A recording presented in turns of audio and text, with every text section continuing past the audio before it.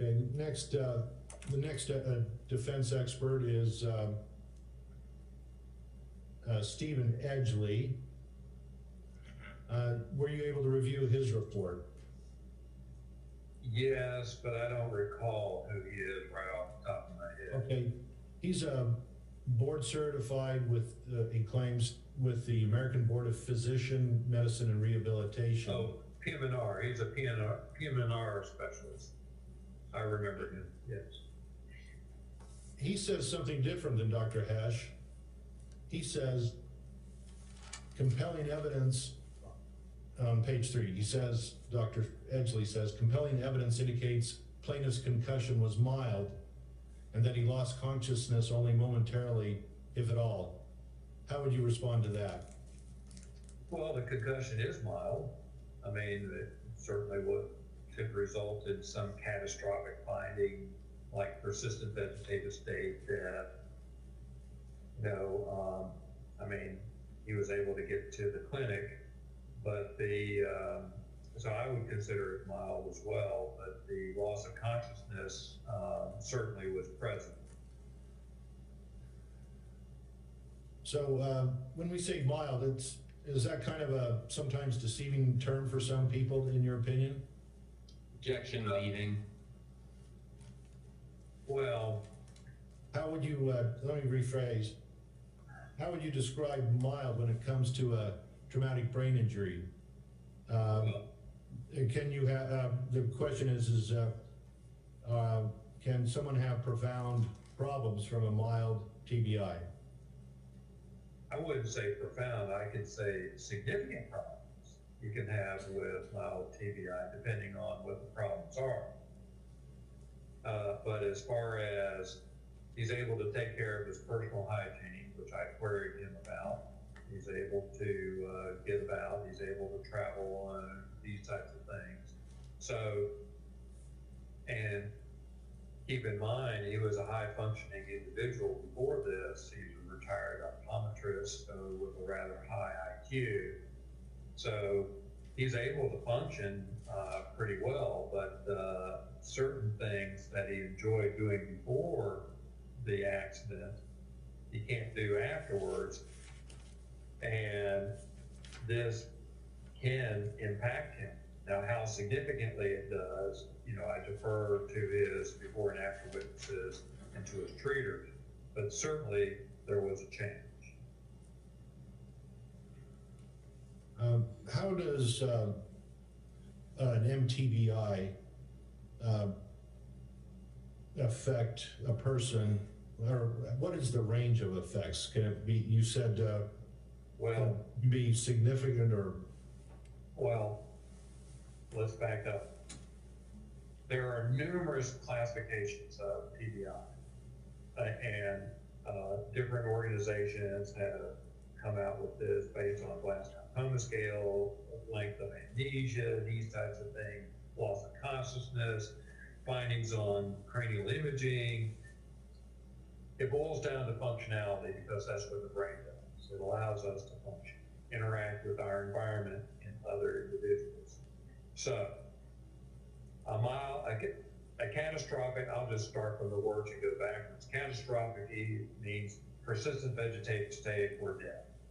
Serious, you can't take care of your own personal hygiene, so you need attendant care. That would be serious.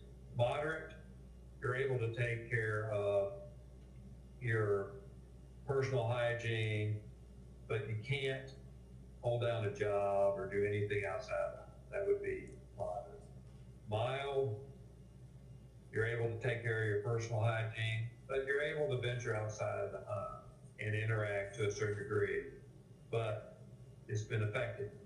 Now, how you perceive it as being significant or not depends on the individual person.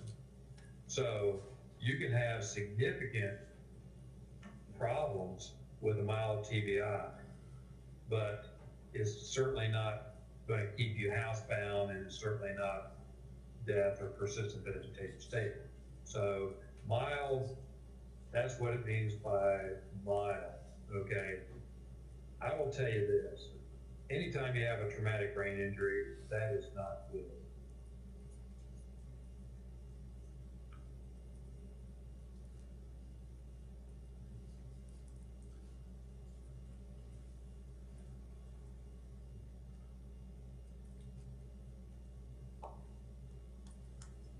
And how about, or what are your opinions about some of the other experts for the defense? There's two neuropsychologists. One is Galit Askenazi, and the other one is Angela Eastfold. Have you had a chance to review theirs? Yes, and I guess they were going to critique the treating neuropsychologist, if you will. And obviously they have differing opinions, but you know, the level at which they're talking about, I mean, the guy has issues. And keep in mind that one of the problems that you have with patients with TBIs, if they have the wherewithal or the insight that they realize that they have lost something, some type of function, is a loss. And so they tend to develop psychiatric manifestations of this loss in the form of depression and anxiety. And if they have a previous history of that, it just makes it worse. And so it's kind of like an exacerbation of those symptoms as well from what we call a non-organic standpoint. So you have to take that into consideration. And I see that there was issue taken on both sides with regards to those non-organic issues. But the fact still remains is that the brain was not functioning the way it was after the accident as it did before the accident. And so that's where the organic diagnosis of the mild TBI comes into play. So keep in mind that as humans, we do carry the psychiatric side of things with illness as well. What does that mean, psychiatric? Well, we're all emotional creatures, right? So we respond to our environment in different ways. Some people are more stoic than others, and others tend to, you know, bare their souls. So if they suffer a loss of some sort, it can manifest itself according to the DSM-5, if you will. That's the psychiatrist working handbook, if you will. Keep in mind, neurologists are boarded by the American Board of Psychiatry and Neurology. And the reason for that is that neurochemistry is so in depth that permeate both specialties. Our training has a significant overlap. Neurology training is 2/3 neurology, 1/3 psychiatry, and vice versa from the psychiatrist. So there's a significant overlap because the clinical manifestations sometimes are subtle between one diagnosis and another.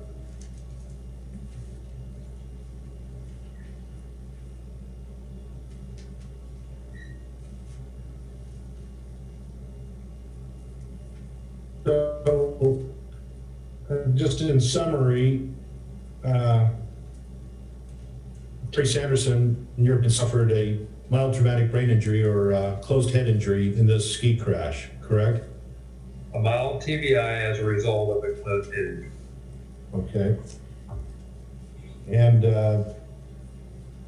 the evidence from the broken rib x-rays indicate that he was hit from the back side. Or what are your opinions regarding that? He was hit from the rear on the left side to the right, and then made contact with the ground. And when someone suffers those kinds of broken ribs, what manifestations would you expect to see from those broken rib injuries right after the trauma that causes the break? Chest wall pain and pain on breathing. And if it's severe enough, you would actually have shortness of breath.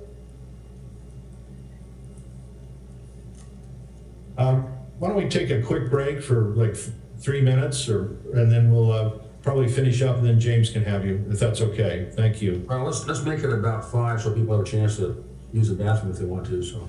Okay. Okay. Going off the record, the time is 2:04.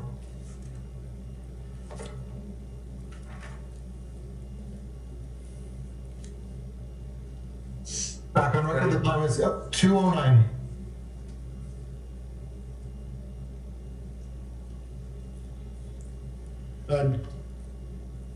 Dr. Bain, how is it possible for a neurologist, for example, to come to a reliable opinion in a case such as this without an examination of the patient, in your opinion? Well, obviously it depends on the diagnoses, but certainly it would be more difficult without the patient. But it depends on the diagnosis that you're considering. Well, how about in this case of Terry Sanderson?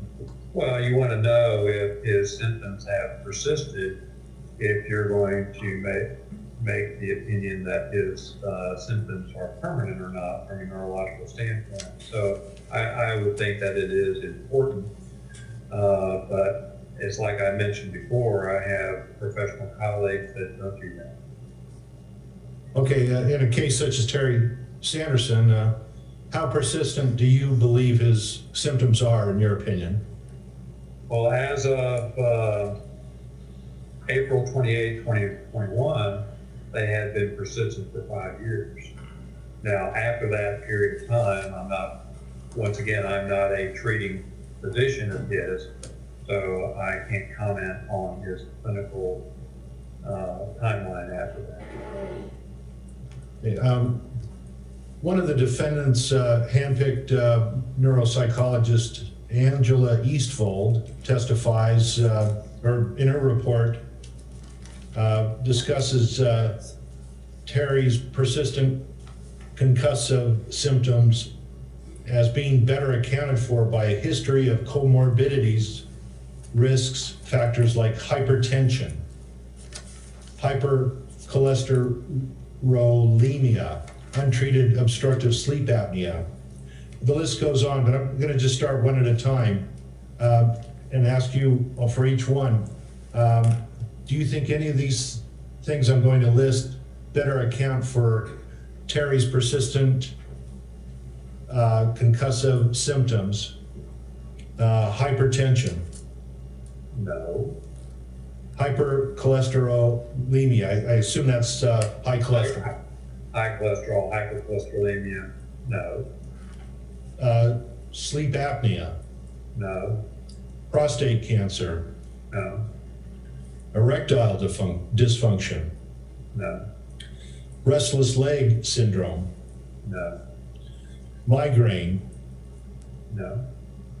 Bilateral hearing loss. No. Chronic insomnia. No. So in your opinion, none of these things I just listed would account for any of the problems of persistent concussive symptoms that Terry Sanderson is suffering? No, I mean, he did not have these symptoms before the accident, and certainly he had some of those medical conditions before. That's all I have for now. Thank you. Thank you, sir. Okay, that means it's my turn, Dr. Bain. Thanks for Yes, sir. making time before trial here.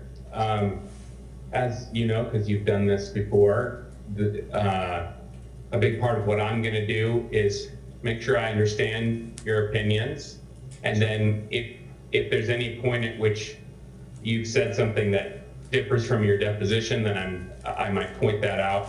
And I believe you have your deposition transcript with you, correct? That is correct. I do. Okay. But could we have the time we're beginning here, James? Sure. 2:13 is what I have. Thank you. Mountain Time. And so you have the transcript of the deposition that I took of you years ago, correct, in this case. Actually, I don't remember if it was multiple years, but it was It was a while back. June 21, 2021 is what I have. That's correct. That's correct. Oh, okay, great. Okay, so I'm glad you have that with you. I have the exhibits to that, and I can pull those up if we need them. Remember that. Okay, so let's start though with just some couple quick follow-up questions on your background and training experience. So one of them is just, has a court ever excluded your testimony from trial? Not from trial, no. I mean, I had a motion of limine that we were going to have an evidentiary hearing on, but the case settled right after that, so we never had the evidentiary hearing. Okay. And that's all I'm aware of. Okay. And then this is just a quick question about billing. We don't have to spend much time on it. I have your fee schedule, which is the document that describes what you charge for your work in this case. And you charge varying things for an exam or a deposition, records review. But can you give me a sense of how much you've charged the plaintiffs to this point? I think I've only charged my retainer, which was $4,000 a few years back. Now, I am charging $5,000 for the preparation and the testimony today. So that I have. Now, I don't know if I received that $5,000 yet. My administrator would know that, but I would expect that I've received $9,000 today. Thank you. And then what about time spent? Do you know how many hours you've spent working on the case? No, I just jot that down, and my rate changed last year. So before, when I was hired on this case, I was only charging like $400 an hour. So I would imagine I've spent clearly 10 to 15 hours for sure on this matter. Okay. Thank you. You're welcome. Okay. Have you ever worked as a biomechanics expert in snow sports science? Snow sports science? Yes. And no one's made themselves out as a snow sports science institution that actually hired me on something, but no. Okay. I would have to say no to that.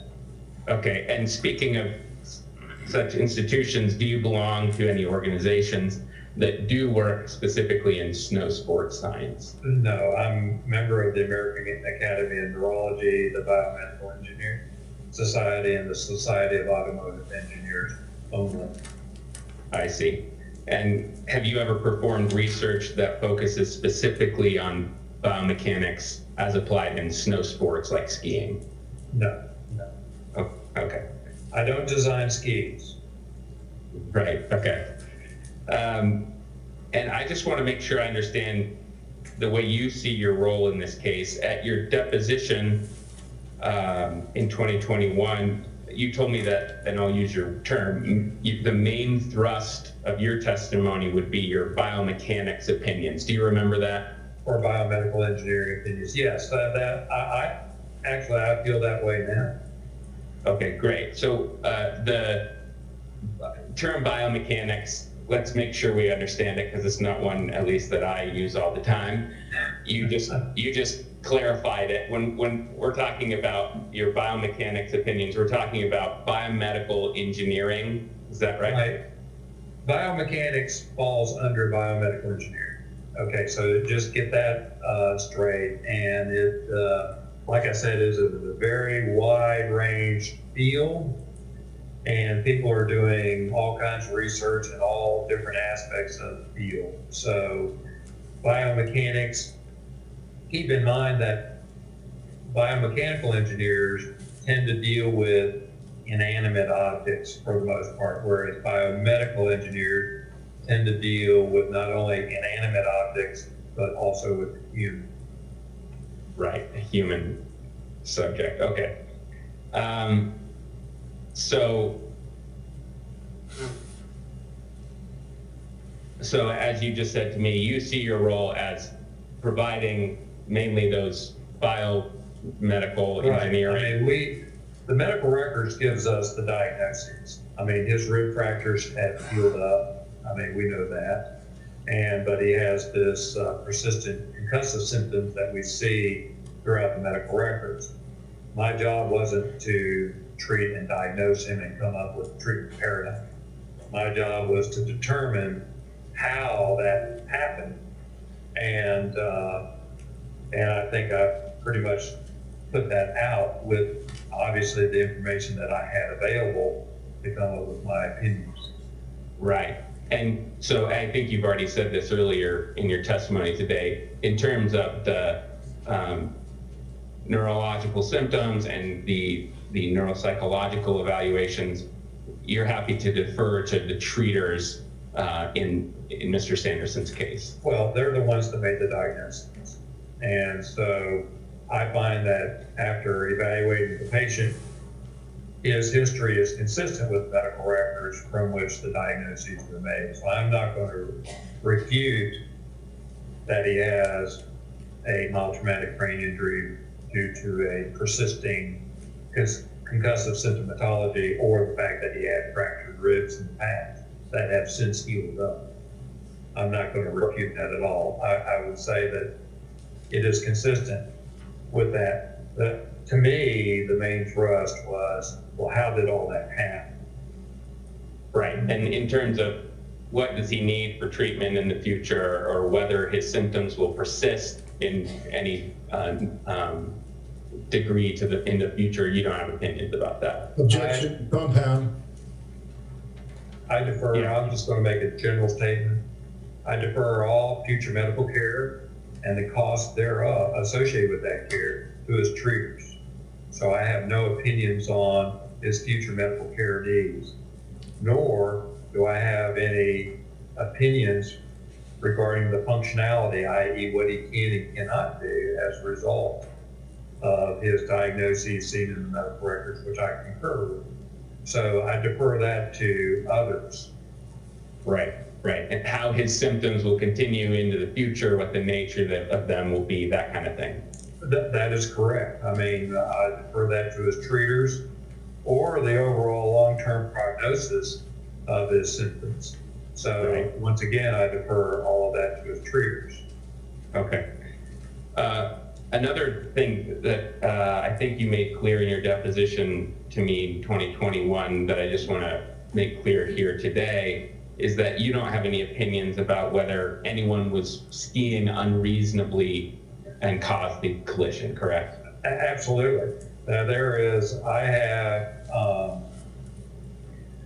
no comments on how people were skiing, the density of the skiers, or how that they were conducting business that day, the day of the accident.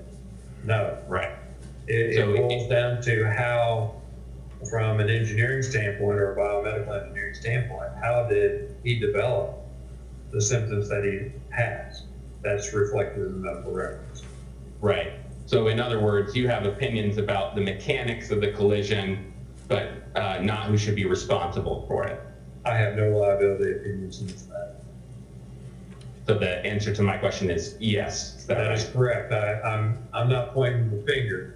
I'm just pointing to Newton's 3 laws of physics and the engineering calculations that are consistent, that give you the plausibility opinions that the fall in fact caused the clinical symptoms that Mr. Sanderson had.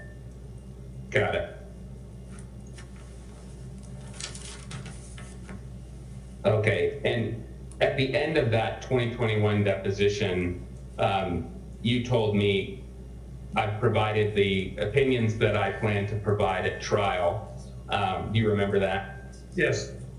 And as I hear it today, you haven't provided any new opinions that are in addition to what you provided during that deposition testimony, correct? That is correct. I mean, and I read through, fortunately I was provided my deposition just 2 days ago, so I read through it, and the last part of it, you did ask, were there any other opinions? And I said, no. And we covered it. Okay.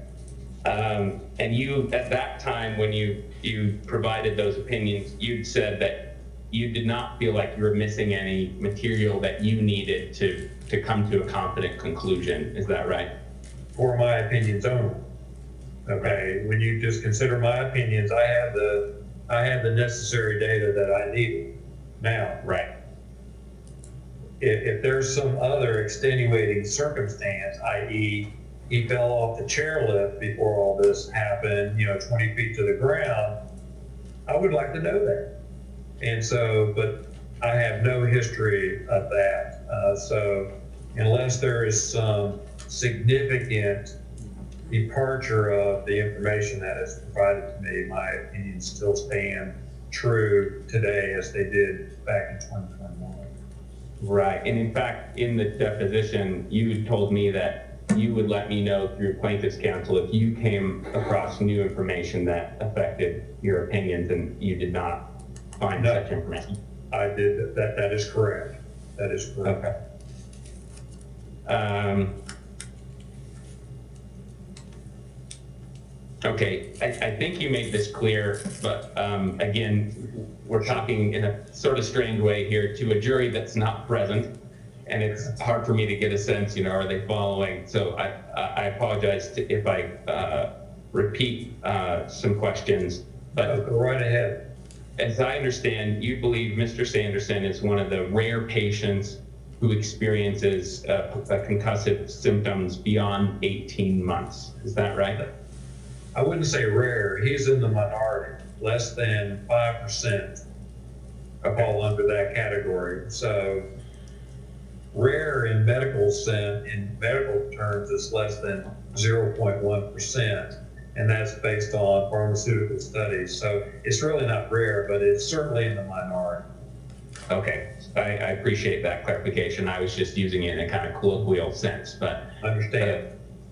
But that's obviously a very small minority. 95 versus 5, obviously, it's a huge disparity. 20 to 1. 20 to 1. Got it. Okay. And it seems like you based this opinion on the post-concussive syndrome. Is that okay to call it that? Yes, syndrome is a compendium of symptoms. Okay. That's the definition of syndrome. Okay, so maybe we could just say you base your opinion on the persistence of his concussive symptoms. That is correct. On as testimony. As far as it being permanent. Right. I mean, okay. He had a mild traumatic brain injury day one. The question becomes, is it permanent or not? Only time will tell. You see. Right. And then Yes. the medical records provide that timeline. Right, and so you point to the medical records and then testimony from family members or friends that knew him before and after as the evidence supporting this post-concussive syndrome or persisting symptoms opinion that you have. Is that right? And Mr. Sanderson, because I saw him. Oh, correct, and your evaluation of him. So that answer is yes, to include. Okay.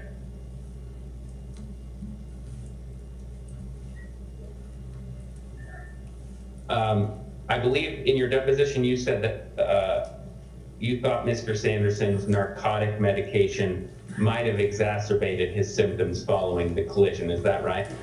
Narcotic medications can definitely make, in layman's terms, anyone a little goofy, if you will. So you can certainly have exacerbations of certain behavioral elements, if you will, from narcotic use. It just depends. I would have to defer that to the treaters because they're the ones that prescribe that to them. And so they would have a working knowledge of how that medication was effective. Okay. And then in your deposition, I think you said that you did not refer to the fMRI, not MRI, but fMRI in any, you didn't use that in formulating your opinions at all. Is that correct? The F, the small f in front of the MRI means functional MRI. I do not use that in my practice, nor was I trained in that element, and therefore I don't use it in my practice, and I defer the use or any opinions from that device to others. Okay, thank you. Okay, I want to go through, as plaintiff's counsel did, I want to go through and just make sure I have a good sense of what you reviewed to formulate your opinions for the deposition that I took. So I'm going to just go through those real quickly. So what page are you going on, page 13, I think it is. Sure, I'm trying to, I don't have it, I have kind of some notes here. I don't have the deposition transcript, but I can definitely, page 20 is where some of this occurs, and then page 14 has a lot of it too. Sure, okay. And then page, or exhibit 3 to your deposition. I don't have any of the exhibits. Yeah, maybe I'll pull that up because that will make it more simple. I think that would be helpful since I don't have it. Okay, so when you gave your opinions to me in that prior deposition, and as you said today, those are all the opinions that you have provided in your testimony. Now, I do have that page, but if for some reason my copy does not have an exhibit sticker on it, but that's okay. And that's what I read into the record today. So I have it. Yes. Great. So I'm just looking at that deposition section at the bottom, and it lists out the people whose testimony you had read in comparing your opinions. That is correct. And I'm just going to note a few names that are not on that list just for clarity's sake. So Terry Sanderson himself was deposed over multiple days. You did not read those transcripts, correct? Not before that first deposition. That is correct. Right. And you did not read Gwyneth Paltrow's deposition. No, that is also correct. And I did not. And then you didn't read Eric Christiansen's, the ski instructor who was at the scene of the collision, correct? I don't know if I had that before or since, but he was. He reported that he wasn't an eyewitness to the event, so I can't tell you with certainty here. I'm looking at the deposition itself, and I'm seeing if I said that or not back then. I don't recall. On page 20, I asked you, I said, you haven't read anything from Eric Christiansen, and you said, no, I have not. Okay, then I had then. Okay, so you found it in my deposition. Yeah, I don't have any direct recollection of that deposition, so I have to refer to the transcript. That's fine. That's why we take the transcripts. And then another name that is not listed here is Carrie Oakes. She was another ski instructor who was at the scene. I don't see that she's listed here. So you did not read hers. I don't recognize the name. No. Right, okay. And then you did not read Brad Palchuk's, and he is Miss Paltrow's husband, who was also there that day of the collision. No. I don't recognize that name either, so I'm sure I did not have that deposition. And then the same thing for the Miss Paltrow's children, who are Moses and Apple. They were there as well. You didn't read their depositions, correct? No, I'm not aware of that. Okay.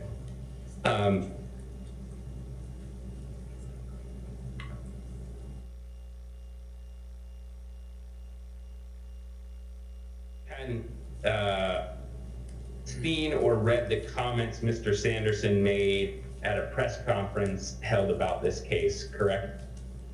No, I'm not aware of that, no.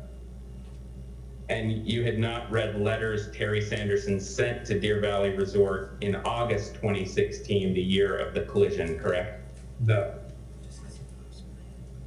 And therefore, you didn't compare his various statements about the accident to assess credibility or look for inconsistencies, that kind of thing. Is that correct? I did not have that information to even analyze. Right, okay. And the same thing for Mr. Craig Ramon, whose testimony you did read. His deposition transcript is listed there. That is correct. And you referred to him as the eyewitness today, correct? That is correct.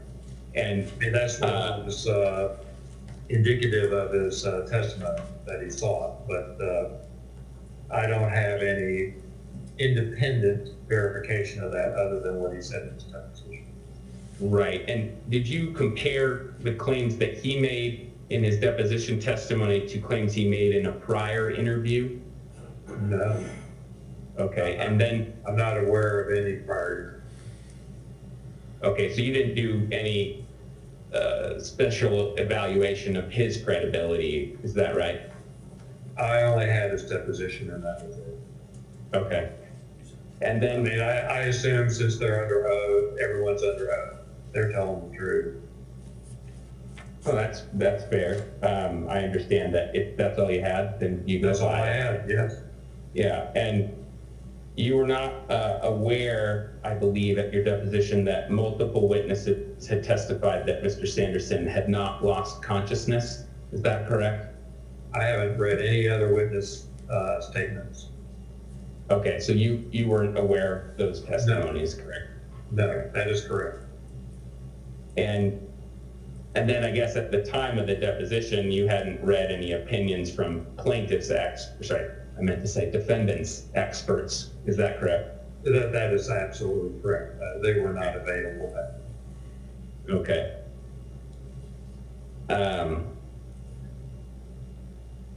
But despite having not read those, the various things we've went through just now, you felt confident providing opinions because you based those opinions primarily on your physics application, right? Your application of laws. And my,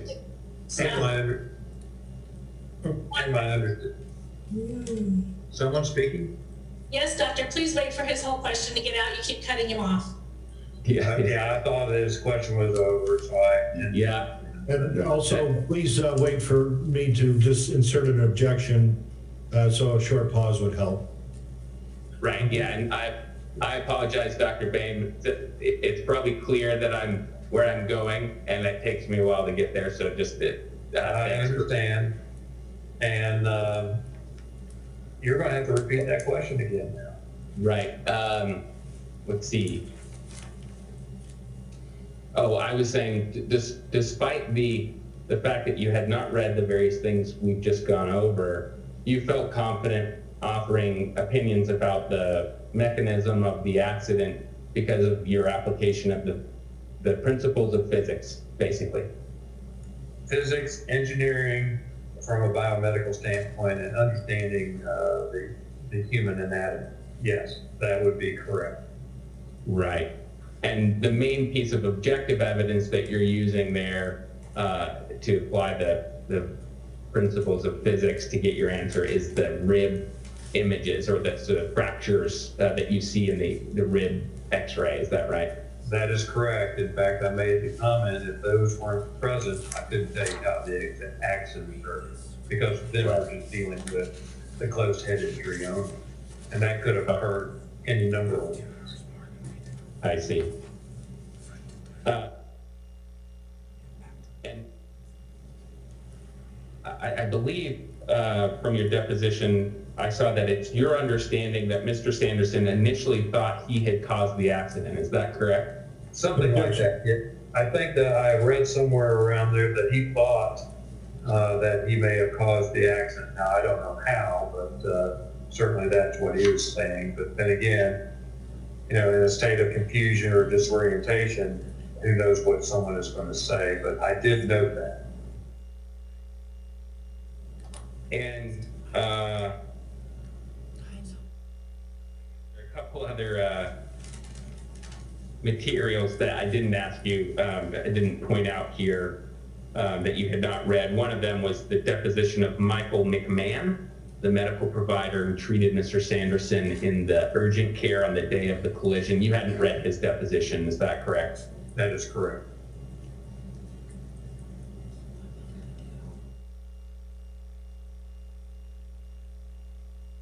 These are things I don't believe were clearly addressed in your deposition, but I wanted to clarify Sure. in case you had opinions on these. Were you aware that Mr. Sanderson testified that there was an unnamed woman skier that he worried about hitting just prior to the collision? I wasn't aware of that, no. And were you aware that he has claimed that the impact of the collision caused him to go airborne? I think he may have said that, but I can tell you from a physics standpoint that that did not happen. I mean, airborne in that he fell down, I guess you can technically say you're airborne, but it's not like he was propulsed into the air from the ground, like going doing a ski jump. That did not happen. I see.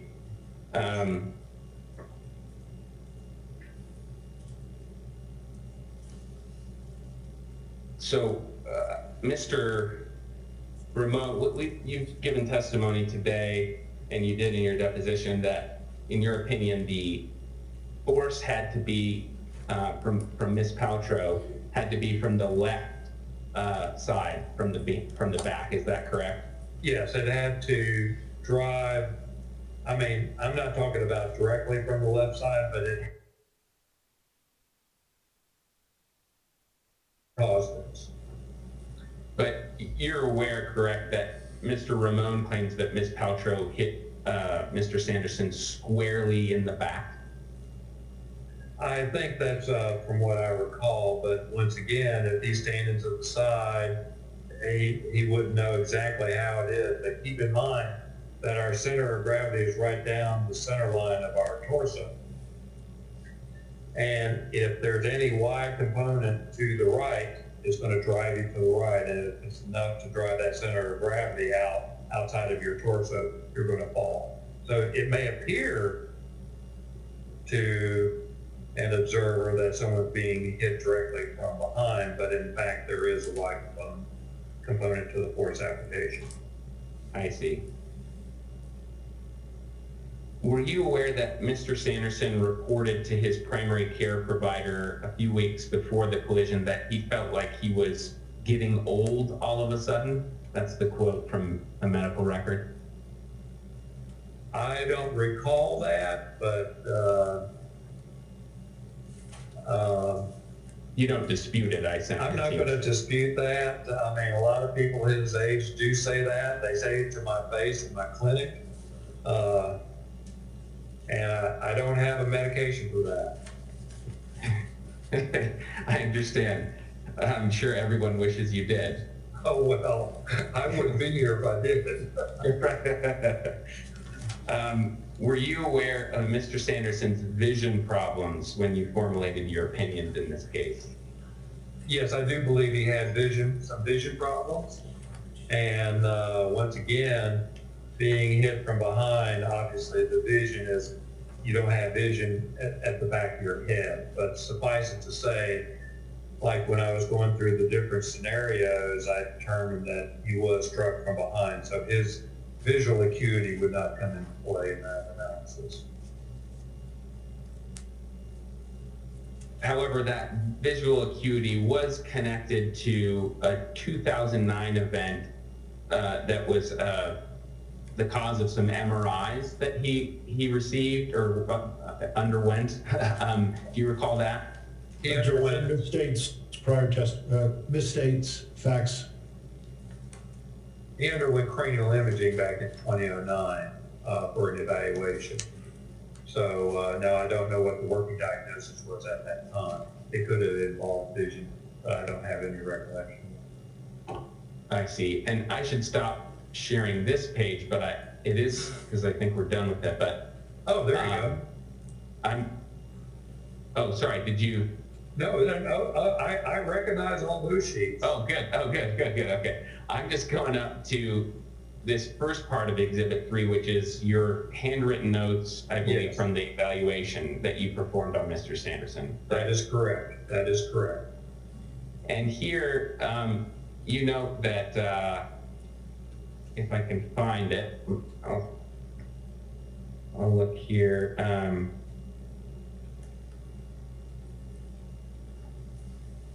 I apologize. I can't evaluate your. I remember my notes, so just ask. Right. Well, I was just going to say I can't just browse them probably as quickly as you can. But the first point here under the, I assume this is kind of a patient history, correct? Yeah, the PTH is past traumatic history. PMH is past medical history. Got it. Okay. And so the past, let's start with the past medical history. Right. Okay. You mentioned here, I believe, that he had some experience with migraines, correct? That is correct. But you don't note that he had a stroke-like event or a TIA type event here that I can see. It might be that I'm missing it. No, he was, that would have been in his patient intake form, and let's see what he had on that. And he did circle the stroke, and which was the TIA. And basically, I wrote, now here's that sheet right here. Yeah, I can find that. I made some notes to that. And basically, what he described was an ophthalmologic, layman's terms, eyeball migraine. Okay, and I'm trying to figure. Sorry, go ahead. Yeah, and that's what that was. And I see patients for that actually quite frequently. And that does necessitate some cranial imaging just to make sure that you're not dealing with a stroke. But certainly he had a, there you go, an ophthalmologic migraine versus a retinal artery, central retinal artery TIA. So the description, when you have a stroke, you tend to lose something, so we call that negative phenomena. A migraine is associated with positive phenomena, i.e. you see the lights and everything. Some individuals will have a neutral phenomena, and you can't tell if it's a central retinal artery TIA or an ophthalmologic migraine, and that's why he underwent the workup. I see. Okay. And this is page, just for the record, it's page 20 of Exhibit 3 to your deposition. And this is, as you called it, I think, an intake form where he's kind of circling various medical conditions that he's had in his history, and then you put some notes on top of that. That is correct. I reviewed that with him, and I made some extraneous remarks besides some of the circled items on that list. Okay, so you were aware that in 2009 he had had this neurological event that required some evaluation by MRI and other treatment. That is correct. And keep in mind, a TIA is not indicative of brain damage. You see what I'm saying? It was a transient ischemic attack, which resulted in no damage to the brain. Okay, and so in your opinion, was the vision problem that he had, it's not connected to this 2009 event? Say again, repeat that again. Yeah, sorry, I could ask that with more clarity. In your opinion, does Mr. Sanderson's vision problem that he's had over the years relate back to this 2009 workup? Probably not, because that was a transient event that got his attention, and he reported it to his healthcare providers, who submitted him to a workup. Okay, so let's go back to the, sorry to scroll like this, it's kind of dizzying. but I just want to be quick here. I know Sure. you got things to move to. So if we go to that first section that you described as the traumatic history for Mr. Right. Sanderson, I note that there is a mention of a closed head injury. I believe that's what CHI stands for. That is correct. And he had that. I'd like to clarify the record a little bit for you. I see the brackets before and after. That's before the ski accident and then after the ski accident. Okay, so I just wanted to bring that out to you. So I did get that kind of history from him. So go ahead. Okay, got it. And it looks like he had a closed head injury at age 10, correct? That is correct. That's what he reported to me. Okay. But as I recall from your deposition, he did not tell you about a fall that had occurred after the accident, and that would have, I guess, been put in this after section of this history. Is that right? That is correct. He did not report a fall, but then again, the way I asked the question, had you been exposed to any traumatic events requiring medical care? And so if he received medical care, then his reporting would have been in error. But if he did not receive medical care for that incident, then he was correct in his report. Okay. And in his testimony, he described this fall as causing he hit his head and it caused a roughly 45 minutes period of loss of consciousness. Is that typically something that would require medical care? Objection, assumes facts not in evidence. I would think so, if someone was knocked out. Now, obviously, if it was just him there and he reported that, then the question is, how do you know it was 45 minutes? And then he may have said, well, I'm okay, and he didn't seek care. But if something like that, if it were witnessed, I would imagine they would be dialing 911. Okay. So it seems like in your evaluation of him, he denied having any significant brain-related event or treatment before the accident, aside from, I guess, that closed head injury at age 10. Is that right? Correct. That is correct. And then he denied having any similar events after the accident. That is also correct.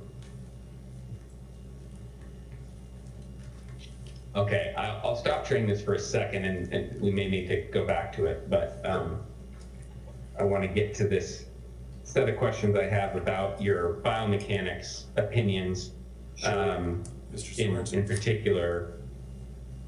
As you, Sounds like we're moving on to another subject, so let's take a short recess.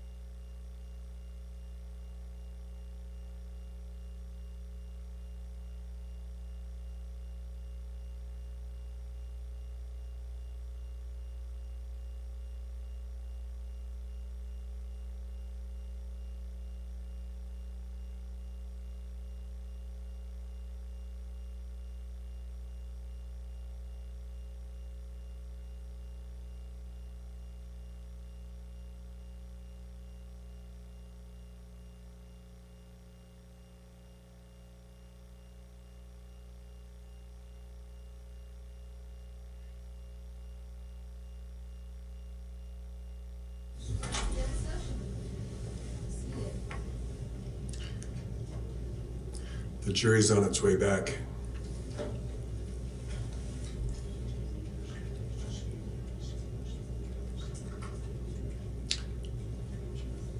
Yeah, do you want to let the lawyers know?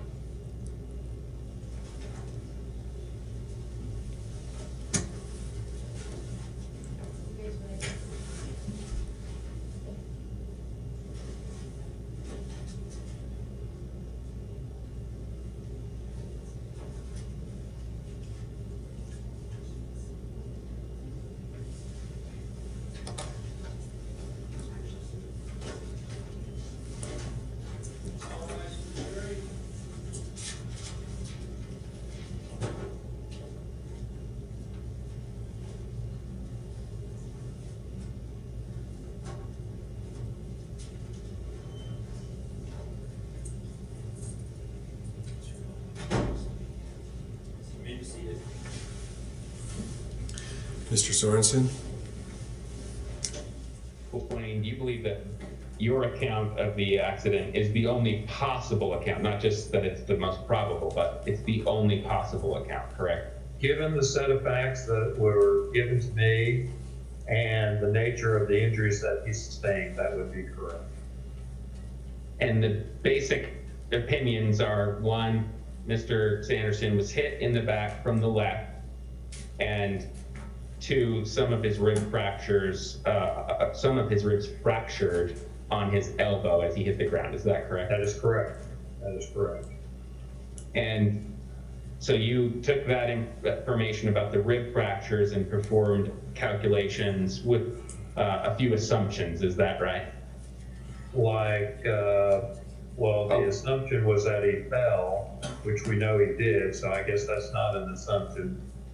And then I knew his anthropomorphic measurements, which gives you the force calculation. So there really wasn't much in the way of assumptions. It's basically classical business at that point. Okay, well, one assumption that I noted was just, for example, and I'll just use your term, you said you guesstimated that Miss Paltrow weighed 130 pounds, for example. Yes, yeah, that is correct.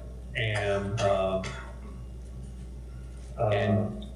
don't want to be insulting if she weighs more. So I just said 130 pounds, and I think that was a reasonable guesstimate. Obviously, if she weighed any more than that, then the calculation would be more and more severe, if you will. Okay.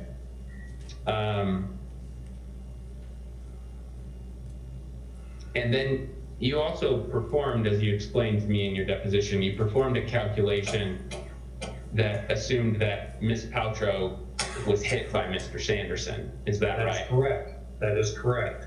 And you ruled that out because you would expect the rib fracture to be in a different place if that had occurred. Is that right? Not only that, but the force application is just not enough. Oh, well, in your deposition, you said that, I'll just read it here, it's on page 32. You said, if that was enough force to do it, which that's borderline, so you seem to acknowledge that it might be enough. I actually did the calculation. You'd expect the rib fracture to be in the anterior chest, not the posterior. And that is also correct. The location is really the telltale sign. But I also did some calculations on how fast he would have had to be going and striking her at a dead stop and that kind of stuff as well. So once again, hitting her from behind is not going to give you the fracture location that we see in the medical records. Okay, but I just want to make sure I understand this part of your deposition testimony then. It says, if that was enough force, Mr. Sanderson hitting Miss Paltrow from behind, right, and then falling that way. You said that that's borderline, and as I understood it, that meant that that might be enough force to do it. It's borderline. It might not be. And because I don't know how fast they were skiing. Okay, right. Okay, that's helpful. And then you, in terms of the calculations you're talking about here, some of the other scenarios that you're ruling out, as I understand it, the pages you provided to us that have the calculations, Yes. I don't recall any of those having the calculations that you're referring to. Do those Like pages what? contain? So like when you said I did a calculation about when Mr. Sanderson hit Ms. Paltrow, if you assume that scenario. Oh, well, yeah, I mean, that's, he would have had to be going pretty fast on his skis, and then again, that would have brought in the assumption of how fast he was going, and I don't think anyone could give you that number. Okay, so in other words, if we go to these calculations again in exhibit 3 of your That's for the deposition, head. That's for the head. right, and these calculations do not include the ones that you're referring to where you're ruling out certain possibilities, is that No, right? that is for, yeah, this is, yeah, for the head, I wanted to make sure that it was greater than 100 newtons of impact force. And so I did that for the head. And then for the ribs, I wanted to make sure that we were in the vicinity of 4,000 newtons, which we were. So I wanted to make sure that the force magnet, I mean, we know he fell to the ground. We just wanted to know what the magnitude of the force application was in doing so, and is it enough to do that? And the answer is yes. Okay, so the calculations about the other scenarios you ruled out, did you write those down on some other pages somewhere else? No. Or did you just do them in your head? Yeah, I mean, once I had these calculations here, because I was thinking about the different scenarios, then it became a speed issue or a kinetic energy issue. And so one of the things I did not have was the skiers' initial speeds at the time of impact, either way. I see. Another thing that you assumed, well, sorry, as we're here, just it will be more efficient. These calculations, we haven't gone over them, and I'm not going to ask you to go through them in detail. I'm certainly no expert on these particular equations, but these are the equations you've used to provide or to make the conclusions that you've provided today. Is that right? That is correct. That is correct. Okay, great. Okay, so I'll stop sharing this again. Maybe we'll go back to it. But one thing that I did hear you say today that seemed to be inconsistent with something you said in your deposition was that the skis you said today that I think that the skis stayed on both skiers during the collision. But as I understand your deposition, I understand your deposition testimony to mean that, or to say that the skis actually came off. Do you remember that? No, I mean, the skis, I mean, that's just from the rotational analysis that I did. You would expect, but you just don't know how tight the strappings are on those skis. And that's another assumption that you would have to make. And so really, whether or not the skis stayed on or not really didn't play into the analysis. Okay, so I want to be fair to you, so I'm going to, I'll point you to page 31 of your deposition transcript. And you say there, obviously the skis came off because of the bindings. And I'm looking. It's at the bottom, page 31, right? Yeah, he would twist and fall down. Right. I mean, for some reason, I thought the skis came off. So, and I wasn't there, so I don't know. But certainly, skis coming on or off is not going to impact the calculations on the ribs or the head. Right. Okay. Got it.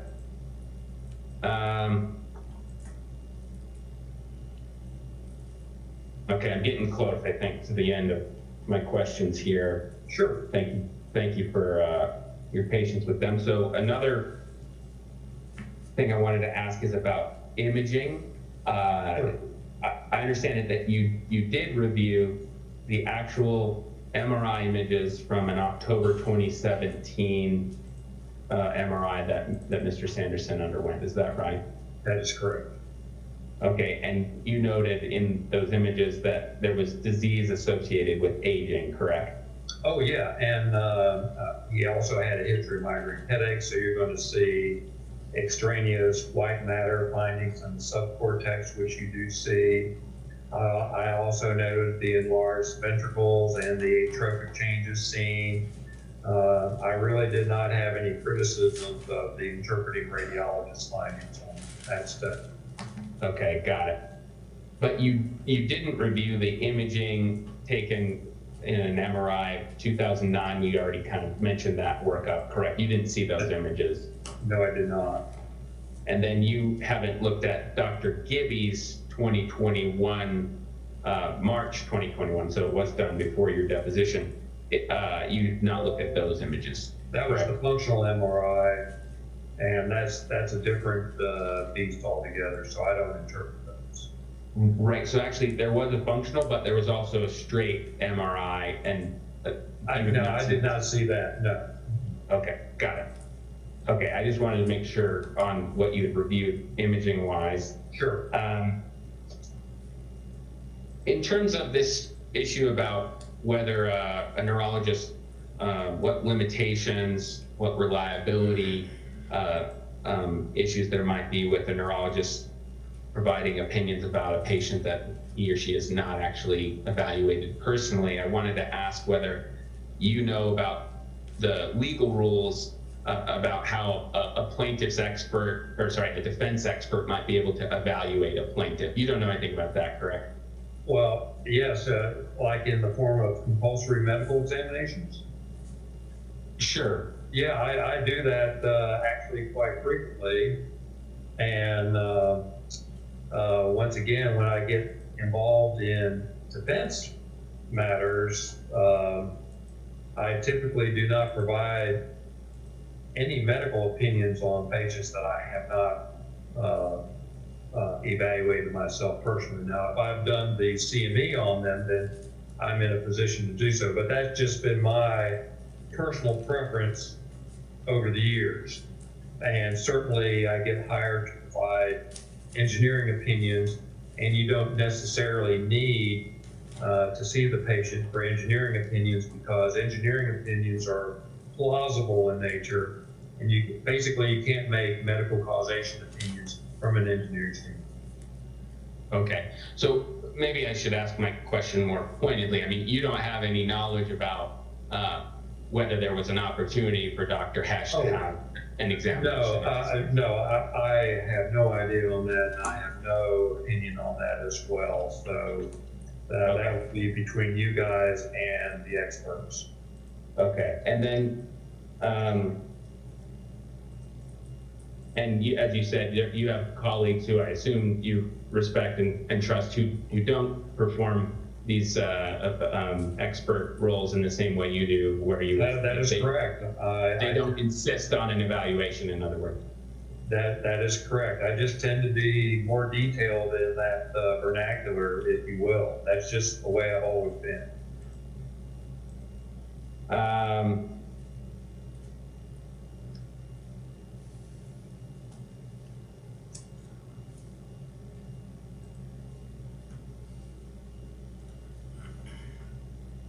Covered a lot of these things already. I'm just going through my last bit of notes.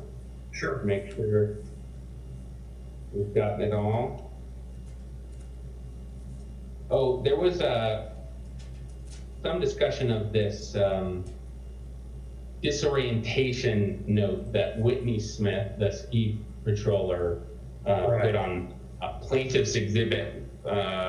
Let's see, I think it's exhibit 1, yes. Page 2, do you remember that? I do. I don't have that right in front of me. I don't know if you can share that, Lawrence. Is that something you could share again? You're talking about this? Yes, yeah, that's correct. Page 2, there's a section that says, what did you do? And Lawrence had you actually read it out. Do you remember that? That is correct. Would you like me to share that? Yeah, that would be helpful, Lawrence, if you would. Thank you. You just have to buy Bob a Coke Slurpee. Okay. I don't think that'll break the bank. Happy to get you one, Bob. That's very helpful, you know. Oh, don't do it. So while Lawrence is pulling that up, I'll just ask you, as I believe you testified earlier, your opinion is that this note about disorientation, you read that to be indicative of loss of consciousness, is that right? Disorientation or indicative of a concussion. Okay, so if you go down, Lawrence, to the second page, there's right there in the middle, there's this assessment says, what did you do? Yeah. Assessment, mild disorientation. And as I heard you earlier, you said that this is indicative that he lost consciousness, but maybe I misunderstood. Yeah, I mean, disorientation, keep in mind, or consciousness is volitional interaction with your environment. If you're disoriented, you don't have that. So it's really technically a interruption of consciousness for that individual. You don't necessarily have to have your eyes closed, but certainly it is a symptom of concussion.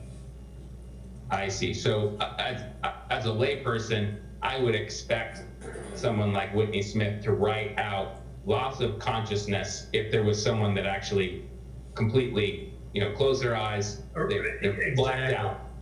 Yeah, you don't have to have your eyes completely closed, blacked out to call it a loss of consciousness. I can't tell you the number of times on a Sunday afternoon, football player would be hitting the head and he's just standing out there not doing anything. We immediately know there's something wrong, and we run out there and we say, how are you doing? And then he calls me his mom, and we know that that's a lot. Then we bring him onto the side, and we know that that is a loss of consciousness. Clearly disorientation, to whatever degree, is indicative of not having volitional consciousness with your environment. Okay. So, but if we were to distinguish that kind of disorientation from being completely knocked out, as the conventional or colloquial term might be, you're talking about two different things there, correct? Well, consciousness is consciousness. Keep in mind, there's different levels of consciousness. Alcohol is one level, disorientation is another. Okay, right. And I mean, you can see that in the boxing ring, if you will. Yeah, right. No, that is all perfectly clear. I just want to make sure that we're clear about what you're saying this mild disorientation mean. You're not saying, I take it, that this means he was knocked out for 5 minutes. No. I'm not saying that he was knocked out all the time. Right, okay. And I just want to point this out because I believe it was read incorrectly. I don't mean that you were intending to read it incorrectly, but I just want to make it clear at the second part of that section, it says reassessment, disorientation lessened. So you had said he still had it, but I just wanted to note it was lessened. Yeah. And you see that, correct? Well, because of the pictures of you guys on my screen, that's blocked out, lessened. Oh, got it. I see. So I see. Yeah, and I totally agree with you. It had lessened. There you go. Okay, I see it now. Right. Okay, got it. I just wanted to make sure you saw that. And sure. If you also go to the first page, if you would, Lawrence, there is a note. Sorry, maybe a little bit down from there, Lawrence.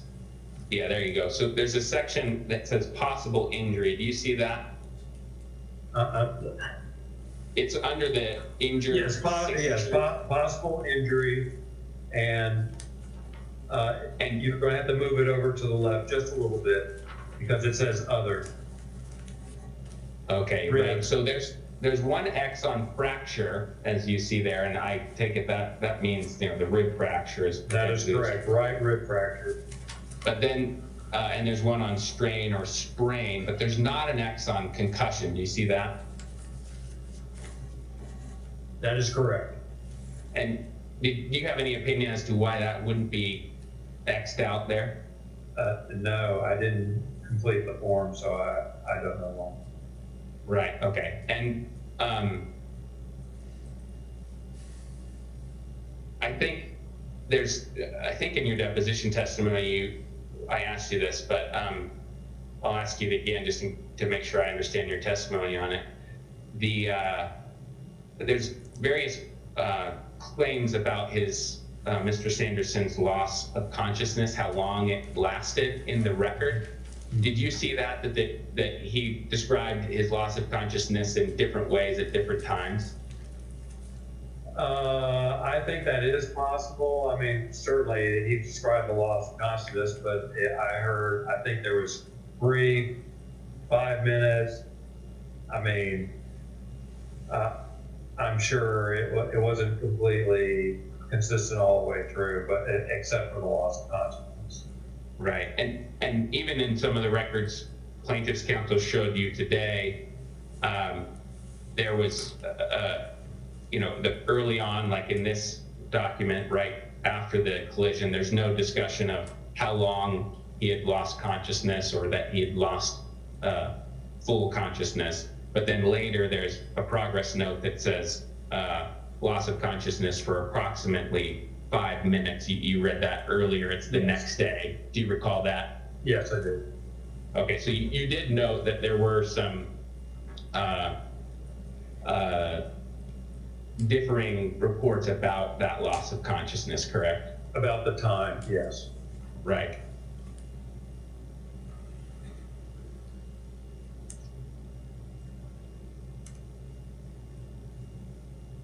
And so in your, I take it you don't have any deep, specific opinion about exactly how long he lost consciousness or whether he was knocked totally out, anything like that. Is that right? No, that is correct. He just had a loss of consciousness and that's it. Okay.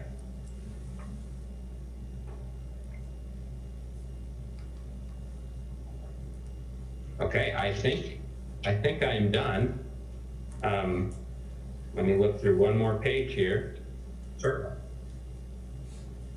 Stop sharing. Yeah, you can stop sharing, Mr. Bueller. Thank you. I've been calling you Lawrence, but I don't mean to be casual. You can call me. You can be casual, James, if I can be casual with you. Okay. May we take a short break, Doctor? Yeah, I'm actually done. So Thank you very much, Mr. Egan, and yes, so break is welcome. I'd say 5 minutes. Thanks. Thank you. Going on record, the time is 3:13. Okay, we're back on record, the time is 3:24, and did you want to make your announcement, Lawrence? Thank you, Dr. Bain. Thank you, sir, and I appreciate it very much. Thank you, Dr. Bain. Thank you, sir. Okay, this concludes the time is 3:25.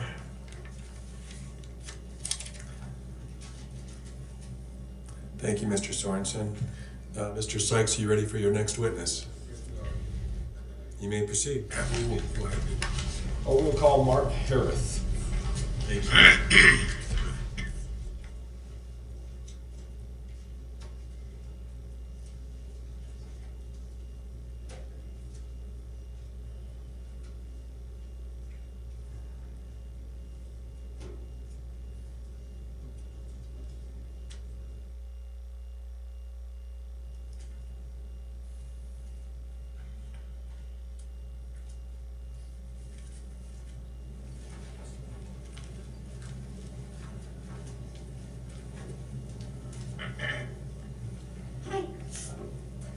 Do you swear that the testimony you are about to give in the case now before the court will be the truth, the whole truth, and nothing but the truth, so help you God? Yes, I do. Thank you.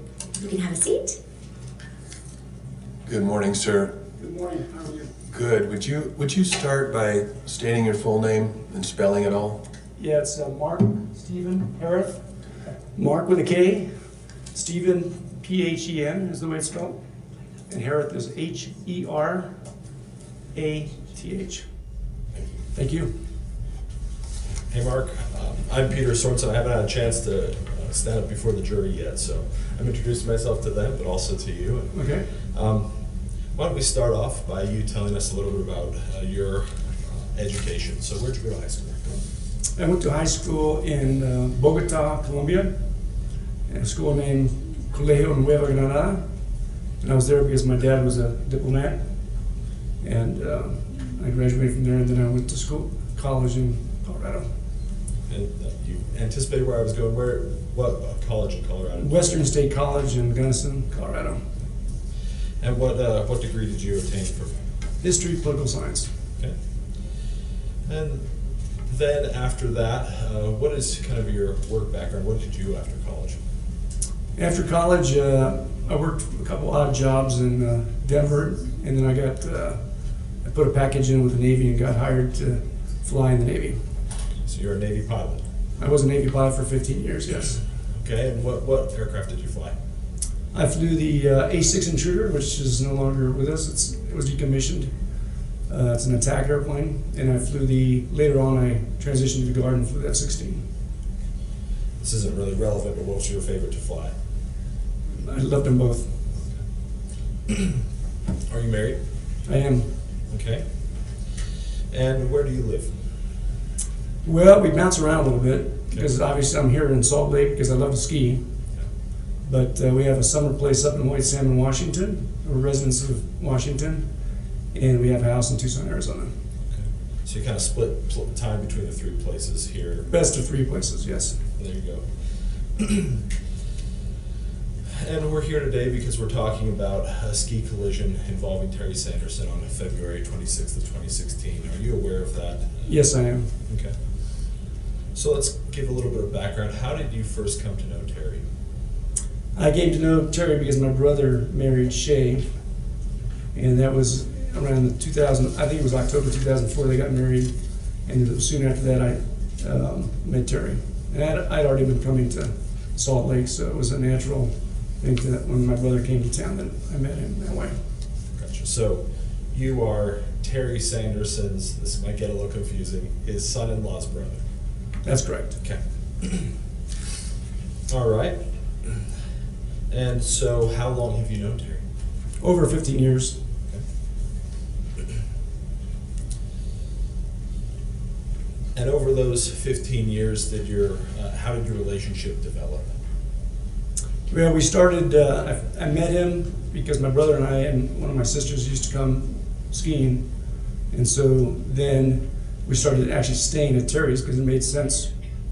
And then he was gracious enough to allow me to, because I used to be a storm chaser, to come and stay at his house. So it grew through skiing because we used to ski together as well. Gotcha. So as sort of storms would come in, you have, because of your occupation, you could fly in. That's correct.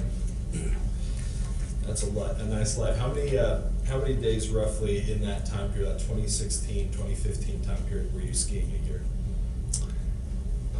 It would depend on the storms and stuff, but I would say somewhere between 25 to 30 days of skiing at that point a year. And how would you rank yourself as far as your ski level goes? Fairly advanced. Okay. And in the times you got to come in and stay with Terry, did your family get to know Terry as well? So my son, who also flies in the Navy, when he was 12, I brought him here for what I call his powder qualification trip. And that was about the same time that I'd met Terry. So soon after that, we started staying, him and I, at his house. And so Terry knows my son, he knows my daughter, and he knows my wife really well.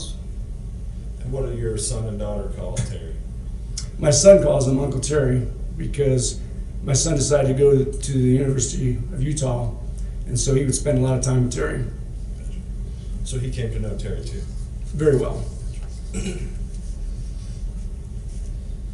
And so is it fair to say that Terry treated you as family? Absolutely.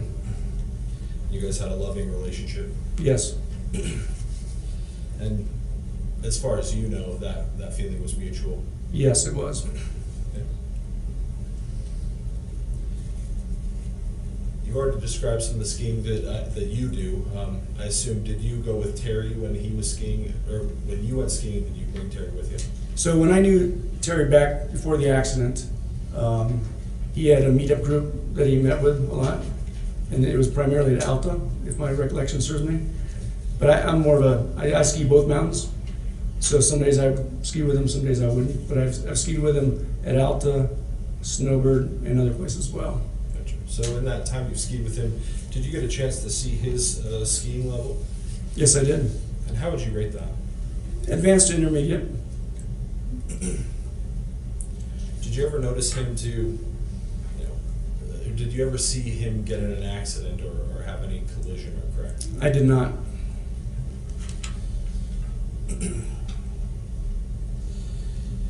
Describe Terry's personality a little bit for us before the accident in that time period of 2014, 15. Before the accident, very outgoing, loved a good conversation, very conversational.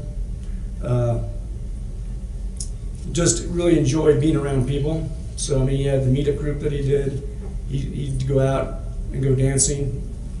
So he's very, very, very active. Go to concerts, stuff like that. Did you ever do any of those events with him or participate in any of those activities? I was too busy skiing. That's fair.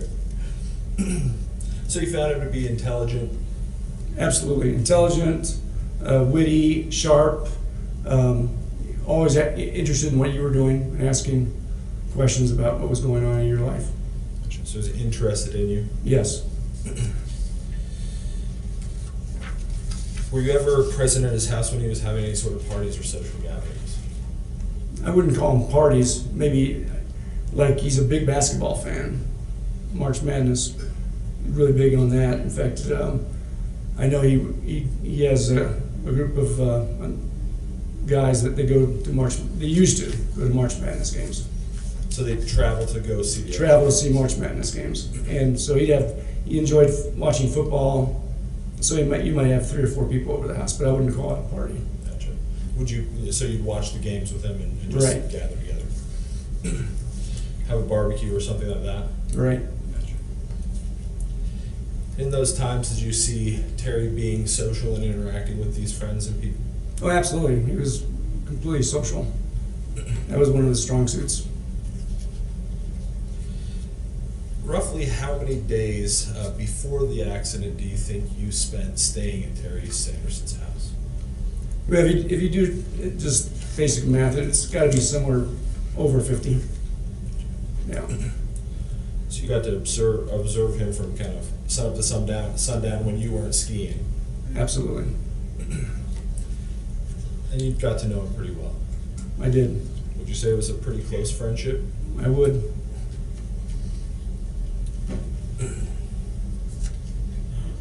Did you ever worry about Terry when you went skiing with him? I did not. It was clear to me that that he had been quite the athlete when he was younger, because he was a very strong skier. Did he ever tell you about any of his younger athletics? He did not. But you saw him to be very capable of anything that the mountain Yes. would throw at him. Yes. And prior to the accident, did you ever see Terry being forgetful?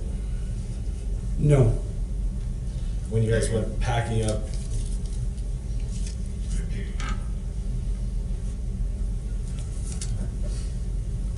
when you guys packed up to go skiing, did you ever see Terry forget anything that he needed to go skiing that day? I have no recollection of that, but we all forget stuff when we go up the mountain. But he could make do if he did forget. Mm-hmm. Nothing like that stands out to you. No, it does not. Let me back up just a little bit. You've got, and I mentioned it kind of in passing, but what do you currently do for employment? I currently work for FedEx as a pilot. So you retired from the military and now you're working for That's FedEx. correct. And so you're able to come in and chase those storms, as you said earlier. It's one of the benefits, yes. Gotcha.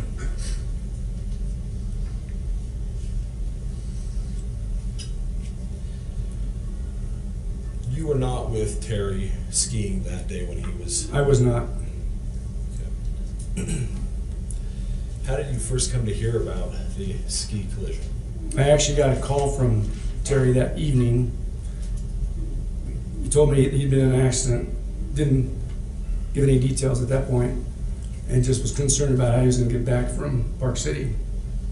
And then I didn't hear back from him, so I have at that point, I have no idea. I still don't know how he got back to, who brought him back down the mountain. So he was confused when he called you about how he was even going to get home. He had no idea.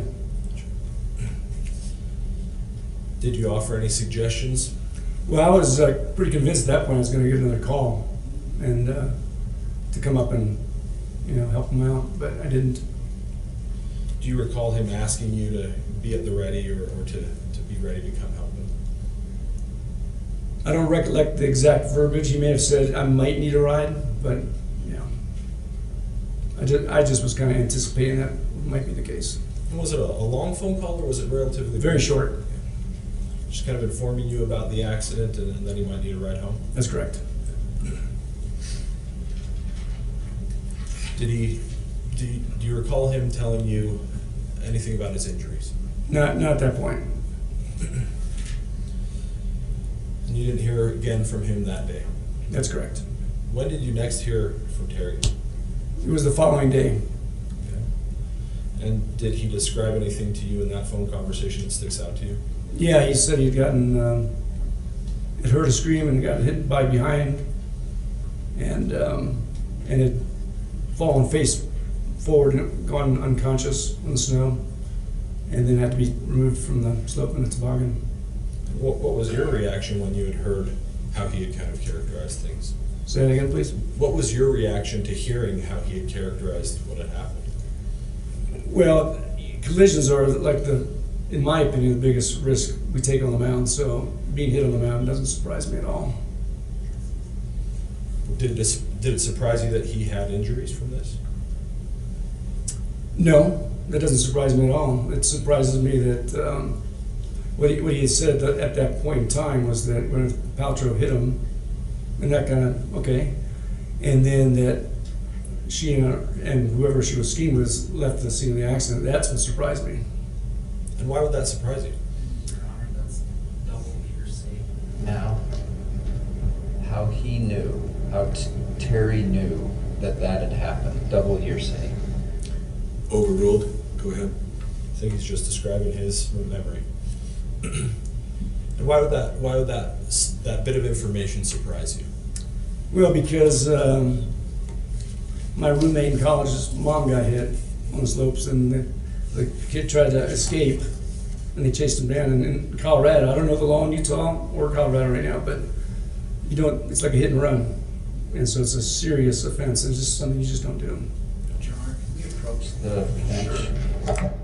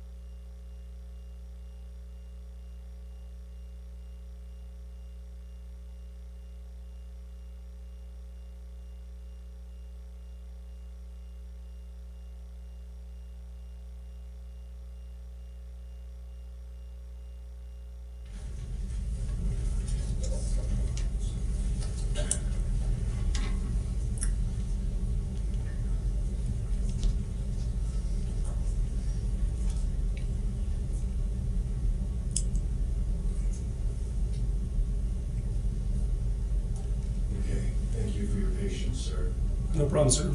So members of the jury, there's no claim in this lawsuit based on a so-called hit and run. There's no claim before the jury based on a theory of hit and run. And the witness should refrain from using that terminology. The term is stricken from the record, and the jury should ignore the witness's use of that term. Thank you. Let's move on a little bit. Did you ever notice that Terry had problems with his eyesight? Yeah, I was aware of he had some problems with one eye. Okay. Did you ever see that that affected his skiing at all? Negative. Did you ever witness him making decisions on what days to ski based on his eyesight? Well, I think he preferred to ski on nicer days like we all do. Sure. Yeah, because visibility could be challenging for anybody. But you never saw, for instance, a time where he said, I'm not going to go up today because No. of my eyesight. Okay.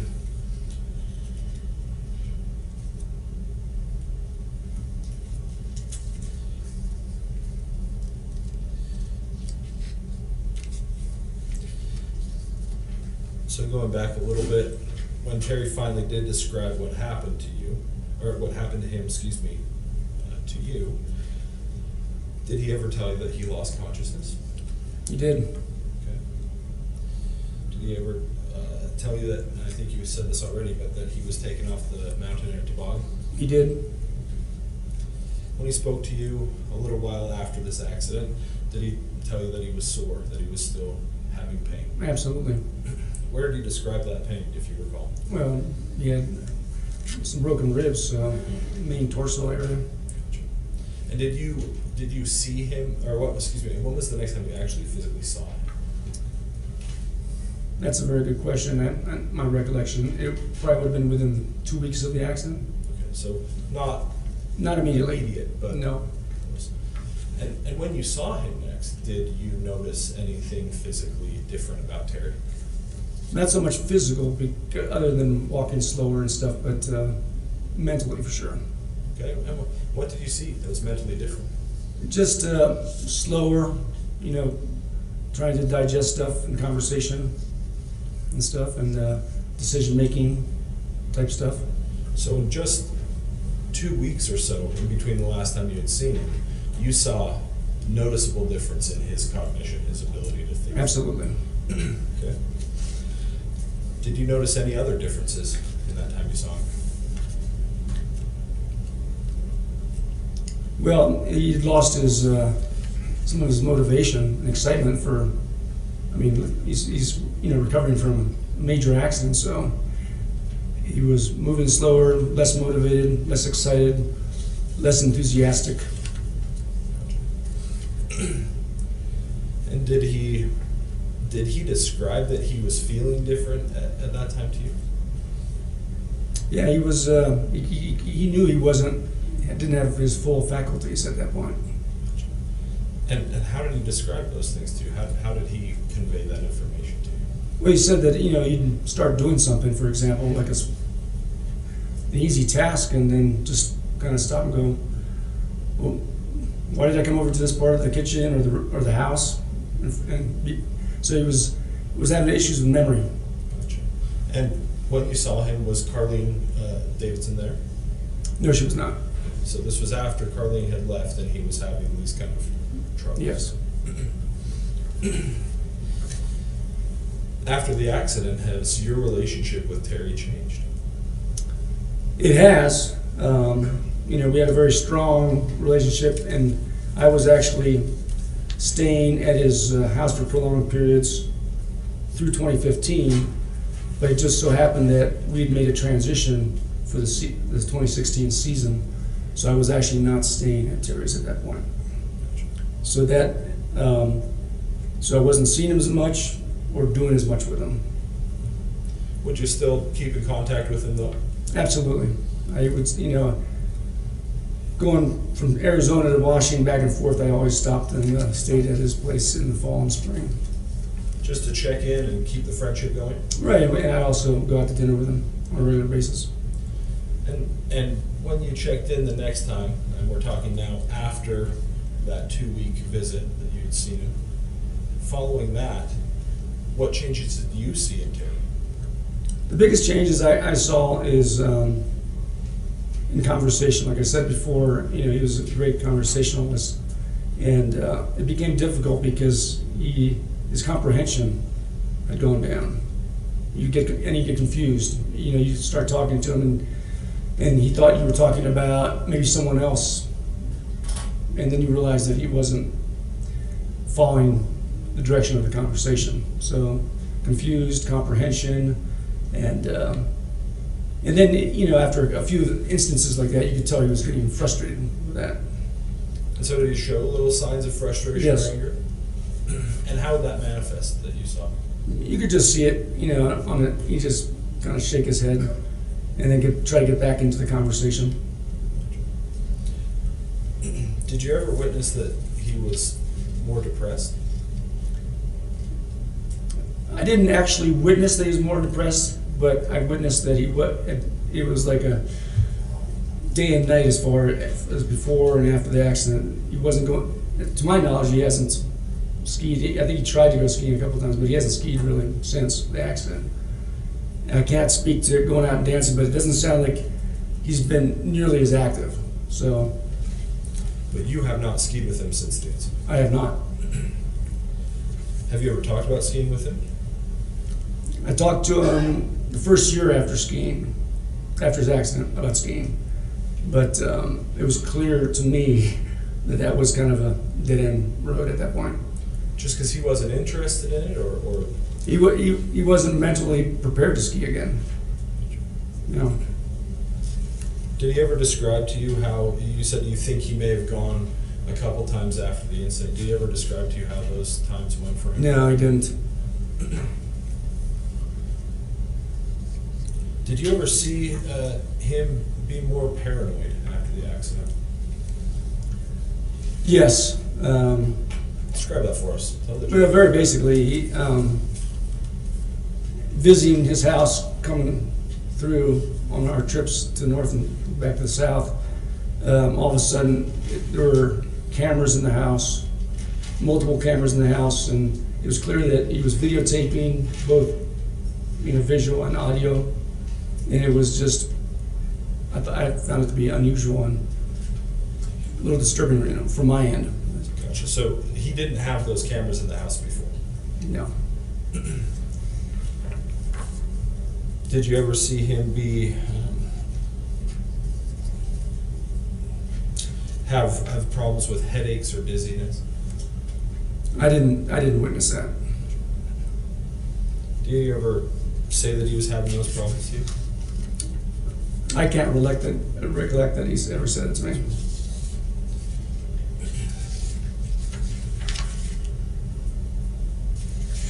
I think earlier you said that you felt like his motivation had changed. Can you describe what that meant to you? Yeah, basically it's motivation to, you know, you get up in the morning and have a hard time getting motivated to get going and get any basic stuff done, or in his case, go out and do stuff socially. I think the jury's heard testimony that Terry was kind of and this is my term, but kind of a fiery guy before. He was high energy. Very high energy, yeah. Was that the same after the accident? Negative.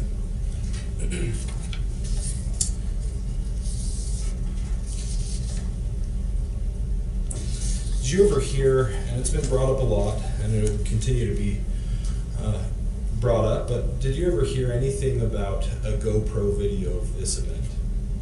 No, I did not. Has Terry ever said anything about that to you? He has not. So to your knowledge, there's never been a GoPro video of this event? That's correct. To my knowledge, there isn't.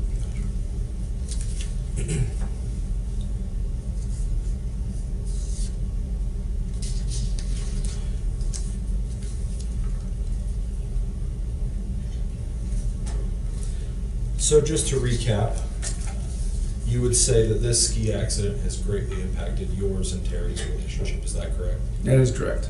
How so?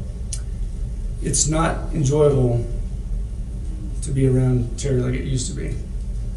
He just, because of the fact that he's confused a lot, and we talked about paranoia, and he's more anxious around people. And so you can only take Terry in small doses now. So this almost familial relationship you guys had has been forever altered, in your opinion. That's correct. That's all I have for you, Mark. Thank you. May have a few questions. The other lawyer may have a few Oh, questions. absolutely. Okay. Mr. Egan? Yes, thanks, Your Honor. How's it going? It's Harith. Harith, yes. Pleased to meet you, Mr. Harith. Pleased to meet you. My name's James Egan. I have a few questions from the defense. How long were the stays that you had with Mr. Sanderson prior to the accident? You described staying with him, I think, Right. 50 plus times in the years prior to the accident. Usually they were like 4 or 5 days at a time. Okay. And then only limited interaction with him after the accident, is that right? That's correct. In person? That's correct.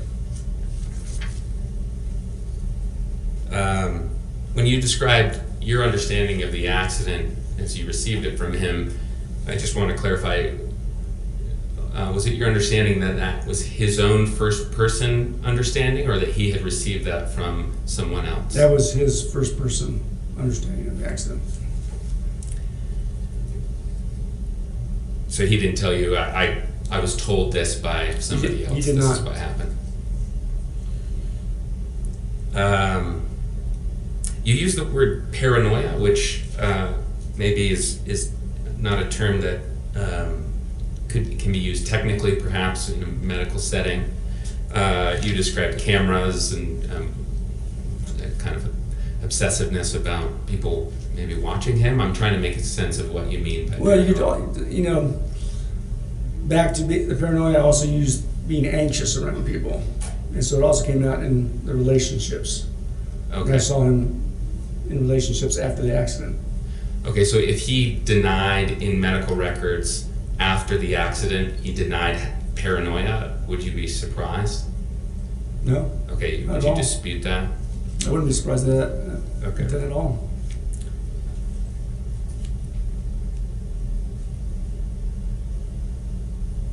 And would you dispute if there are medical records that show that he acknowledged taking medications prior to the accident for lack of motivation? You wouldn't dispute that?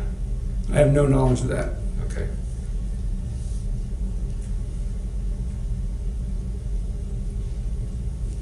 And do you have any knowledge of prior history with a stroke-like event that caused the need for MRI scanning of the brain? No, I do not.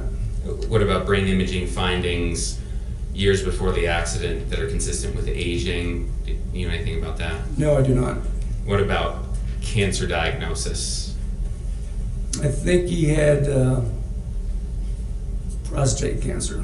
Okay. Yeah, he did. What about heart palpitations or heart trouble before the accident?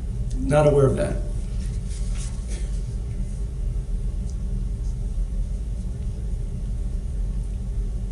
Microvascular disease? Don't know about that. Were you aware of any medications he was taking before the accident? I was not. Osteoarthritis? Nope. Knee problems? Not that I'm aware of, no. A foot drop? A foot drop? Yeah. Are you aware of what that is? I'm not. Okay, just as I understand it, kind of malfunction of the foot such that you're sort of pulling your leg slightly. No, I never actually witnessed or saw that or heard him talk about it. Okay. Respiratory problems? Nope. Sleep apnea? Not aware of sleep apnea, no. Insomnia?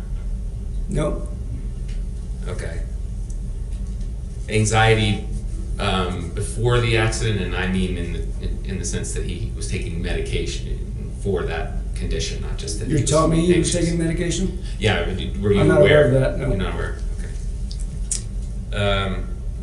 Were you aware of any post-accident travel that he did internationally? Well, he did a lot of traveling before the accident, but no, I'm not aware of any. There may have been a trip that he made, but no, I can't remember. Okay. It sounded like you were going to say you'd be surprised if he traveled after, or am I Right, words yeah, in your- okay. yeah. There's a record that the jury's heard about a few weeks before the accident. It's a medical record where Mr. Sanderson reported to his physician that he was getting old all of a sudden and not doing things that he used to do. Do you remember him expressing any similar sentiments prior to the accident? No, because when I knew him before the accident, he was still active. Okay. And your wife is Shay, correct? No, that's Oh, my sorry, brother's your wife. brother's wife. Correct. Okay. My wife is Lori. Yes, sorry.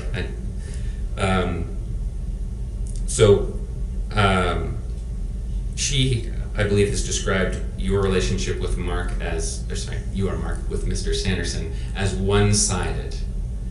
One-sided. Have you ever heard that? I have not heard that. Which way was it going, supposedly? So I'll give you a little more, maybe, and then you can tell me if you have a similar understanding. There was testimony that Mark was finding out when my dad, Mr. Sanderson, would be gone so that he could be in the house without my dad there. No, that's not true. That's not true? No. My visits were based on storms. Okay. And then there was a sense that Mr. Sanderson was frustrated with you because of that one-sidedness, and that he thought it was not worthwhile to have a one-sided relationship, and that was the reason you guys stopped having a relationship. Is that? That's not true on my side. If he felt that way, he never expressed it to me. Okay.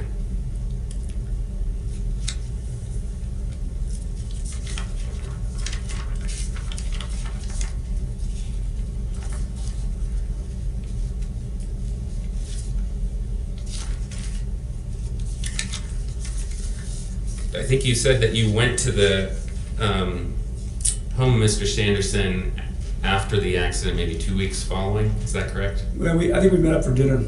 Oh, okay. So Yeah. did you have any interaction with Carlene Davidson during that time? I had interaction with Carlene, but I couldn't say that it was after the accident, Okay. for certain. So Mr. Sanderson didn't talk about who was caring for him in those weeks just after the accident? I don't recollect Okay. that aspect of it, no.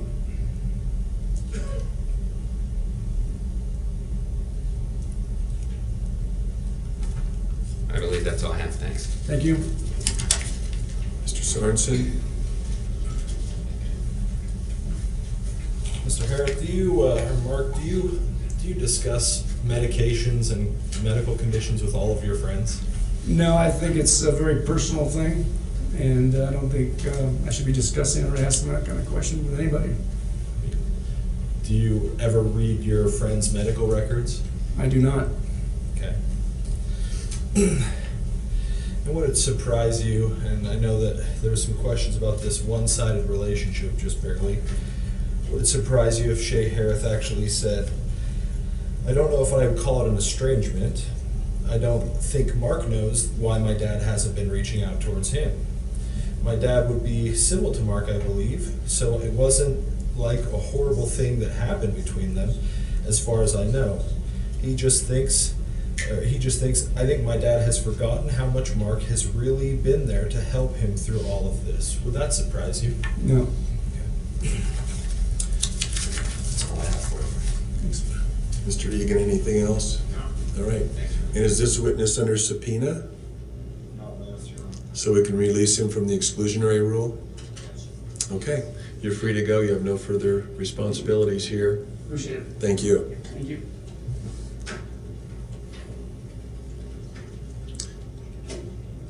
Plaintiff may call their next witness. Call Shay Harrod.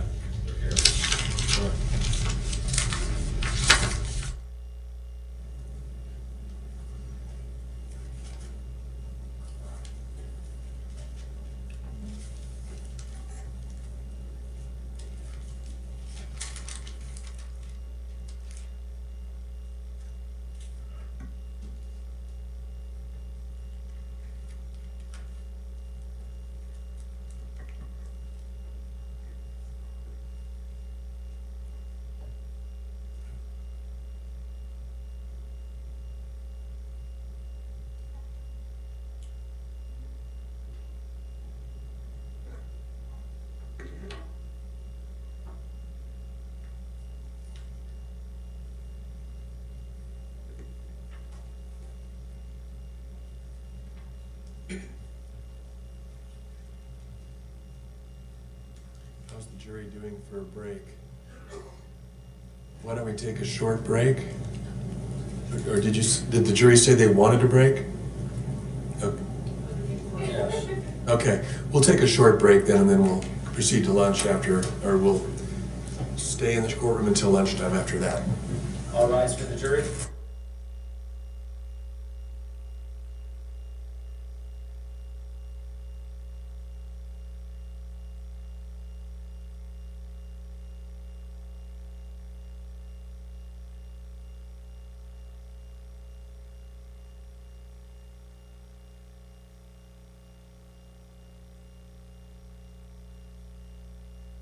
We go a little afternoon before we break for lunch.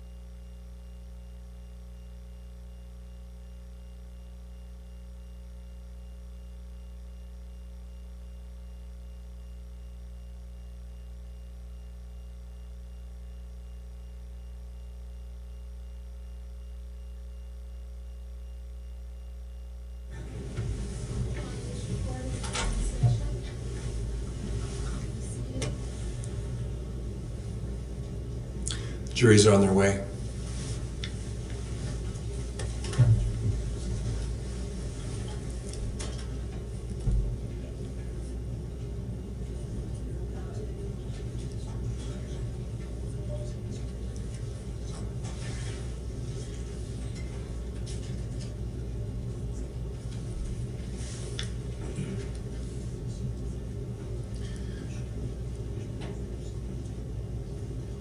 Why don't you plan on breaking around 1:15 for lunch?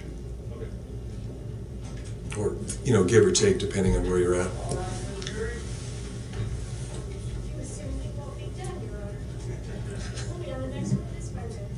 True.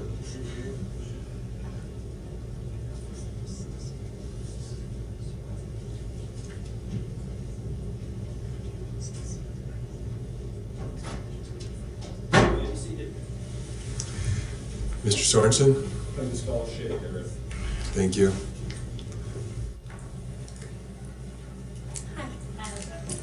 Do you swear that the testimony you are about to give in the case now before the court will be the truth, the whole truth, and nothing but the truth, so help you God? I do. Thank you. You can have a seat. Good morning. Would you start by getting your body toward the microphone position, and then give your full name and spell your name, please? My name is Shae, S-H-A-E, middle name and maiden name Sanderson, S-A-N-D-E-R-S-O-N.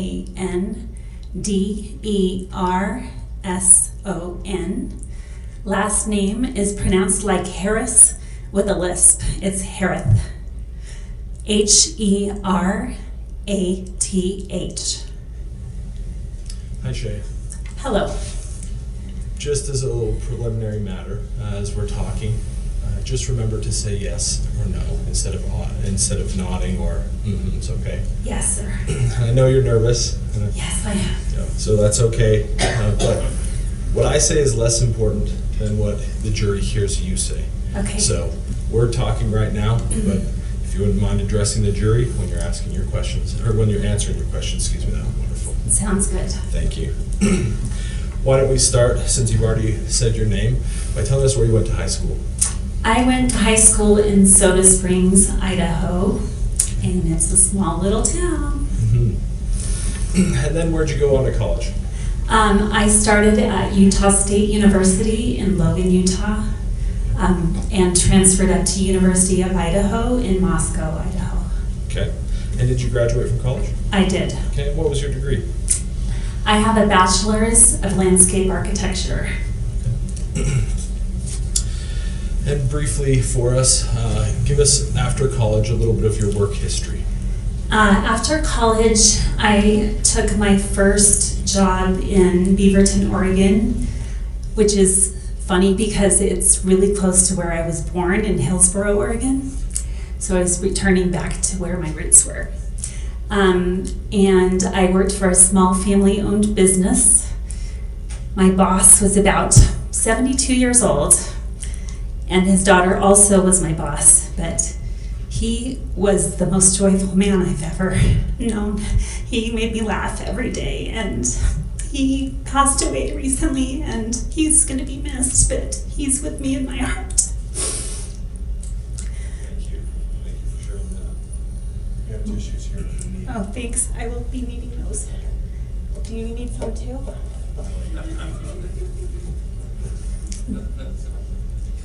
You are one of Terry Sanderson's daughters, aren't you?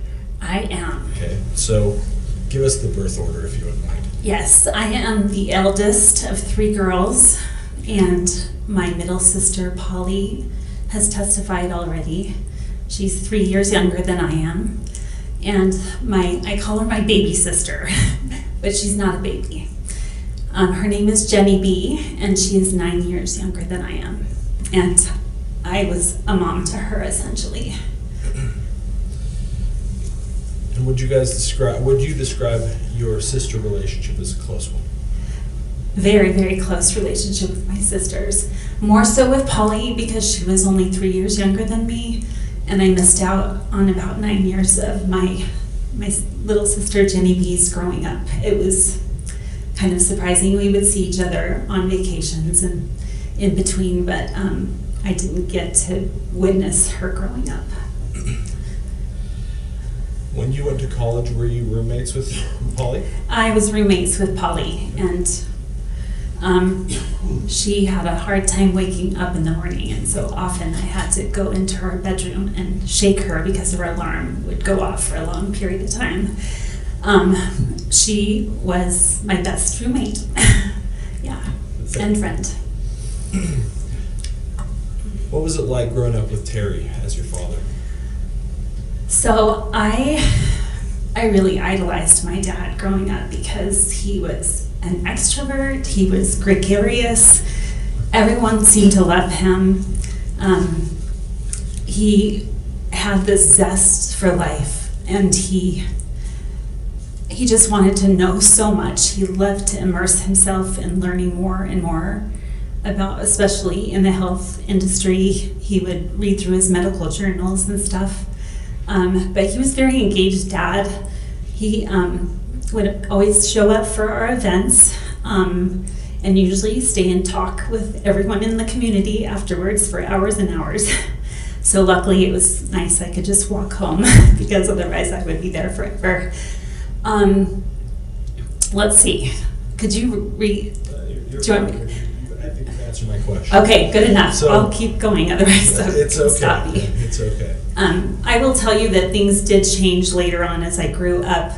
My parents had a really good marriage the first probably 10 years of their life, but then things they started drifting apart. And so my dad became more of a workaholic towards the latter part of their marriage.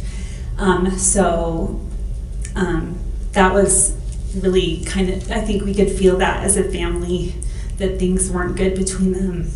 I was grateful to have my sister Polly when those things would happen, but yeah, we had a happy childhood. I was loved, I was hugged. My dad was very strict, very much. We lived in a small town, so you had to behave yourself or otherwise word would get out.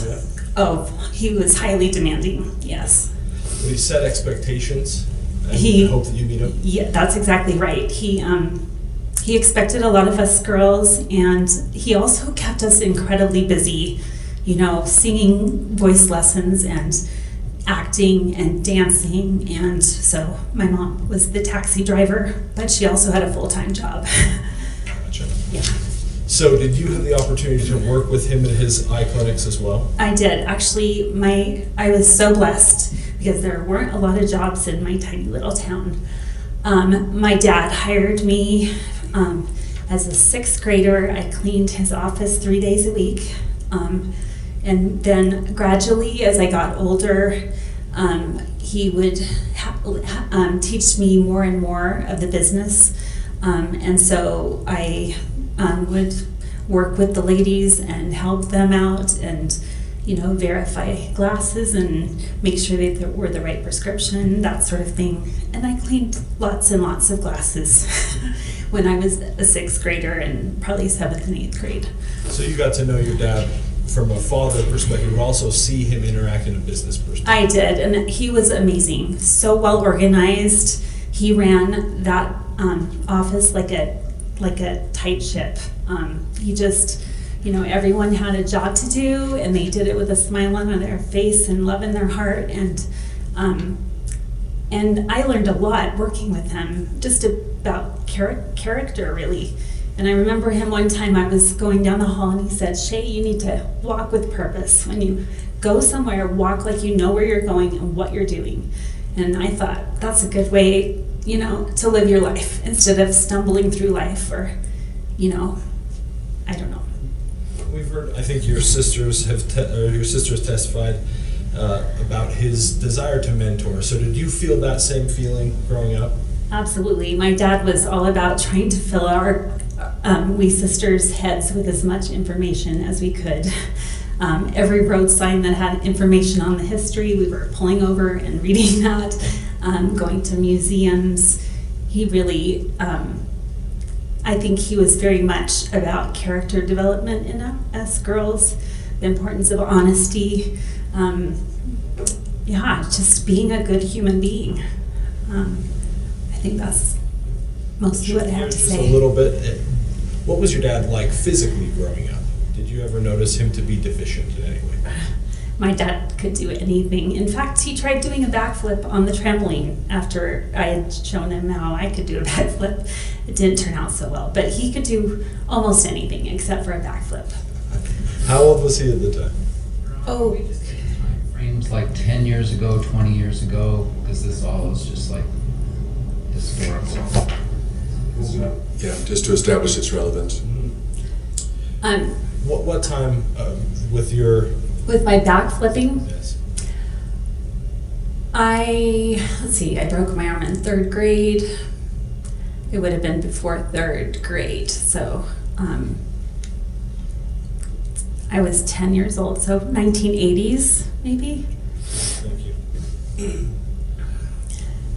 So you moved out of the house after college and you didn't return, is that correct? That is correct. I did come home for summers to work a summer job though.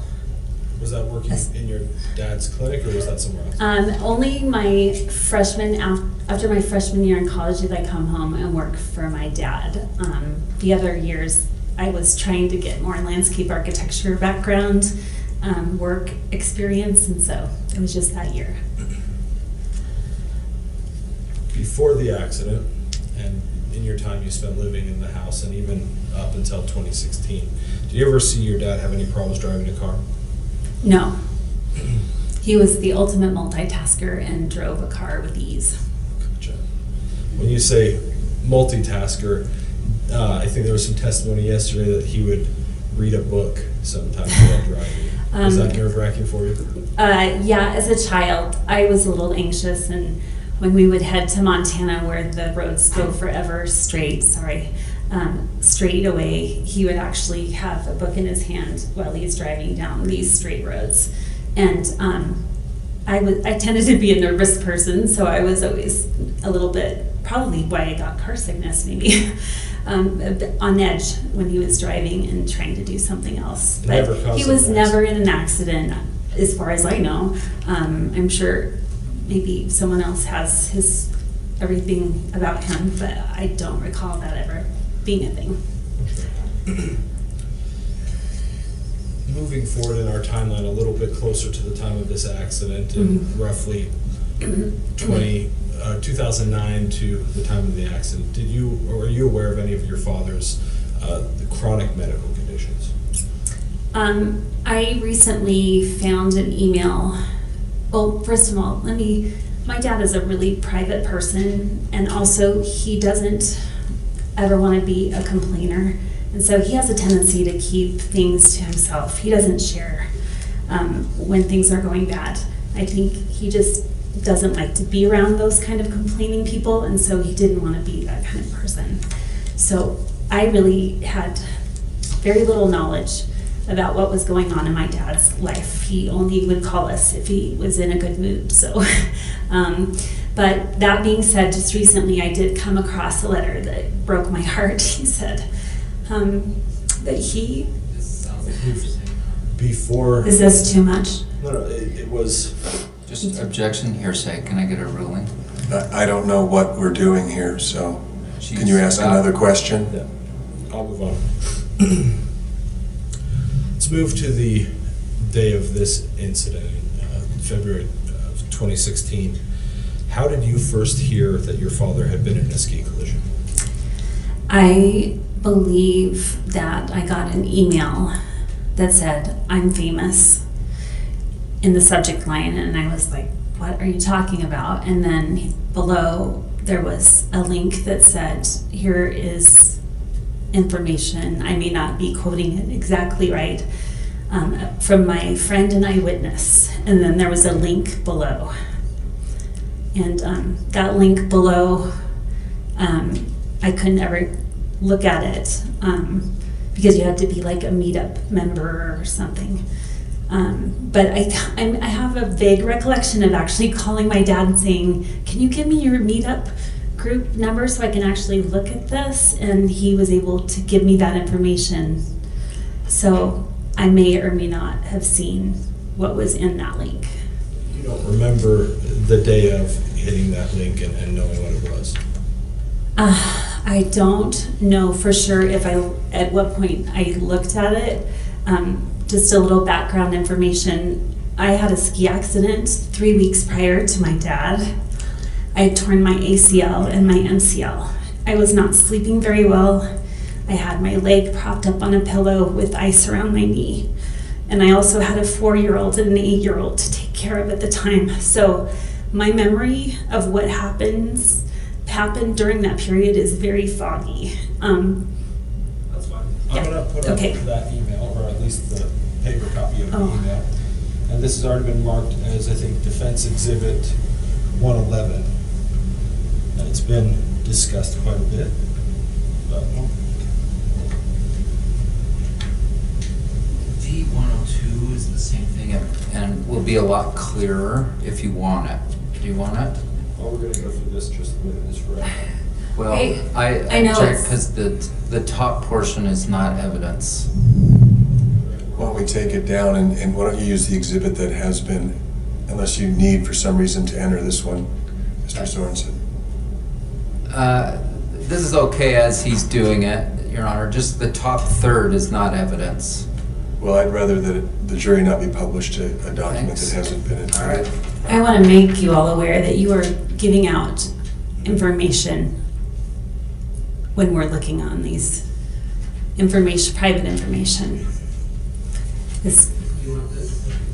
Could you please white out the email addresses, or would that take too long?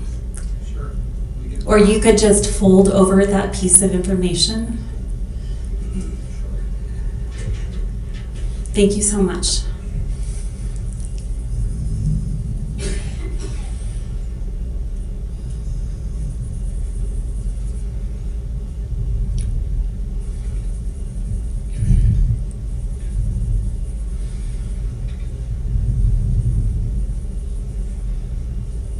I'm sorry, jury.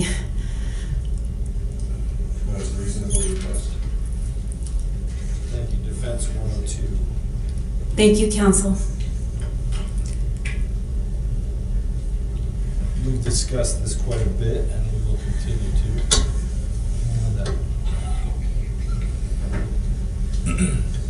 Do you see that up on your screen, Jay? I do. And are you the Shay hair that's right up here? I am. Okay. We'll go through this a little bit, but I want to point out a couple things just before we get into kind of the content. Does this appear to be the email that you were talking about with the link that you described earlier in your testimony? Or at least a copy of it. I believe so. I can't remember the time, but I trust that more than I do my memory 7 years ago, so. Okay. And who's Jenny B. Sanderson? She is my baby sister, or my youngest sister. Okay. She's not a baby. She appears to be the first person that this email is addressed to, correct? I agree. Okay. And then we've heard from Polly. Is that your Yes, sister? that is my second sister. Okay. And then we're hearing from you right now, correct? Correct. So those are the three people that this was sent to. Yes. Then going up, we've talked a lot about this, but what is that line right here that I'm pointing to say? It says, "I'm famous. At what cost?" Okay. And do you recall, because there's a difference here between I am famous here and I am famous at what cost, who wrote that at what cost? I added the "at what cost" Okay. when I So sent my email after back. Sorry, don't want to cut you off, but so after you had tried to access this link, you responded to that email, is that correct? I don't know at what point I don't know at what point I was able to access, or if I even did see what was here. It seemed like I would follow through to try to see what, because this is important information, but I don't know when that happened. Okay.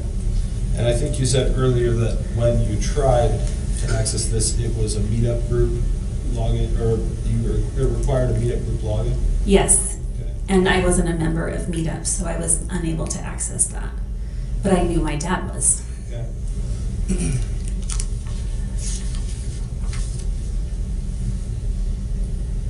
I want to talk because it's going to be brought up quite a bit. Will you go ahead and read what your note says here for the jury? Dad, I cannot believe how unlucky and how crazy this all is.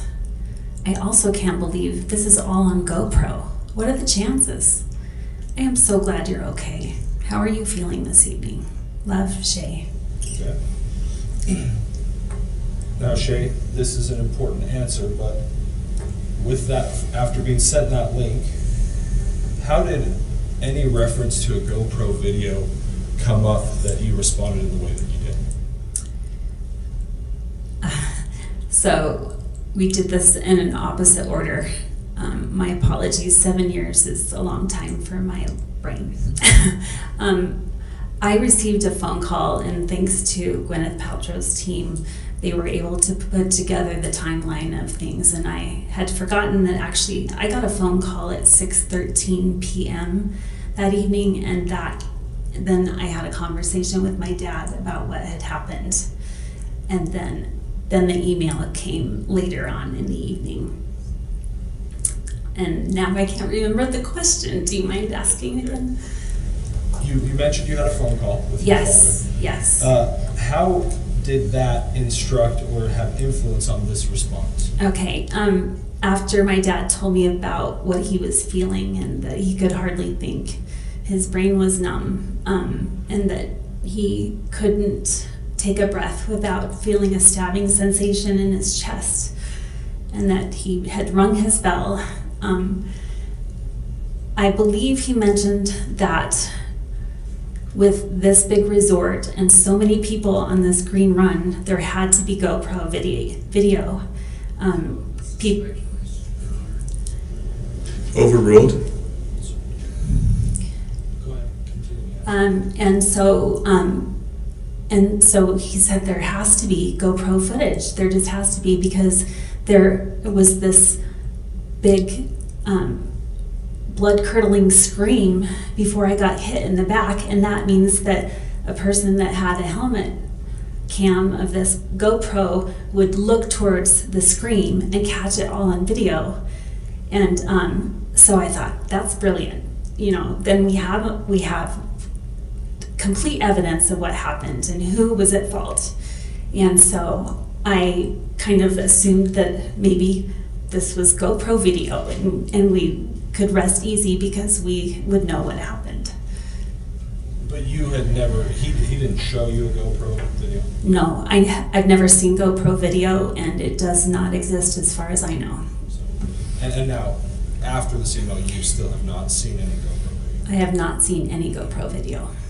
So it was, and I don't want to mischaracterize what you just told the jury, but it was based on that conversation you had with your dad that you responded in this way? Yes, so I don't know if during the time I was talking to him, if I had my leg propped up and whether or not I was interrupted by my 4-year-old or 8-year-old at the time, but when I hung up that phone, I thought there was GoPro video. And I thought that would be comforting for my dad to say, it's gonna be okay, Dad. I know you are really hurting, but we've got it on camera. So I believed that there was GoPro video at the time, and that's why I said that.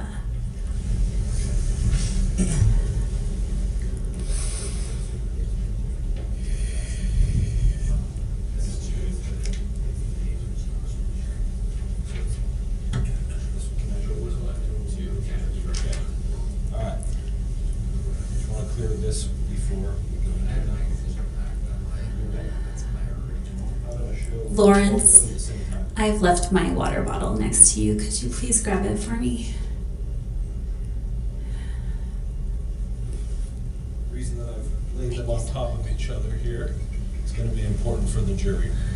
So this has already been admitted, and this is, the jury saw this yesterday. This appears to be the post that your dad put out the day of the incident, talking about the Whitney Smith that helped him down from the mountain. Have you ever seen this? This is Defense 111, page 2. I recognize this woman's smile, and I do remember he had an awful day, but this woman came to his rescue. She was his angel and taking care of him, finally, after a long time of being ignored on the mountain. Okay. Just strike. That's Sustained. say. Sustained. Response is stricken, and the jury should disregard the last part of the comment. Sorry. Do you recall seeing this post? I do. I do remember reading that at some point. And the reason I've laid these out and gone kind of old school here with paper instead of the digitals we've been showing is for an important reason. Now, I'm going to zoom in here, down below on this pre-admitted exhibit, and I want you to look at if we can get it to zoom in a little bit.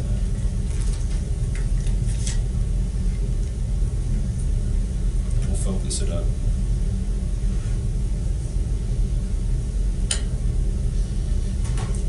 Okay. Do you see below that comments what appears to be some sort of a link? Are you asking me? Yes, I see the link at the bottom and then the photos too. And that appears to be from Meetup, the website your dad was posting on. Is that Yes. correct? Do you see these numbers here? Yes.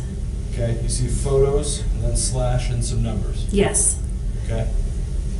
Now, I want you to look at this.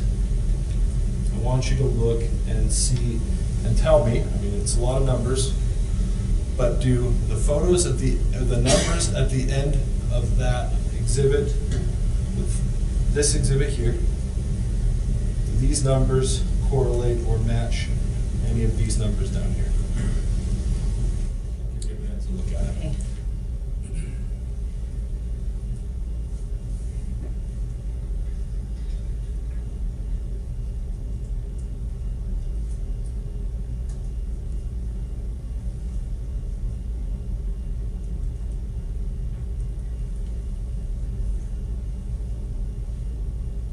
Okay, it appears Starting with 2.6. the 261 is the first one, corresponds to the first one. The second one is not anything.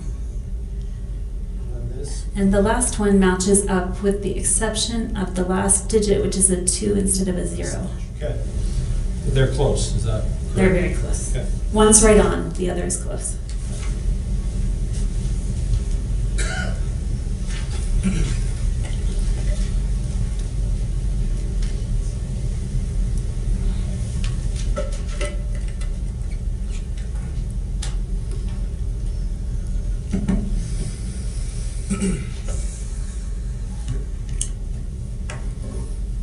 I'm going to switch gears a little bit and get off a little bit away from this email. You've given your explanation for why you wrote about a GoPro video, is that correct? I have a question. So the fact that the numbers matched up just means that those two are correlated. It may. Okay. I'm not going to ask Okay. for an opinion, and Okay. I'm not a cybersecurity or Okay. not even cybersecurity, but I'm not a cyber expert, so I don't know Okay. if that means anything. I just think it's an interesting coincidence for now that those are correlating. Yeah. Now, you've given us your reasoning for why you wrote that line about GoPro. Is there anything else that you think may have influenced why you put that in an email?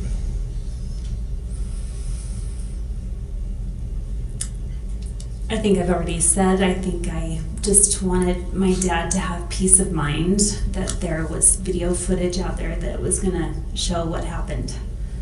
But you didn't know that there was or was not. I did not know that. And also, let me just state to the jury that my dad had had a traumatic brain injury when he sent out that email, which is why. Foundation, what's that? Your Honor. Sustained. We do need to wait for a question before we address the jury. So thank you. Gosh, I'm so sorry. The the evidence that my dad had a brain injury at the time? Yes, the comment will be stricken and the jury's to disregard. Let's stay on the facts. Thank you for the counsel. After the accident, you have maintained contact with your father, correct? I have. All right. Have you noticed any big changes in your dad? My dad has quite a few personality issues. Obviously, the injury to his brain has caused significant damage, enough to cause his personality to change. And what have you? Medical opinion. Move to strike. Overruled as to a lay opinion under Rule 701. What have you seen as far as your dad's personality traits that have changed? my dad is very insecure. He doesn't show it, but he doesn't trust his brain anymore. Is that a hard thing for him? It's incredibly hard because he used to be able to multitask and do all sorts of complicated tasks, and now he has a hard time just following through one step at a time. And he used to be able to do multiple things at a time, so it's been really hard on his personality. He feels inept, frustrated. You don't know exactly how he feels, though. You're right. From his daughter's perspective, I feel that his life is exhausting. And it's hard to hear. Have you noticed things about his ability, excuse me, let me inartfully ask, have you noticed any differences in his ability to listen? My dad used to be a really good listener, but since the accident, his brain has to work so hard at what he's going to say next that his ears just shut down, and he goes inside. He's internal, and he may be standing in front of you, but he is not. He's not there. He's gone inside, coming up with the argument or the next thing he's going to say, and so his listening abilities have really been hampered by this brain injury. Now, you told, in your deposition, you told us a story about the van door. Would you please share that story with the jury? Okay. First thing, my van door from the time I bought it, it was a brand new van at the time, but it always has a problem. I own a Honda Odyssey, and if you know them, the doors don't swing open like this. They actually go parallel with the body of the car.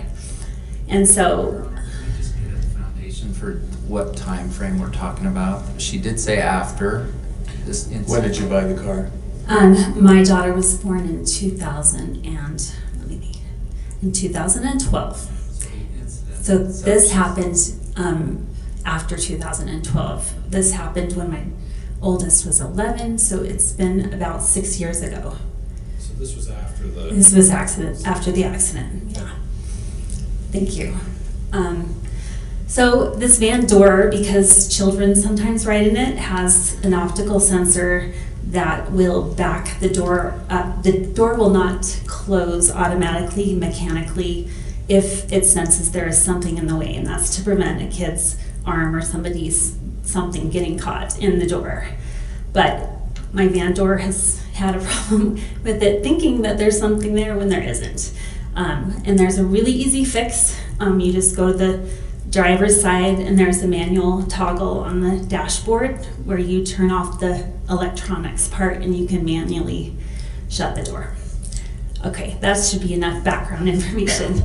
My dad and I have picked up my daughters from school, and we're going to the dance shop to get some ballet shoes for my daughter, Tia, who is about 11 years old. And that means her sister is roughly six years old. So we go into the car. Oh, my dad happens to be in the passenger seat as I'm driving the van to the dance shop, and we pull up to a parallel parking position right in front of the store.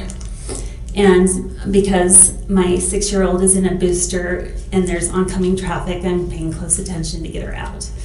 That's not important. What's important is that as we came out, I noticed that the van door on the opposite side, so on the curb side, had been left open. No one had shut the door, and it's downtown Spokane, so I was a little concerned that we had been robbed or something, but I took a look and everything was where it was supposed to be. And so my older daughter Tia jumped in. Grandpa Terry's right there with her to buckle herself in, and she goes to push the button, and meanwhile I'm actually with my 6-year-old trying to get her into her car seat. So she pushes the button and it does this funky thing, which is it backs off and refuses to close. Well, Tia's known that there's an easy fix for this. You just have to hit the button. And my dad's like, oh, I can do it. I didn't know exactly what was going on at the time. I could see through and I could hear a heated argument and anger and frustration. And my little daughter is like trying to explain to Grandpa Terry, no, my mom can fix this. And my dad's like, I know what to do. I can get it done myself. I'm the adult here. You're just a little kid. You don't know anything. And he was really laying it down hard on her. I was, anyway, what happened is with all this commotion going on, I figure out what the problem is. And I look over at my dad as he is with all of his might, like a football player trying to push one of those heavy padded things, pushing that door closed, and it is like barely moving. He finally gets it to about 2 inches closed, and I was like, oh, and I switched it to manual, so he was able to close it, and he's like, see, I told you I could do it. And he was just belittling my little sister, my Tia, my oldest daughter, and just going, you know, I know what to do. I'm the adult here, and just being so awful to her. And it's actually damaged his relationship with her because he was so awful to her. And I got in the front door and closed the door, and I looked back at my little daughter, and she's just red-cheeked and her tears are streaming down her eyes, and she is just so belittled and made to feel like she's stupid, and I just thought this didn't have to happen. If he had just listened to her, and said, Mom can fix this. And Tia was like, I knew he was gonna break the door, Mom. I knew he was gonna break the door.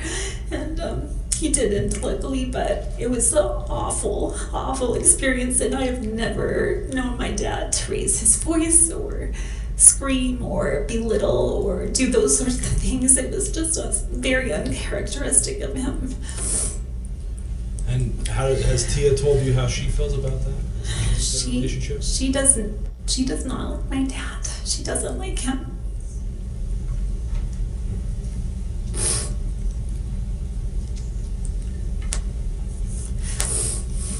Have you noticed any other times where you've seen your dad since the ski accident in 2016?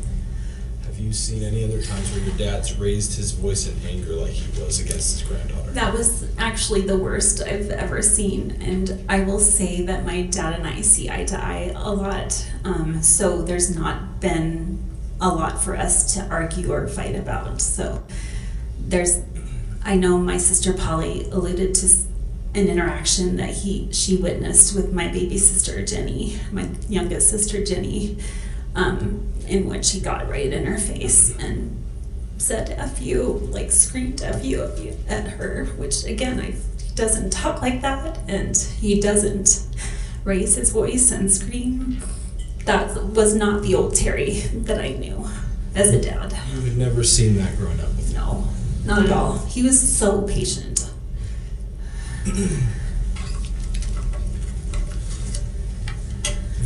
Have you seen or known your dad? Since you brought up your sister Jenny. Yes. And this incident the jury heard about yesterday. Yes. You know the family dynamics in your family, correct? Yes, I do. It's complicated. Every family is. There's people that are maybe closer to one another than further away. Is that your perception? I'm sorry, I missed the last part of your. So in every family, there's relationships that are closer, or maybe some that are further away. Is that your perception? Yes. Okay.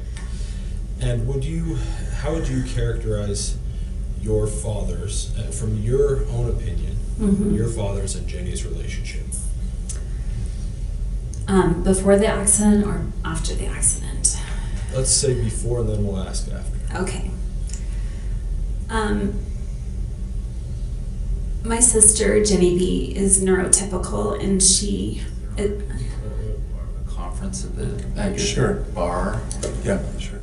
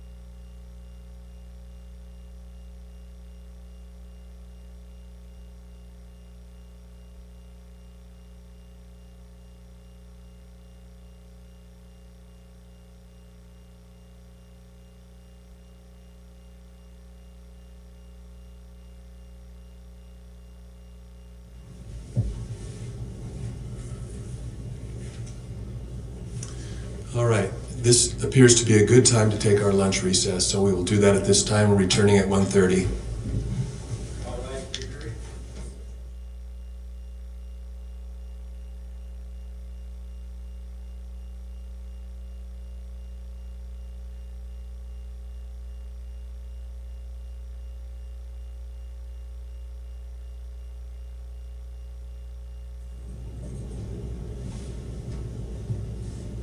Ms. Hurst, if you could just remain here for just a moment. Thank you. All right, so Ms. Hurst, there's a lot of medical experts in this case, Okay, and you're not one of them. it's true. And so, we want to be careful that your testimony limits itself to what you observed, Okay, and maybe opinions that you formed based on those observations. okay, But what we don't want you to testify to is a medical diagnosis of Jenny, a mental health diagnosis of Jenny, or I guess describe what you've seen with her in terms of a medical diagnosis or medical terminology. Does that make sense? We don't want that last one. Is that what you just said, Your Honor? I think I'm a little Yes, confused. we do not want you to be explaining what you've observed with Jenny in terms of a mental health diagnosis. Like a person with this mental health diagnosis I see Jenny doing these things that are like a person with this mental diagnosis. Okay, but rather Okay. just what did you see? What do you notice about her? Okay. Well, what have you observed? Mm-hmm. And what, and you're certainly, I mean. Was the key word that you didn't want to hear was the neurodiversity? I think that probably triggered the concern.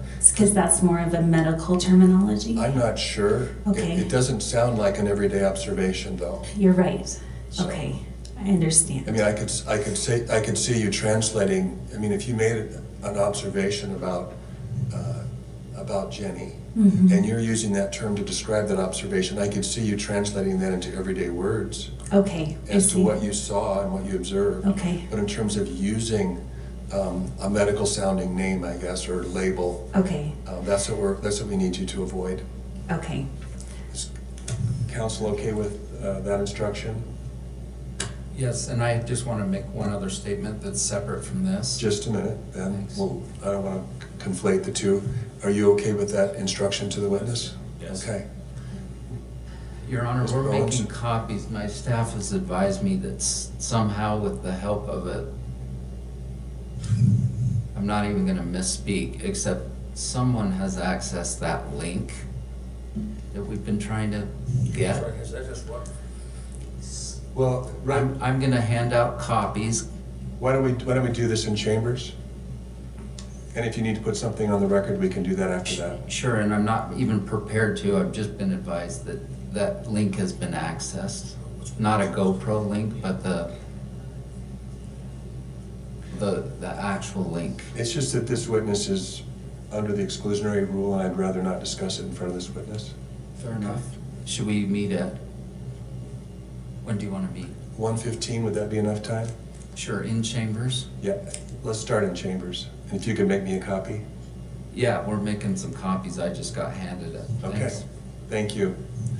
And thank you, you're welcome to go take lunch or whatever, but you're still under the exclusionary rule as a witness, not to discuss the case with other witnesses or anybody. Thank you. Thank you so much.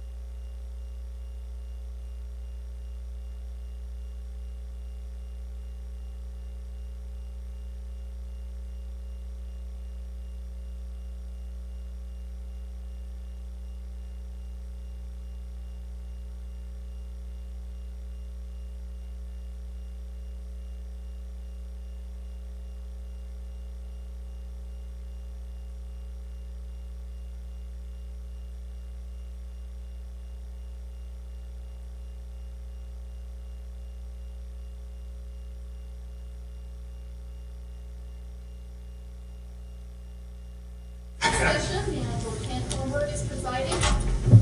Seated. Yes, Ms. Harris, you can come take your seat. The jury's on their way. What?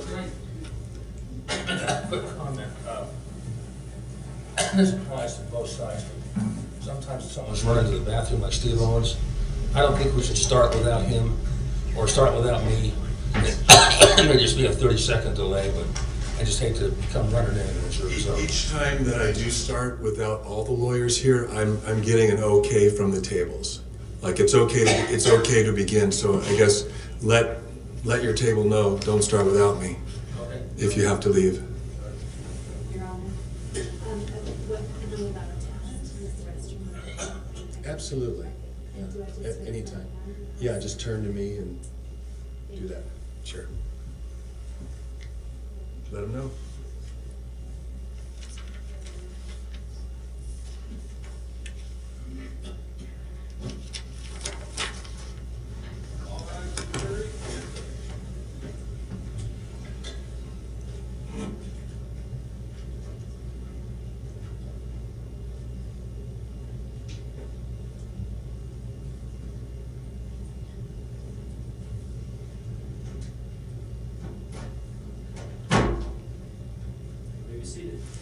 Thank you.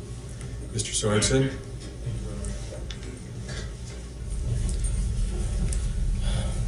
Shay, before we broke for lunch, we were talking a little bit about your family, about some of the relationships. Do you remember that questioning? I forget the question now, but I remember we were talking about family. Just to bring us all back, kind of what we were talking about. Have you ever observed, and I'm not going to ask you for any sort of medical opinion or any expert opinion, I just want you to tell us what you have personally observed in your family and the family dynamics between your father and Jenny. What are those? I think they have a hard time communicating with one another. I think because of my dad's traumatic brain injury, and I'm speaking of after the accident, before they also... Just objection, making causative connections to the accident, which are medical opinions, so if we could say factual. Sustained? You can certainly use the accident counsel as a demarcation point in time. Sure. And the witness can as well. Okay. So let me ask a question, please. Okay. So after the accident, what have you observed about your father and Jenny's relationship? Again, not any sort of expert opinion, but just from a sister's perspective, what have you witnessed? I have seen that my dad and my sister do not get along. They have a hard time communicating to one another. She thinks very differently than you or I may think, and she really comes from the heart. And also my dad is a bit of a fixer, and so he wants to help Jenny, and Jenny doesn't believe she's broken, and I don't believe she's broken either. She just sees the world a different way. But that causes a lot of problems with their relationship. And also I think after the accident, my dad has a hard time hearing, in that he is always thinking about what he's going to say next, and so oftentimes he doesn't hear the other side of the story, and a person feels like they are not being listened to in that case, and that is a big frustration, not just with Jenny, but with other people in the family. Thank you. And you mentioned the way that Jenny sees the world. Have you ever had a situation where the two of you have viewed an event and your perceptions of that same event, that shared event, was totally different?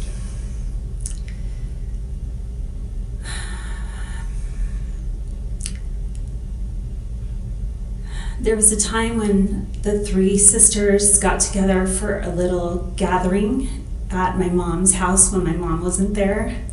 Your Honor, can we just clarify pre-accident or post-accident and the time frame? Let's see. Ooh, this is a good question. I don't have a clear recollection, counsel, on what it's probably around the time of the accident. But we're talking about my sister Jenny and not my dad. This story doesn't involve my dad whatsoever at this remembering I have.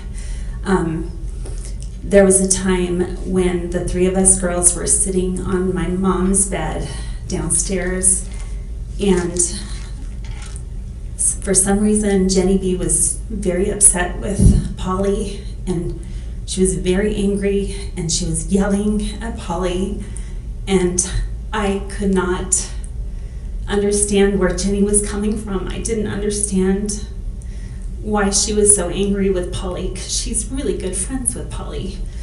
And she was tearing Polly down, and I thought, where is this coming from? I do not understand why you're so upset and, frustrated with her. And it felt awful because I kind of looked over at Jenny, and she had kind of a glazed over look in her eyes, and I was like, wow, something is really different.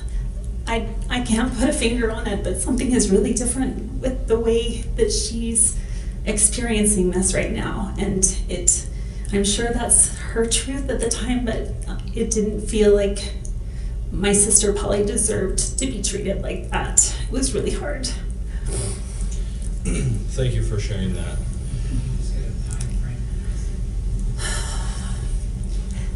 Can I phone a friend? No.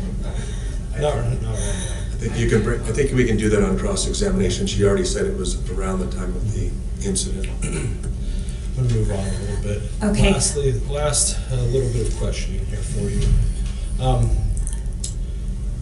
You mentioned that your father was very organized before he ran clinics, and you watched what he did while he was running those clinics. Yes, I did. Comparing that time before the accident to how he is now today in his multitasking, how have you seen differences? Huge amounts of differences. There is no way he could ever run an office right now under his current situation. There's just too many moving balls, and he has a hard time just, getting from point A to point B. He tends to get distracted, and I think his thoughts are like a pinball machine, being from one end to the other, and there's no rhyme or reason for it, so he would never be able to do that. I think he's incredibly knowledgeable, but he's not able to complete a task from the beginning to end. He gets distracted. I don't know how he survives, actually. So. And before her testimony yesterday, have you and Polly ever discussed the changes in your father that you both have observed after the accident? Let me make sure I understand your question. You're wondering if Polly and I have ever talked about things that we've the differences that we've seen in my dad before and after. Yes, is that correct? Yeah, okay, I just want to make sure I understood. So yes, of course, we're sisters and we're in this together, and we want to find help for him, and we also need to be compassionate and understanding about what he's gone through, and also realize that when bad things happen, there's a reason for it, that this is not my dad, this is an alternate version of my dad. And so if she expressed things to the jury yesterday, and you obviously don't know exactly what she said, no, but would you find that you tend to agree with her assessment of how your father is now? That is a defective. Sustained as to relevance. No further questions for now.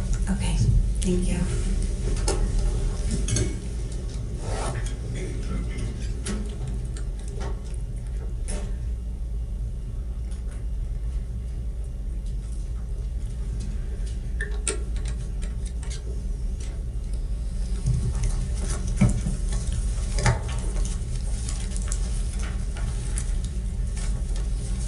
We're going to take a minute to get set up. Is that okay?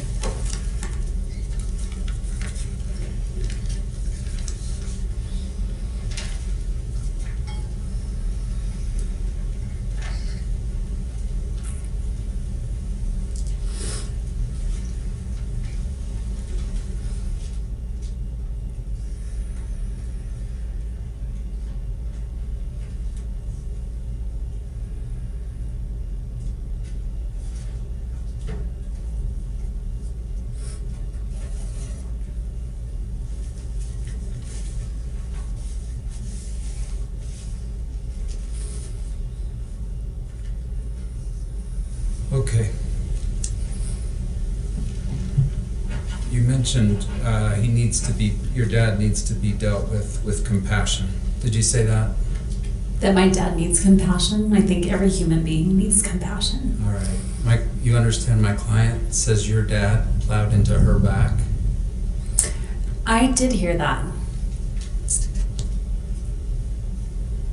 Do you agree that if she's been falsely accused, she deserves the jury's compassion?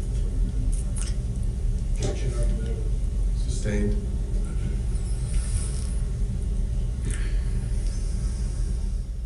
Help me out. Are you saying everything about your dad's personality was good before the ski accident, and everything about your dad's personality was bad after the ski accident? Yes or no?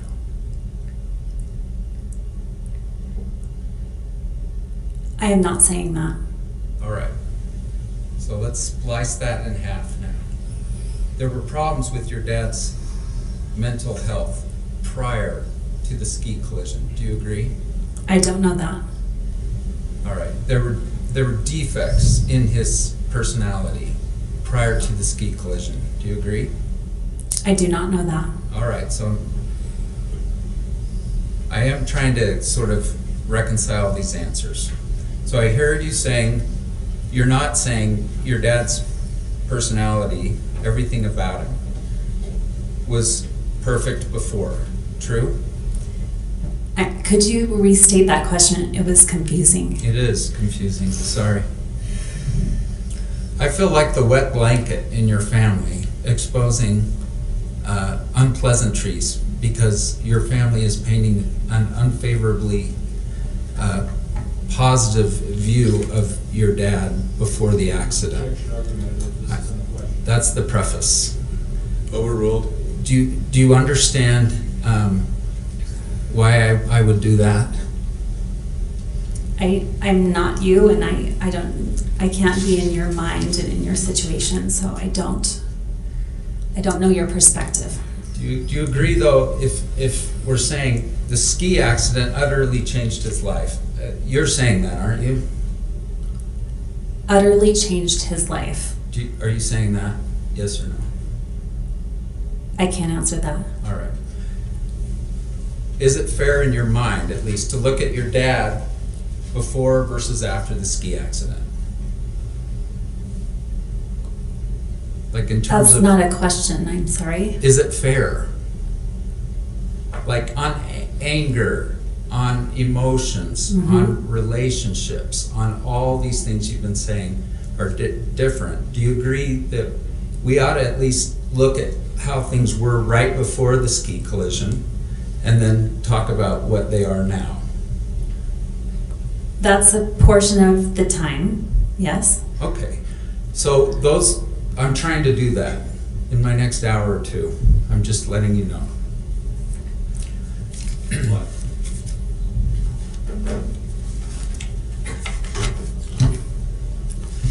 Do you understand the concept that if someone is struggling from 26 chronic medical conditions, that it may actually impact their mental health? I don't. Do I understand that? Yes. Not necessarily. Okay. Do you agree that it might?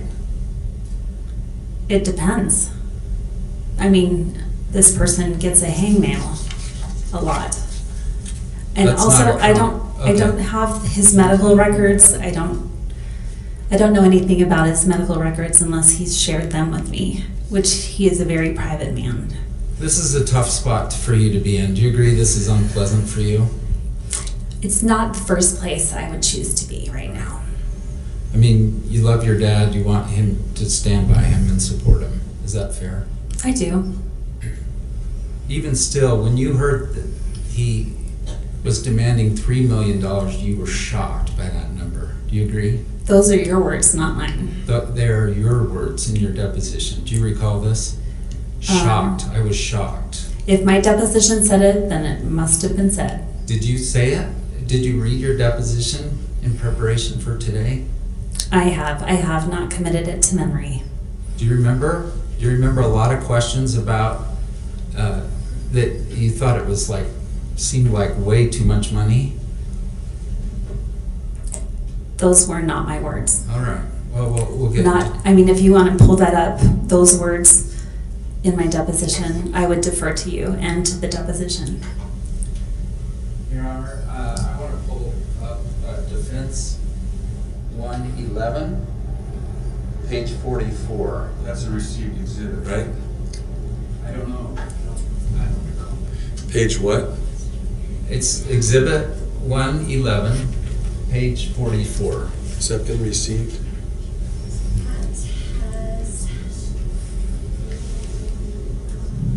No, plaintiff's 111, but not defendant's 111. Has not been received. Well, I move for its admission. Any objection? Let's see what it is for that. It's the family coat of arms. Military.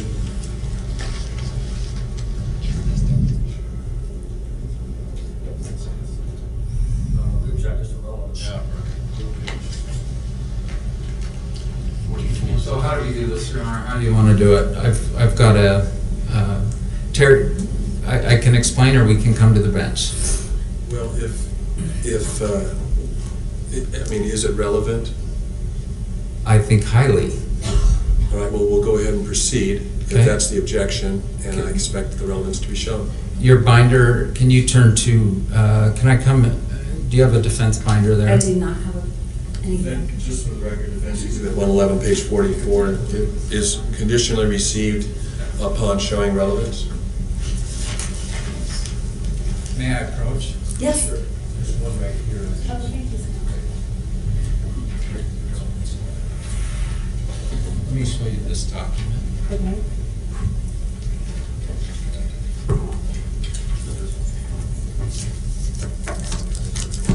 Have you seen this document before? Do you recognize it? I have not. I have not seen this. Did your dad, were you Facebook friends with your dad? I am, yes. And were you on February 1, 2016, just weeks before this accident? I don't recall when we became friends on Facebook. Were there times you weren't friends with your dad on Facebook? I just don't know at what point in our life together I became friends with him Like on Facebook. 5 years ago. He says he's writing to his daughters. Do you see that, the second note down? Mm-hmm. I'm sorry to break it to you in such an impersonal way, darling daughters. Do you see that? He's talking to you. Yes, I see that in the Facebook post. Okay, Your Honor, and Terry Sanderson in his deposition identified this document and said it is in fact genuine. So I move for admission. Is this exhibit? Defense Exhibit 111, page 44? True. It's been received. Thank you. James, could you bring that up?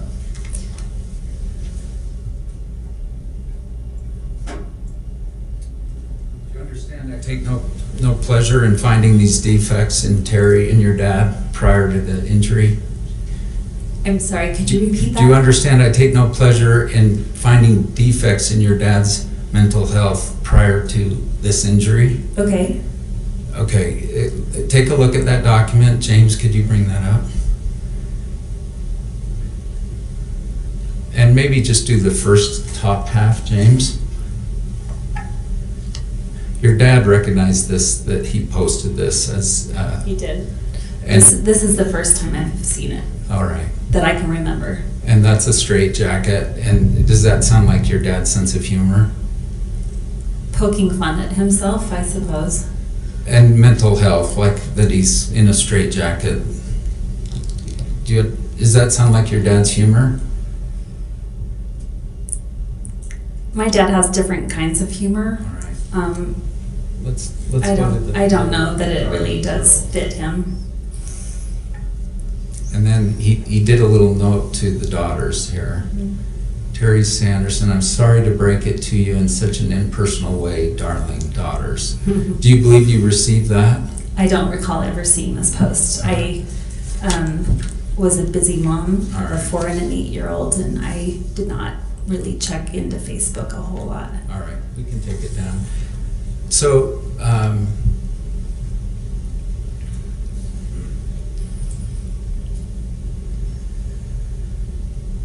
I think maybe the best way to do this is comment on things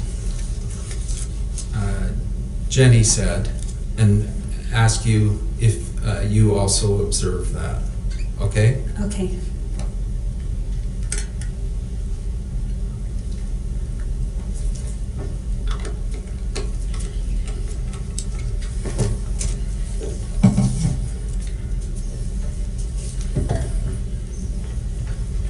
He seeks attention.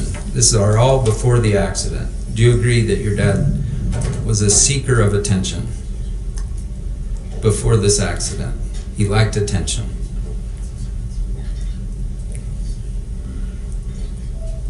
My dad Yes or no, likes please? affection, so if chosen between having a hug and not having a hug, Sorry. he'd love attention. I think I didn't enunciate that very well. Okay. Attention, not affection.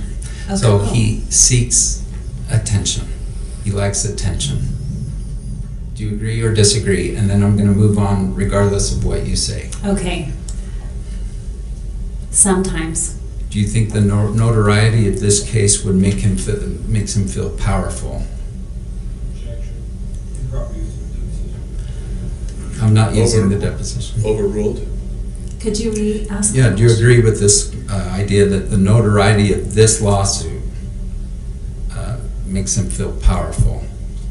I would say no to that. That he suffered from anger issues before the ski accident? Disagree. That he assaulted a man, literally punched a man in the face, or something to that extent? Yes, sir. That's true or it's not true? That's not true.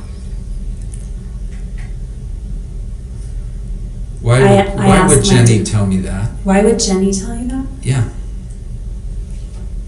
She may have gotten wrong information. Your dad thought someone was having an affair with your mother and went and punched him in the face. Punched him. I guess I don't, maybe I'm assuming the face. You've never heard this before? Yes or no? It's a pretty egregious allegation, so I'm wondering. It really is an egregious Have you ever heard allegation. it before? That this is your own mom we're talking about. I know. So yes or no? I've heard it before, I've never heard it before. I've never heard it before. All right. It may have happened and you just don't know. I was not there at the time. This is not something that was something we talked about around the family dinner table. Okay, because you're deflecting, I'm gonna ask, did your mom have an affair on your dad?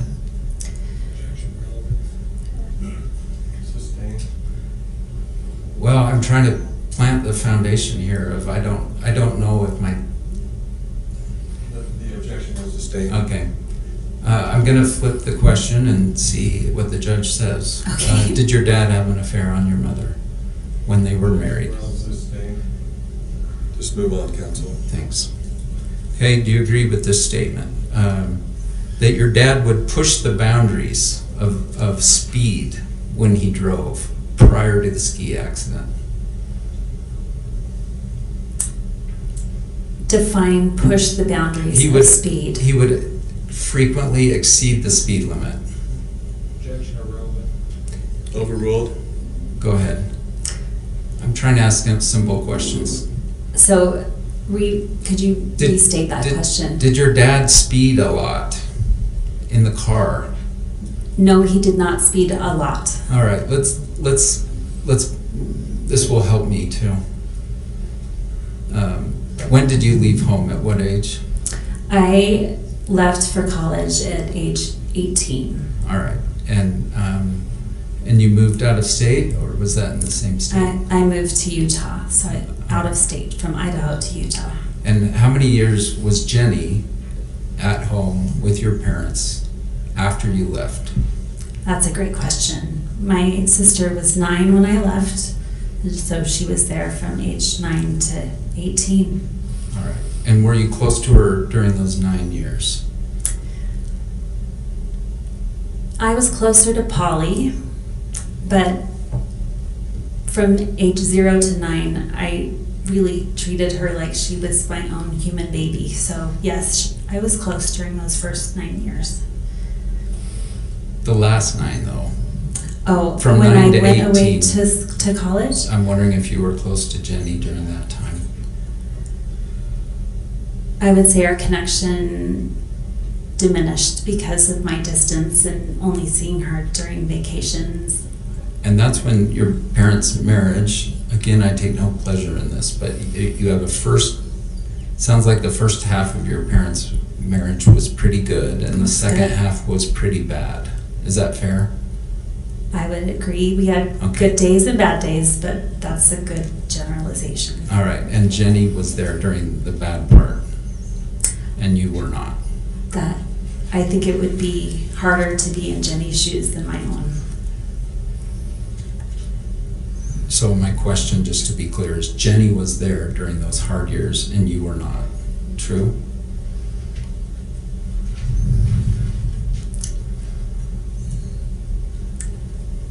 I can't say that for certain because I wasn't in her shoes. I wasn't experiencing what she was experiencing. Did you ever observe your dad being domineering prior to the ski incident?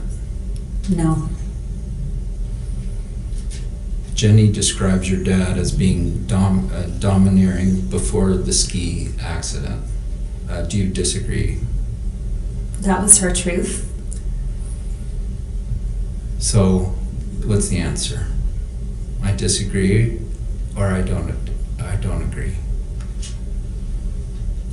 I can't speak for my sister. Okay. Was he ever emotionally or verbally abusive to you prior to the ski collision? No. And after? Yes or no? No. Okay. And then Jenny describes your essentially emotional and verbal abuse to her prior to the ski incident. You don't dispute that, do you? Could you rephrase that question? Sure. Jenny describes your dad being emotionally and verbally abusive to her prior to the ski collision, and I'm wondering, you do not dispute that, do you? Objection hearsay sustained. If you have information that would tell me that's false, I want to hear it. I guess I'm not following your question. I'm really sorry. I'm going to say a statement and you tell me, I know that's true. I don't. My staff is telling me Jenny never used the word punch. She used assaulted. So I'm going to put that on the record. Thank you for the clarification.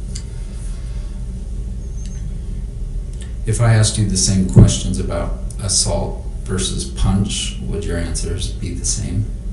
I can't recall the question right now because I'm currently answering this question in front of me, so. Thank you. Do you believe your dad was hyper-focused on success prior to the ski collision?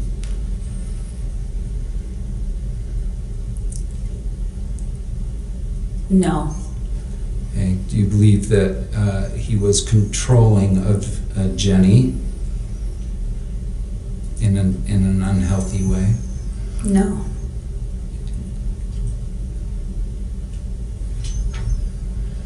He was constantly overstepping boundaries that she set to protect her mental health. Do you have any reason to doubt that?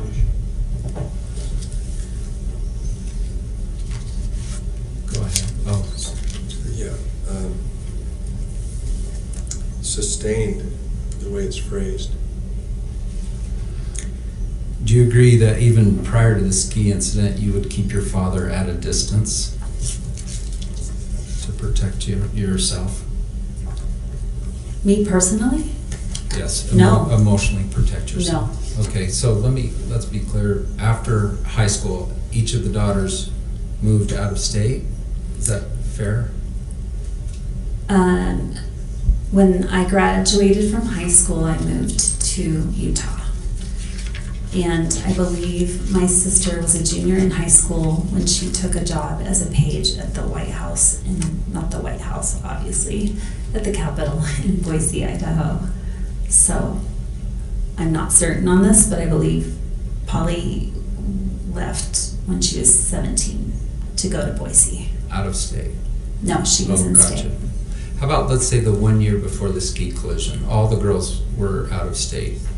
I should say women. All the daughters lived out of state from your dad? That 1 year prior, yes, we all were living in a separate state. I heard you say he was a very good multitasker when you lived with him. True? He was excellent. Yeah. And how many years ago was that?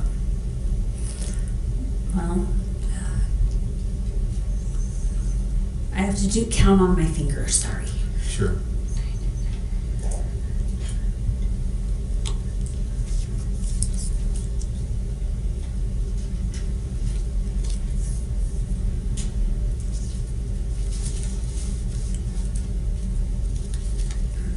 $30.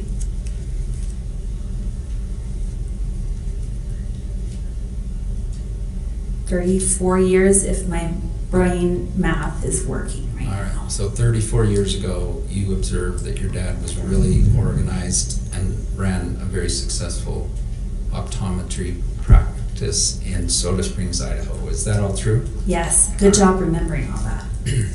It's hard. All right. He was not, at the time of the ski collision, running a successful optometry practice. Is that true? That is correct. All right. And in fact, he had retired many years earlier. Well, you tell me how many years. I don't recall Over exactly 5? when. Probably. I'm not certain on the date, so I can't tell you. But it feels like he's maybe been out of practice for 10 years. Right. That's my thought too. Kind of 2010-ish or thereafter. Sounds about right. You can talk to my dad. He will know. And part of the reason he retired was because he lost vision in one eye. Do you agree? No. Okay. Would you be surprised if he told me that in his deposition? Would I be surprised? Yeah, I guess so. All right. Do you recall him being in a major dispute with his business partner when he left his optometry practice? Objection. Okay, Your Honor, I'll try again. Are you aware, one thing you've said is that your dad's relationships with others have worsened since the ski collision. Is that true? For the most part, yes. So I'm going back and asking about some of his relationships prior to the ski collision. Mm-hmm. You with me? I'm following. So, do you recall he was in a dispute with one of his business partners at the time he left Soda Springs, Idaho? I didn't know specifics. I just knew that things did not go as planned and as promised. So I didn't ask for specifics. How about generally? He was in it. Yeah. So I'm not saying I don't know specifically, or I just want to know at all. Do you know generally that he was in a dispute with his business partner when he left Soda Springs, Idaho? No, Yes. I didn't know that for sure. All right. Why did you say not specifically? So tell me what you know generally.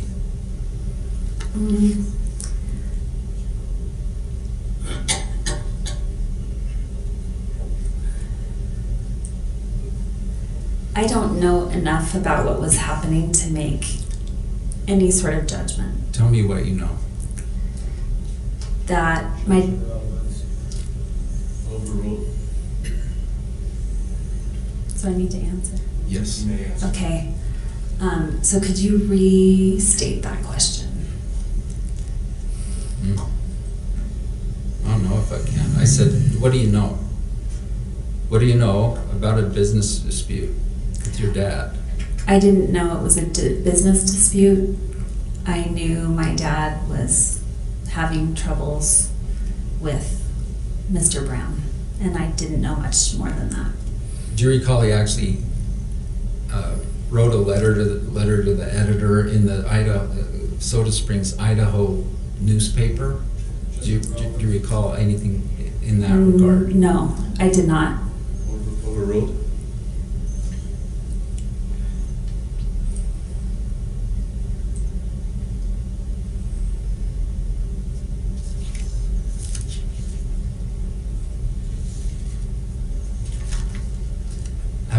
This trial's now in day 4. It seems like 3 weeks, but it's 4 days. Have you watched any of it? I haven't. And have you ever read your sister's depositions? I apologize if I've asked you this before. No. Okay.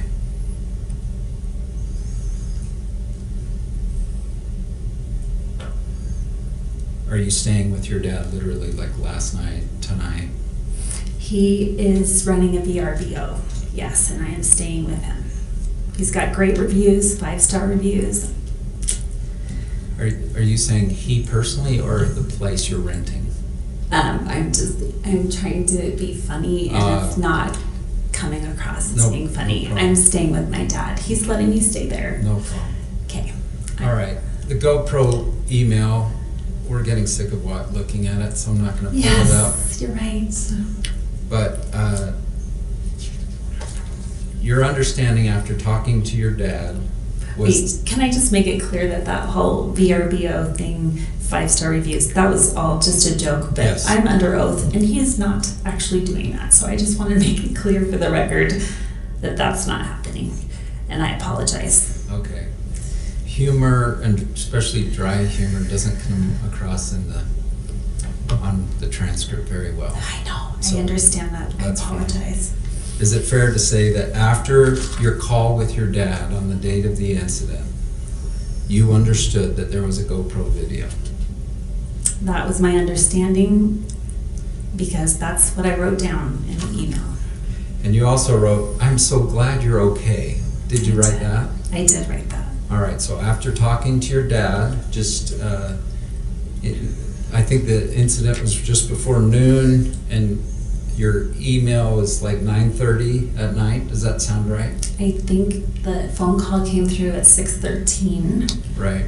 And I only know this because of the deposition. Okay. And then the email, I think, came through at 8 o'clock or so at night. His did, and yours maybe 9:30. Okay. But I think we're on the same page. So okay. When he called you about 6 hours after the collision, your understanding was he's all right.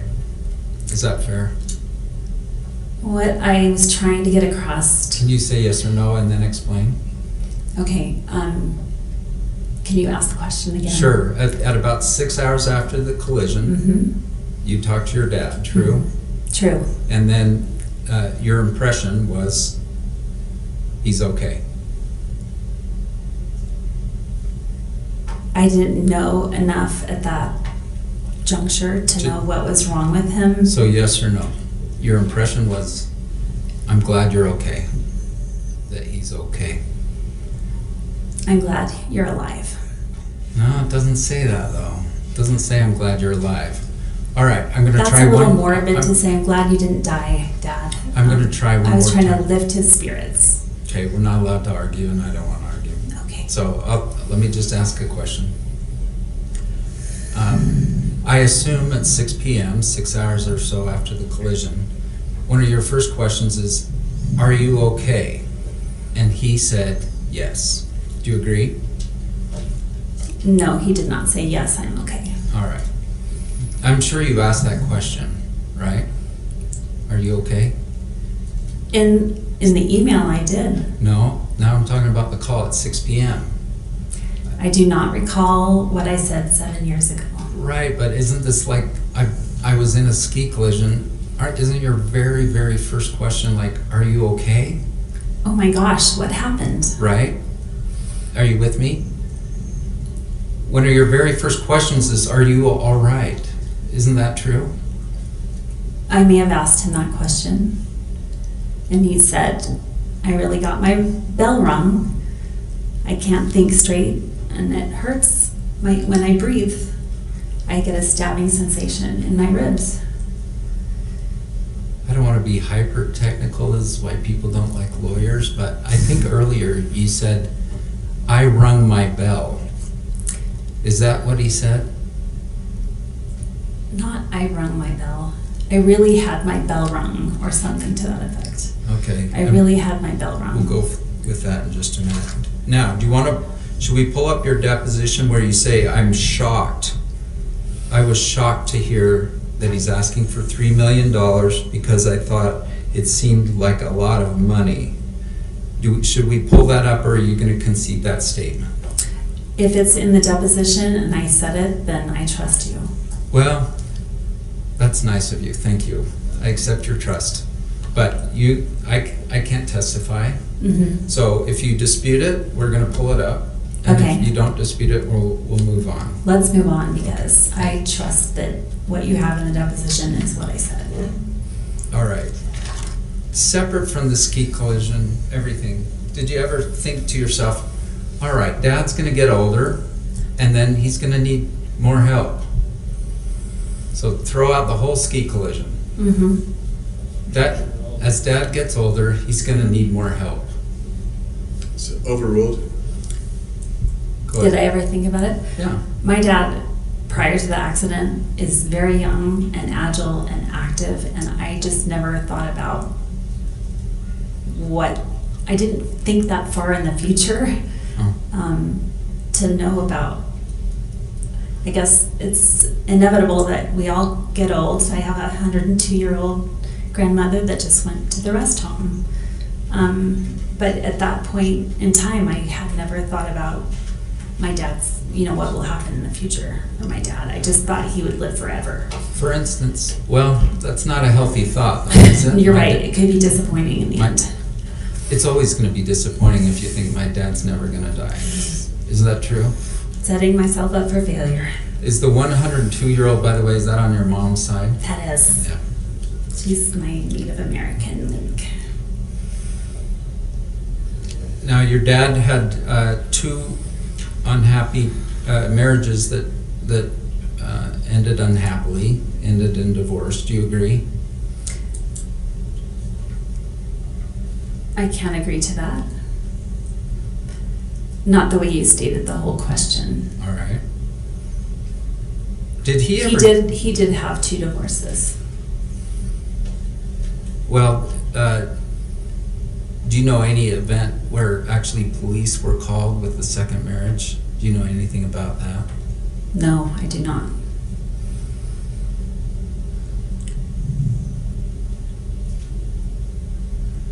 Are you getting your facts straight? I'm I have a asking you question. about facts, and I have to have some basis to ask the facts. I know, But let me keep going. Okay.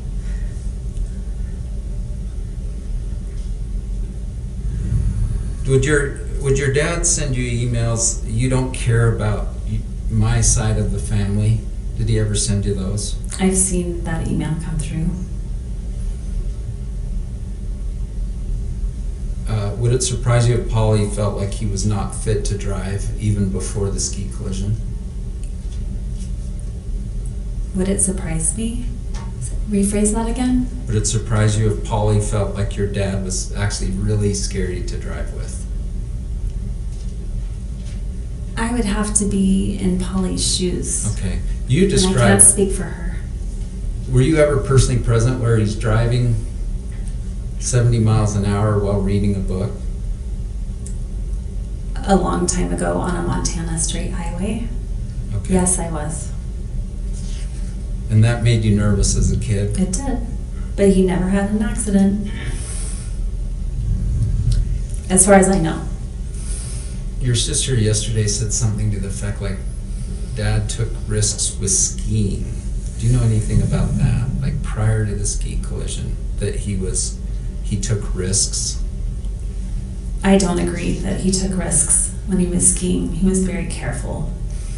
He had been in a collision before. Are you familiar with that? What kind of collision? Yeah, let me back that out. Did he injure his knee in a ski accident? I know he has an injured knee. I did not know how it happened. All right. How about throw out the knee? Do you know of your dad ever having a ski accident in which he hurt himself?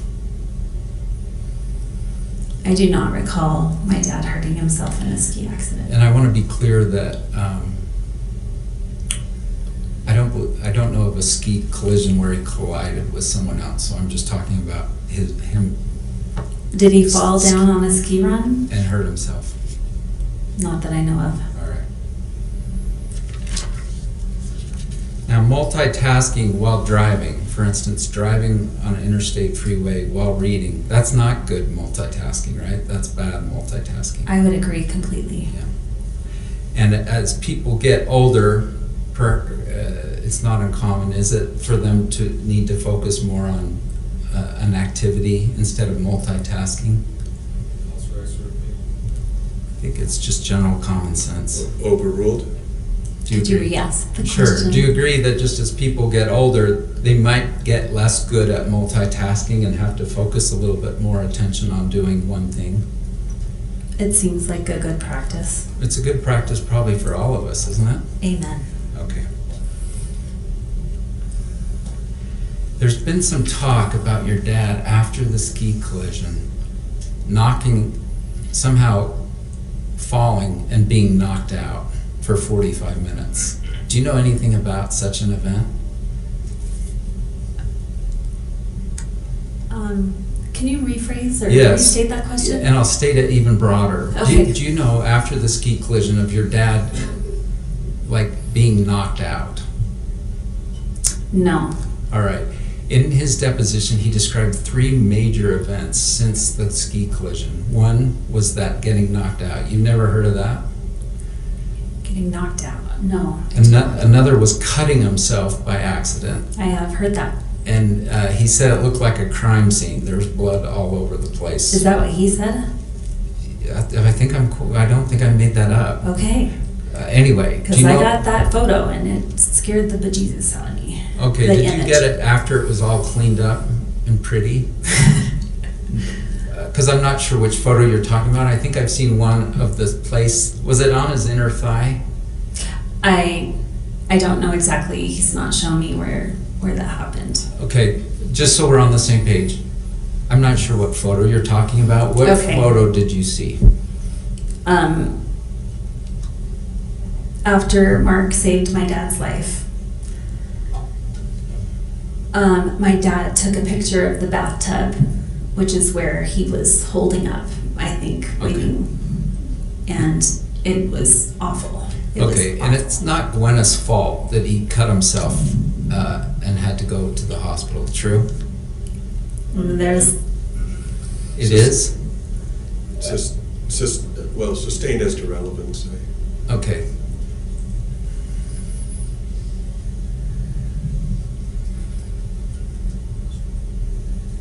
The third major event your dad described to me was an accidental overdose of his own medications. Do you know anything about it? Yes, I do. And they had to administer Narcan to reverse the opioids in his system. That's true. And are you blaming Gwyneth Paltrow for that? How could I? Sustained as to relevance? The day of the event, we've seen a few pictures, but I think you've seen one you described where he was in the Instacare smiling in a wheelchair. Do you recall this? I recall it or I don't? I don't know the location. I do recall seeing my dad with a smile that I've never seen on a person's face before. And that was the date of the incident, right? I don't know. I don't have a recollection of when I got that or what day it was. Well, you brought it up when we were quizzing you about your memories. Mm-hmm. And a picture of my dad in a wheelchair with a big smile, right? You Yeah, recall cheesy, not him smile, yes. that?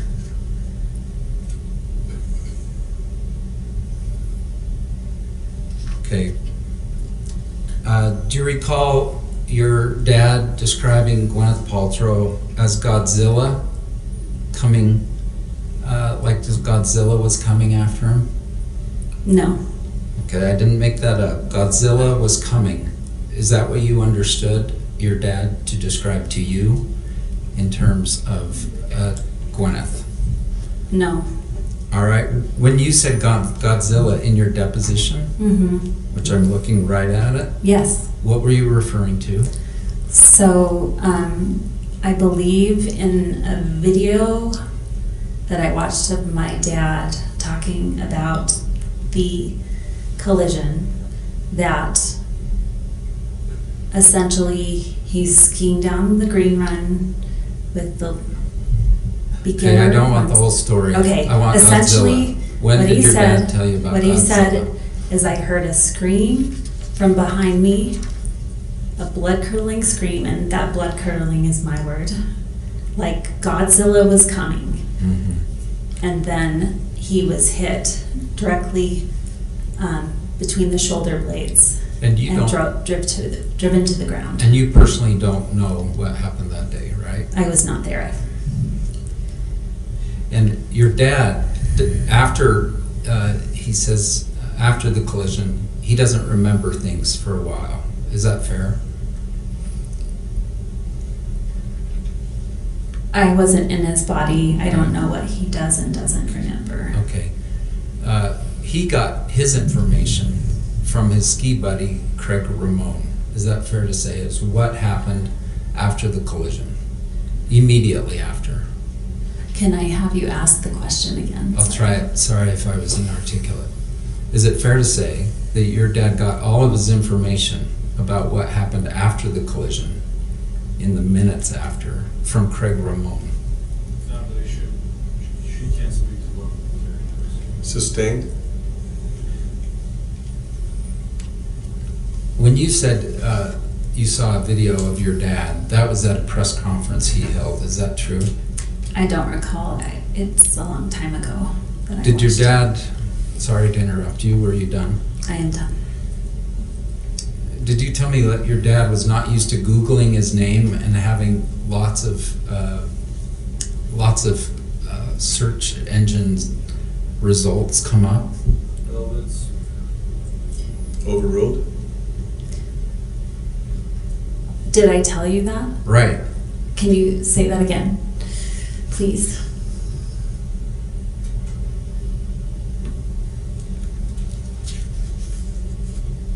Your dad would send you links after he filed the lawsuit about press that was mentioning him. Do you agree? He would keep me informed of what was going on. And he kind of thought it was cool that his name was in press. Do you agree? I don't think he said that it was cool.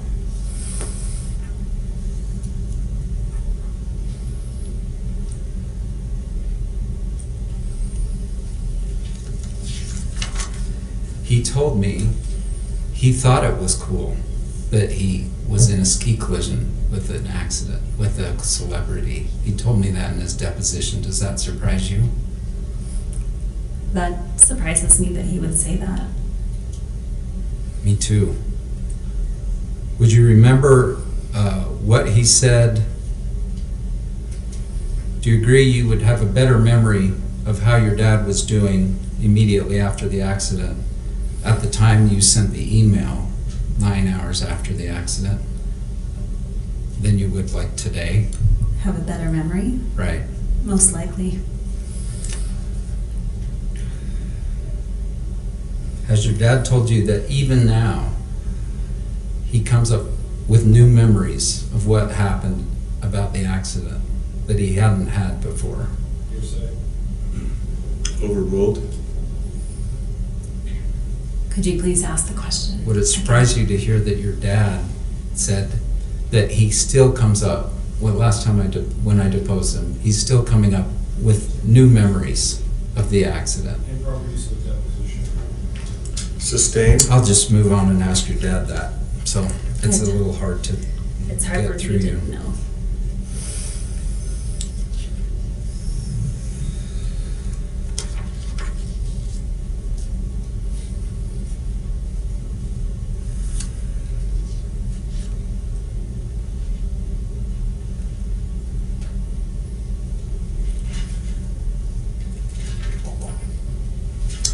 When your dad wrote "I'm famous" as his first, that was his, I guess the call at 6:30ish or something, and then an email at 8 or so, right? Those were his first contacts with you? I can't remember the order. I think we determined the phone call happened first. Right. And from that you got, "He's okay." And from the second one, he wrote, "I'm famous." Fair? Those were your first two contacts with him after the collision? I can't remember exactly without looking at the deposition, and you guys figured that out for me. You mentioned that your dad was an extrovert, and does that generally mean he likes people, he's outgoing? He gets energy from being around other people. But also he likes attention. You told me that. Is that true of your dad even before the ski collision? That's an answer. Sustained? Thank you, I forgot that. He likes to look, even before the ski accident, he liked to always look the best he could when interacting with others. He took some pride in that. He took good care of himself. And have you seen in your dad some measure of pride as his limitations, physical and mental limitations, have increased with aging? I'm having a hard time understanding your question. Sure. You understand generally this concept of as people age, there can be limitations imposed on them physically and emotionally. Is that fair? As a person ages, that's correct. All right. And have you observed in your dad, separate from the ski collisions, some measure of sort of loss of pride as those things have occurred? We're talking about before the ski accident, correct? Sure. Yes. No. All right. Did he consider himself like, I'm never gonna grow old, I'm gonna be as active as I ever was?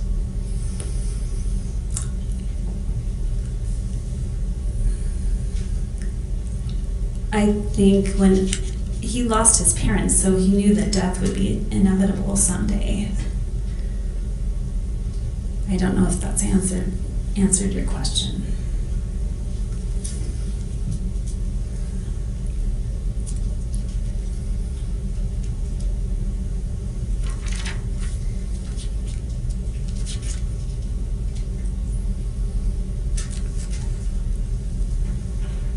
My staff tells me I'm getting long, so I'm gonna try to move this along. I do have a plane flight to catch too. Okay, thank you.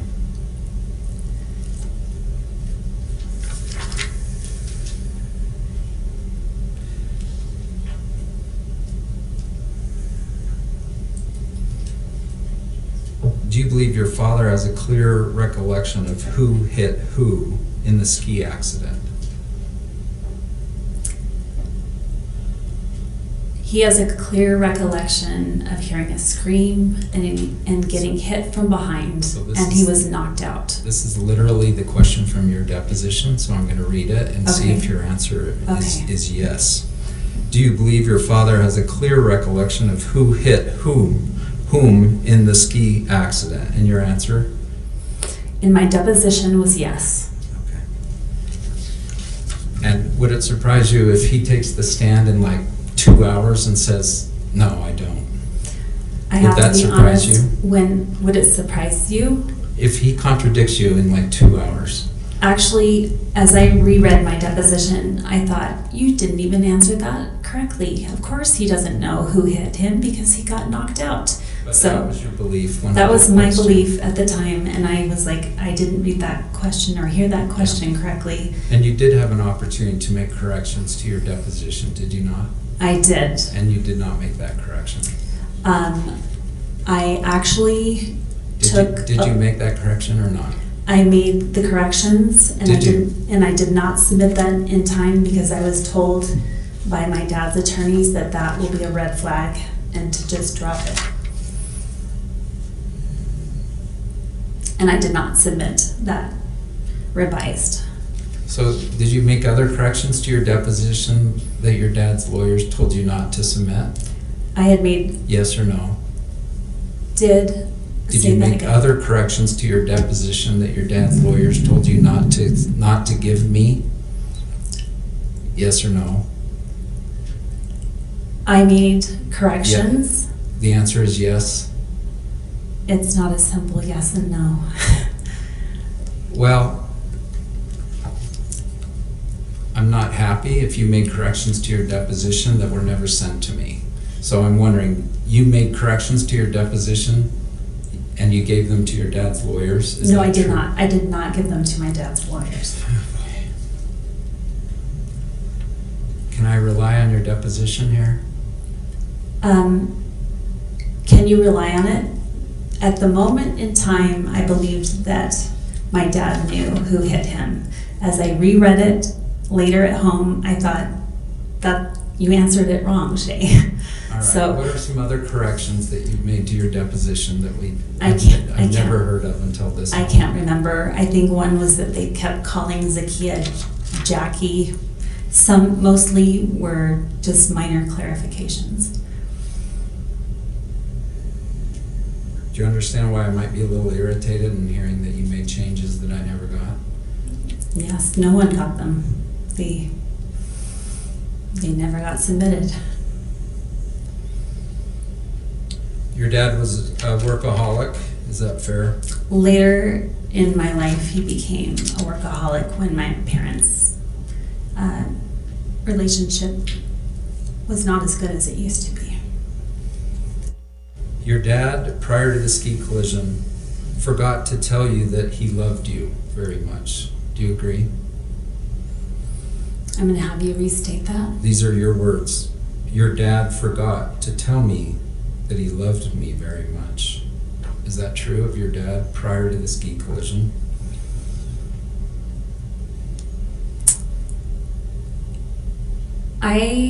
Just say yes or no, please.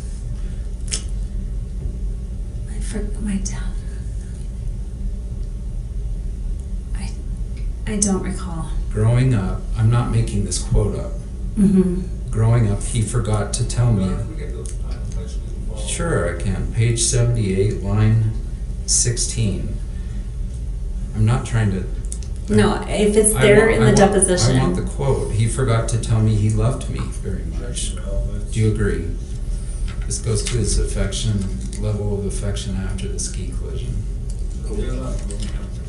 Overruled? So just say yes or no and we'll move on. Okay, I'm sorry. One more time and I'll do my best. I may not be able to answer yes or no. Your dad, okay, quote from you. He forgot exact what I just said. 78 what? 78, line 17. He forgot to tell me he loved me very much. Did you say those words? Yes. Okay. Well, Your Honor, could she read the whole sentence? You just maybe the sentence. That could be helpful. He did hug you. Just a minute. Are you impeaching the witness, or what are we doing here? Why don't we take a recess? It's time for the afternoon recess, and we'll address it.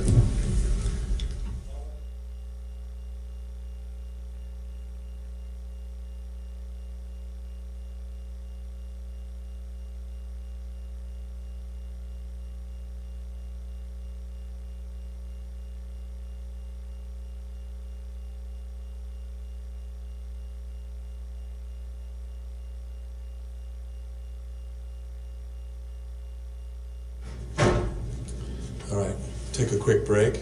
I think they want the full sentence, and I'm going to give the full sentence when we go. He's not here because, Totally reasonable. I mean, this has gone way beyond the scope of direct. Yeah. Well, the scope of direct is not limited by time, it's limited by topics. We were 25 minutes. Certainly less than a half hour. Half an hour. Less than. Oh my gosh. What time do you need to leave? Your flight is at 5:30? So when do you need to leave? I'll let you work it out with the lawyers. Yeah, Thank you. right now.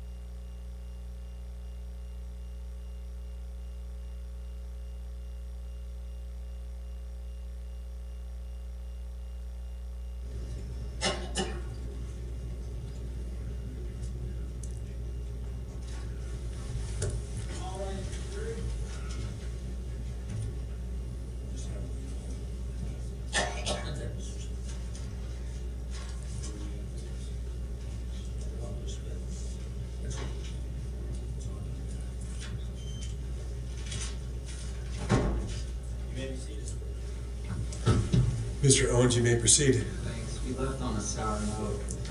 Your dad was loving to you, right? He gave you hugs every day. I'm sorry, yes, he did. He supported you. He was a good cheerleader for you as a father. He's always been there for me. And the quote I said, he forgot to tell me he loved me very much. I should conclude it, but I got a daily hug from him at least. That was the end of the statement, true? Yeah. Yes. Thank you.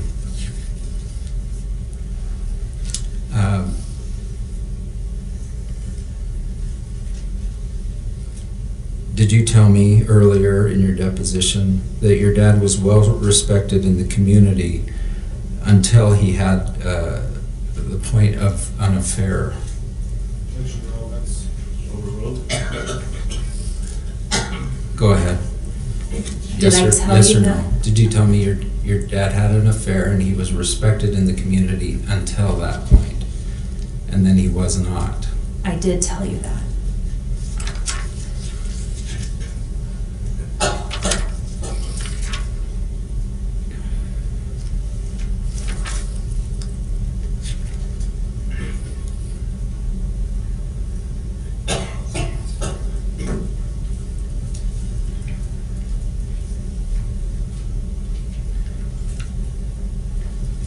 Your dad, on his hearing impairment before the incident, even with his hearing aids, he would need to lip read. Is that fair to say?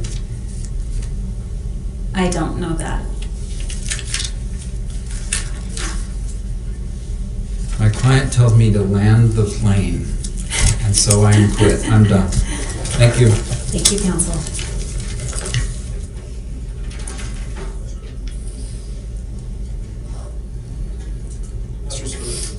Okay, hopefully you'll make your airplane. Thank you. All right. We don't have any reason to call her back, then, Your Honor. Does the defense have any reason to call her back? No. Okay, so you're completely released from any legal obligation here. Thank you. You may call your next witness. Thank you, Your Honor. We'd like to call Gwyneth Paltrow. Thank you.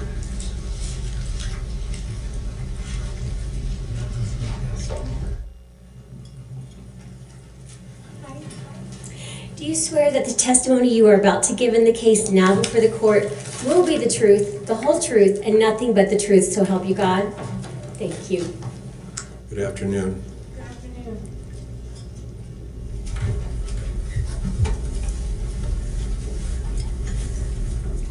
Put that there. Seems like evening, doesn't it? I've been inside all day. I have no idea. You and me both. Could you state your name and spell it for the record, please? Yes, my legal name is Gwyneth Kate Paltrow Falchuk. That's Gwyneth Kate Paltrow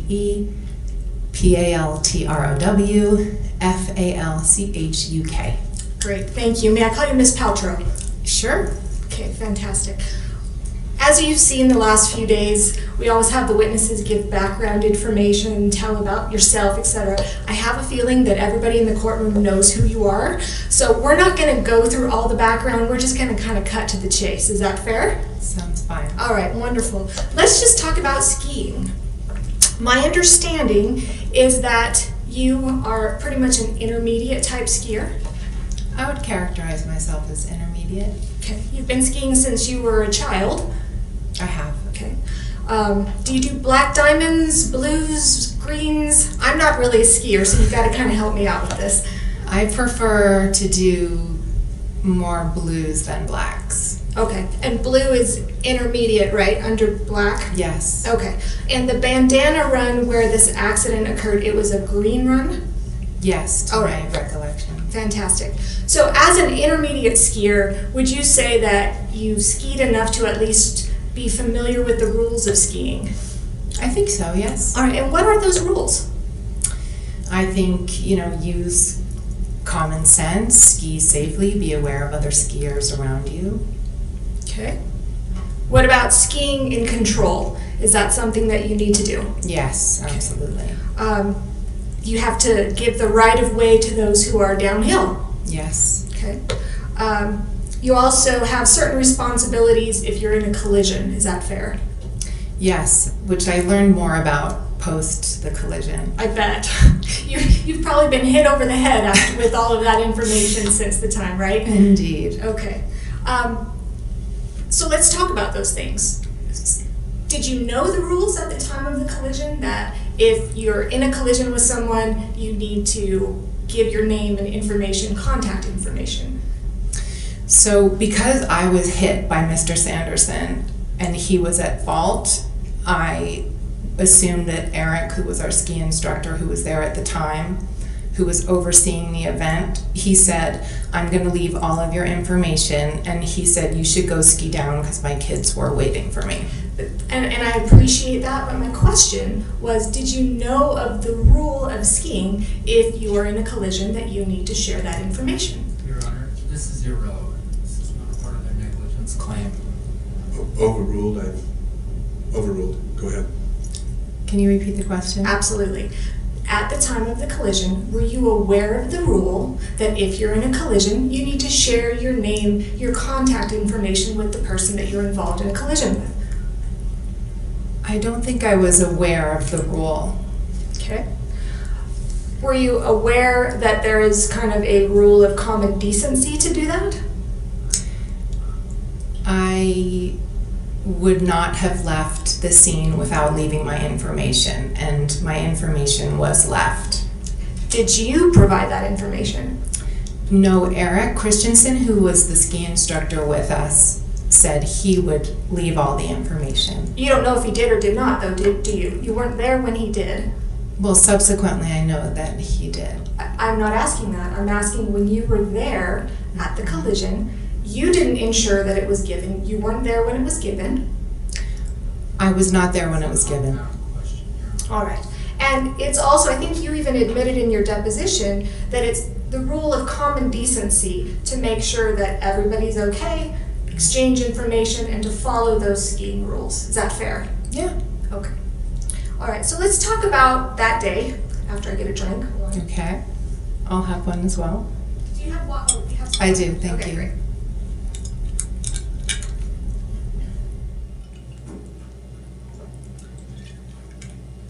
So I just want to kind of set the stage.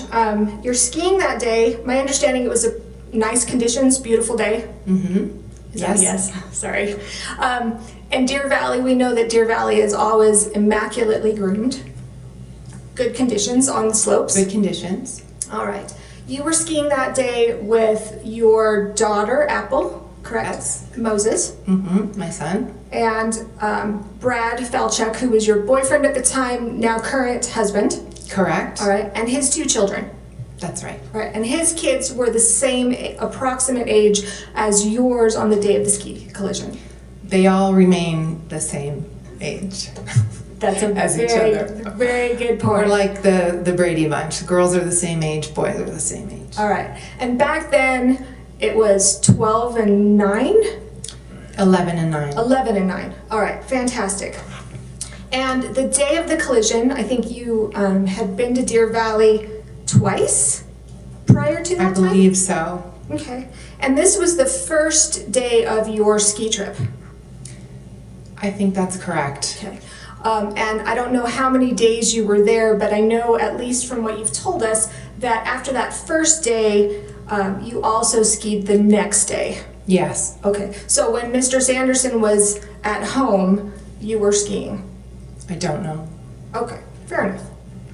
So the children, all 4 of them, had lessons during that trip? That's right. Okay. Would you agree that those lessons were fairly expensive? They were. Okay. Do you remember about how much they were?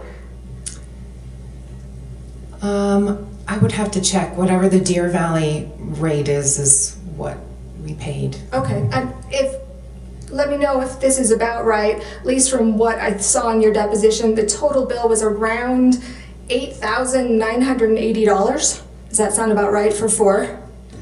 I think that misstates the evidence. I think that was for both families.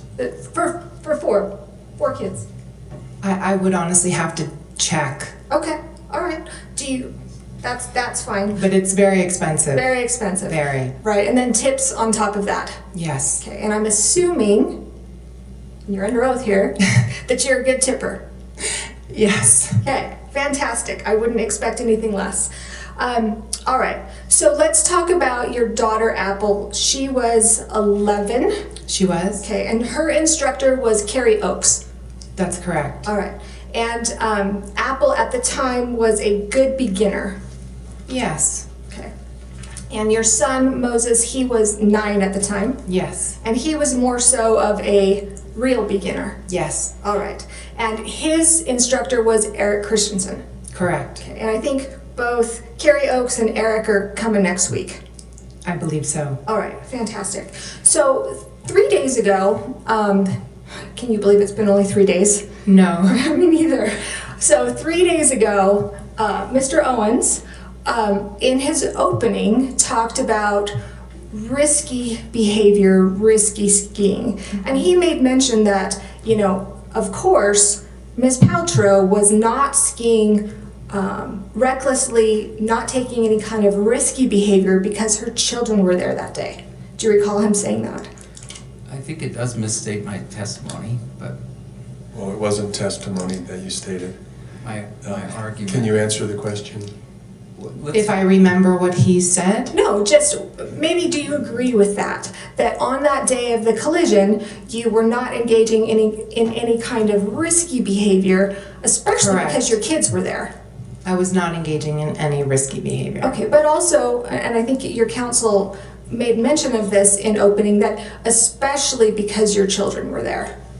I don't recall him saying that. All right, well, did your children being there make it so that you especially would not engage in risky behavior? I didn't engage in risky behavior. I wouldn't with my children there or without my children there. Okay. And kind of in life, I mean, I'm a mom, right? I've got a couple kids, actually about your age, one of them, not your age, your daughter's age. Sorry, I'm not that old. When my kids are around, I kind of behave myself a little bit better, especially when they were younger, than on average. Would you agree with that? I've always been very open and honest with my kids, and I think, you know, they know me very well.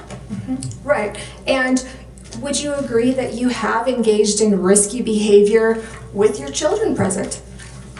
Your Honor, may we approach? Sure.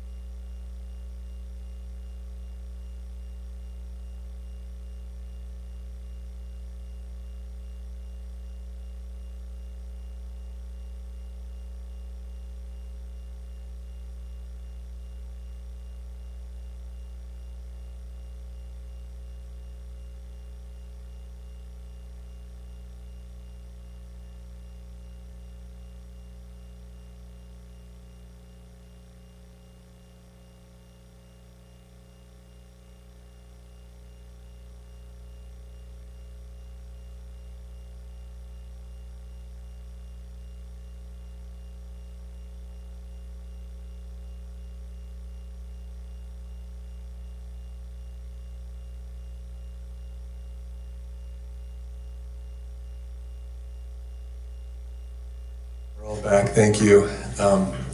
So the objection is sustained and the jury should disregard the question. All right, let's go back to the day of the accident. Okay. So you're on Bandana, correct? It's a green run. It's true you were relatively familiar with that run, correct? Yes, my children especially like that run. Okay. And the accident happened towards the beginning of the run. Is that accurate? Not at the top, but... Sure, but yeah. not at the bottom? Correct. All right. And it sounds like, from what I have heard and reviewed, you had done about 4 to 5 runs that day, and you and kind of the group were going to go get some lunch with everyone. Correct. All right. So let's talk about, as you're skiing down, Apple, we've talked about she was 11, Moses was 9. Mm-hmm. Did your children, when they were skiing or doing anything that kids do, like to ask you to watch them? When they were very little, I remember, watch me jump in the pool and things like that. When they were more like 4 or 5 years old, that sort of age. So when Moses was 9, he didn't say, "Mommy, Mommy, watch me," or "Mom," I don't know what he called you, but Mama. Mama, watch me do things? Not that I recall on that day. Okay. Do you remember testifying that on that day, that's exactly what did happen? I don't remember. All right, and I'll show you your deposition in just a second. So in fact, you remember the deposition, right? Yes. It was actually during 2020, it was during COVID. Yes. So it was via Zoom. We've never actually met in person, it was kind of on the video. And you were asked a question a number of times, were your children asking you to watch them? And you said no. I think you... I don't remember them saying, Okay. watch me on that day. Okay. Well, do you remember that in that deposition, then we played you parts of Carrie Oakes' deposition? So, Your Honor, this is improper impeachment. I mean, what's the question that's being contested?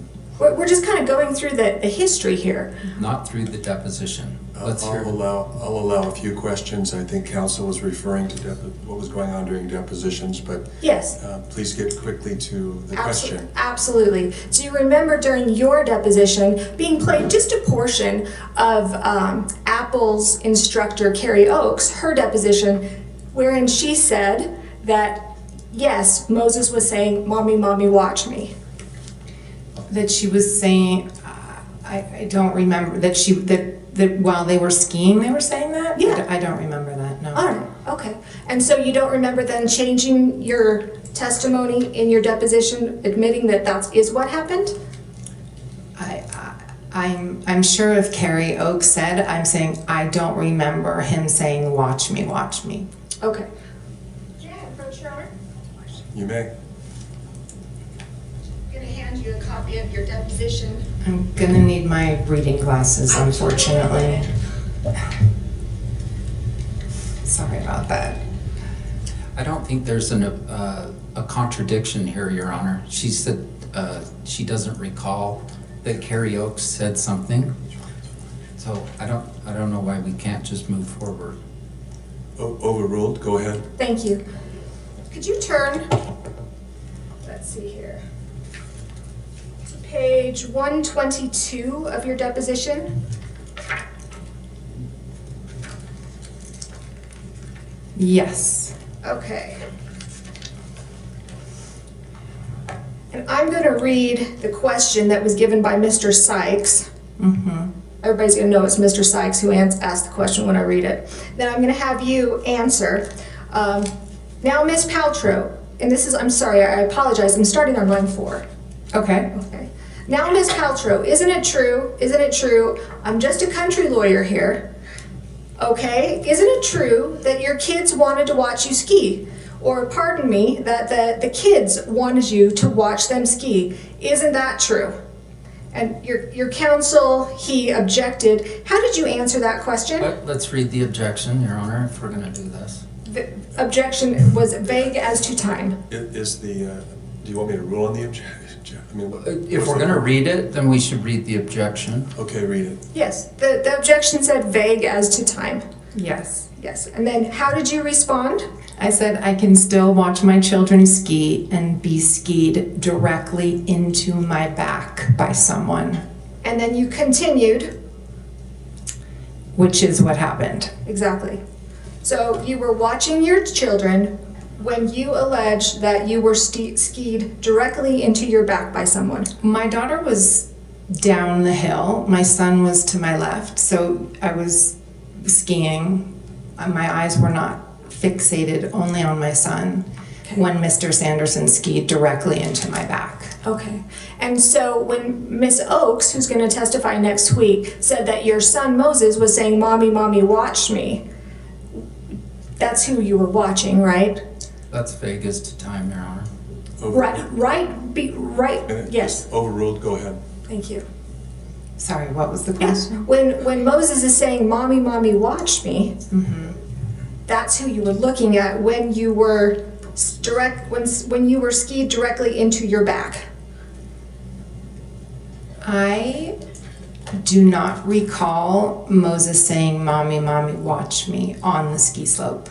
Okay. Well, Apple was down further, right? Yes. She didn't see it. No. Okay. And Moses, he was the one, at least according to Carrie Oakes, was calling your attention. Okay. Okay. 9-year-old, did he want more attention to have somebody watch them rather than 11? Not necessarily. Okay. Moses was skiing above you though, right? He hadn't gotten down as far as you. He was on my left. And up. I was on the right. He was, oops, sorry. He was on the left side of the slope. Yes, I believe kind of a little bit uphill. Okay. And that's where your attention was when you were hit allegedly in the back. I don't know where my attention was the moment I was struck in the back. I'm sorry. Okay, well, that's what you said, which is what happened. He struck me in the back. Yes, that's exactly what happened. Okay, I know, but you said, "I can still watch my children ski." Yes, and meaning directly into my back by someone, which is what happened. Yes, exactly. What's the pending question? It sounds like they're saying the exact same thing. What's the question? The question is, you were watching your children ski when you were struck in the back. So that's asked and answered, Your Honor. Overruled? I was skiing and looking downhill as you do, and I was skied directly into by Mr. Sanderson. And your 9-year-old son, you will admit, was on your left and up a bit. To my recollection. Okay. All right. And Carrie Oakes is the one who says that he was the one calling your attention. You'll have to speak to Miss Oakes. We will. All right. So,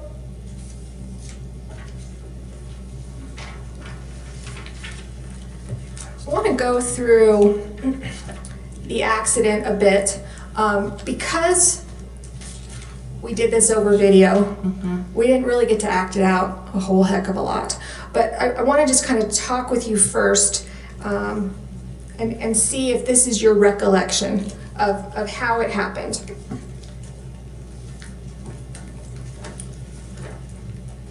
Your Honor, I think this is improper. She should just ask her what happened. Then if she testified contrary to that earlier, then she cross-examines her with the deposition. And what's the objection?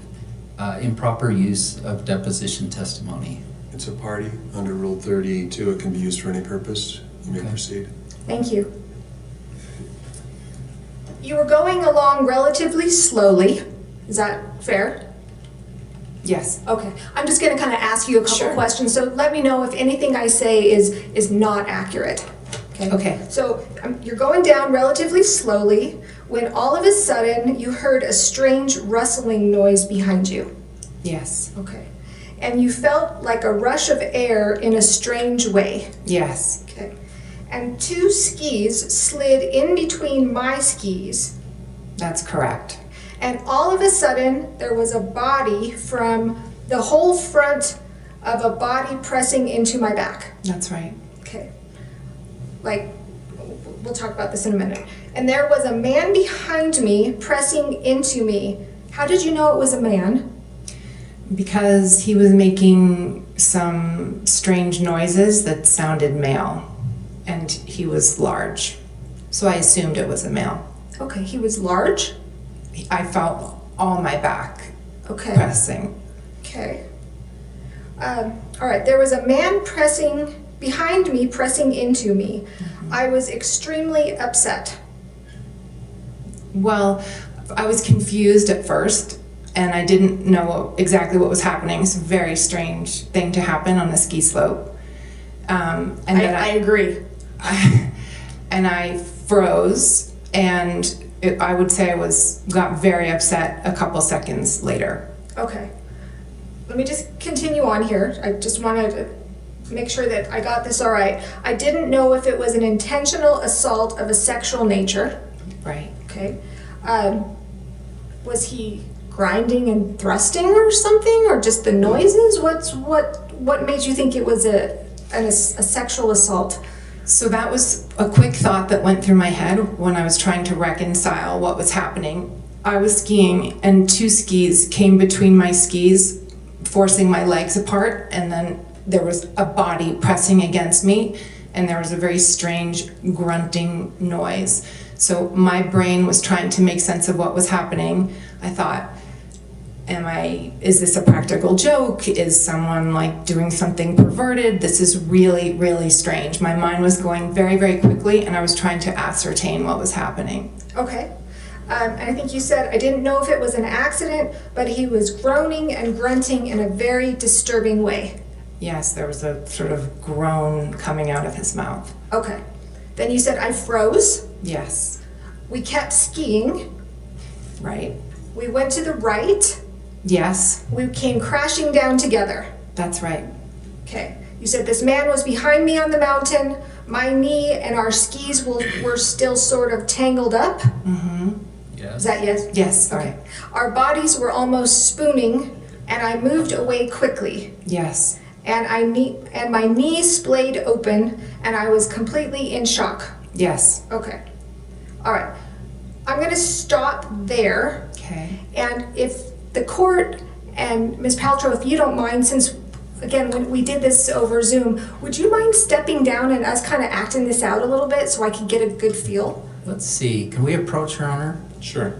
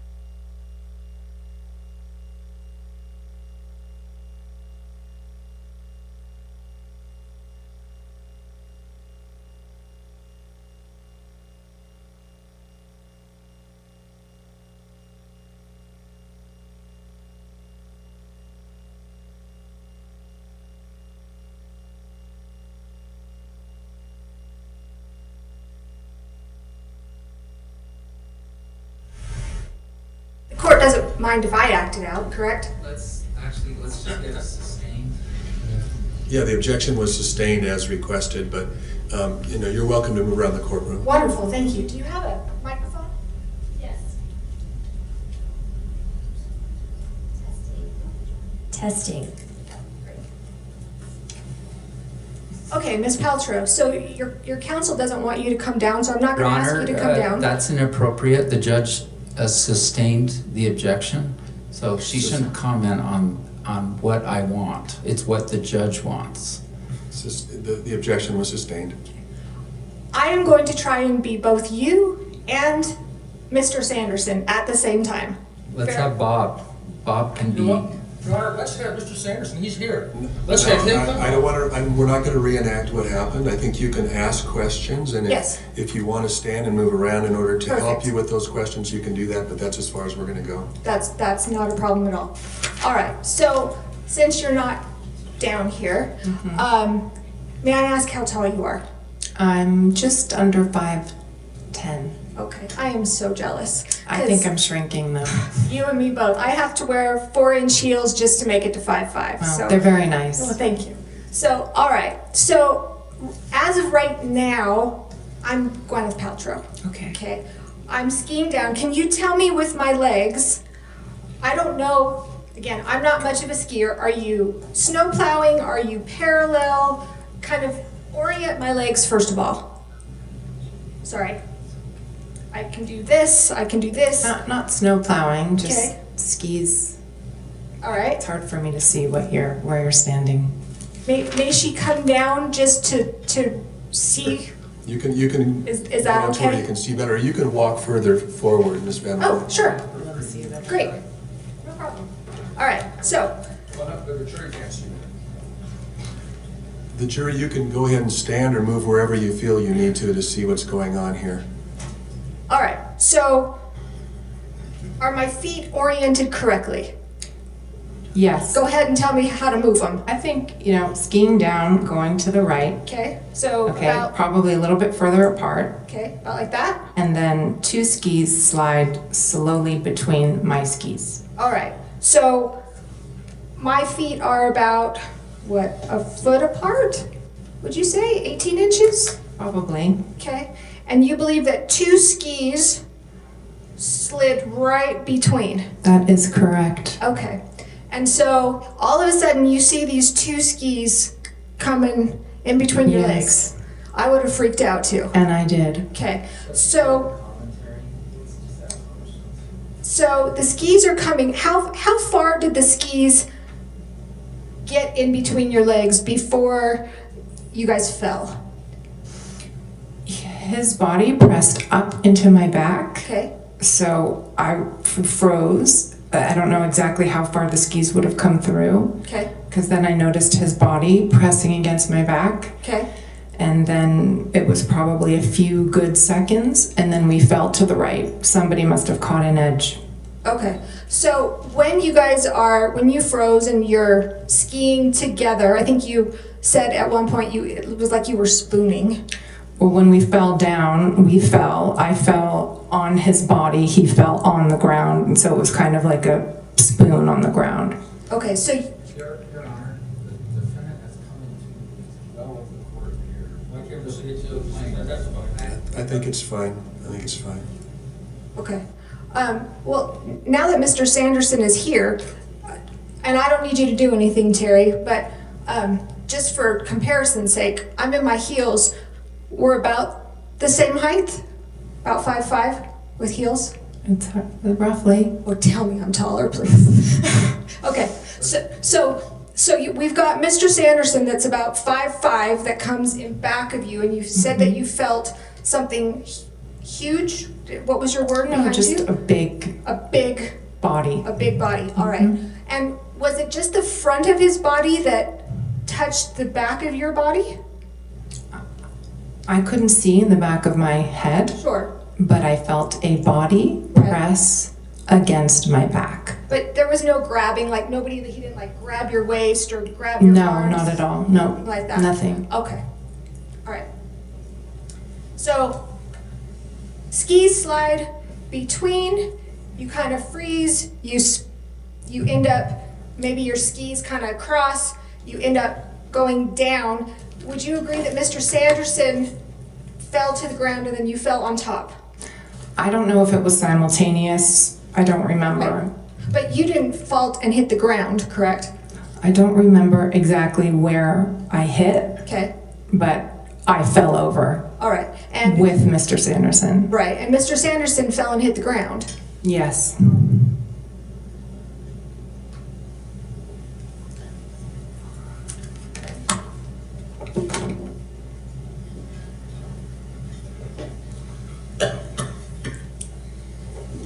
All right. So going back here, you guys are on the ground.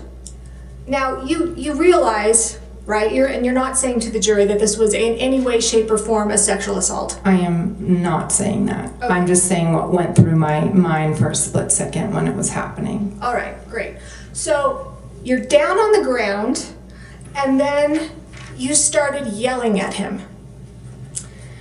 I don't remember if I started yelling at him while I was on the ground. I remember pushing away because I was very upset and it was still very strange to me what had happened.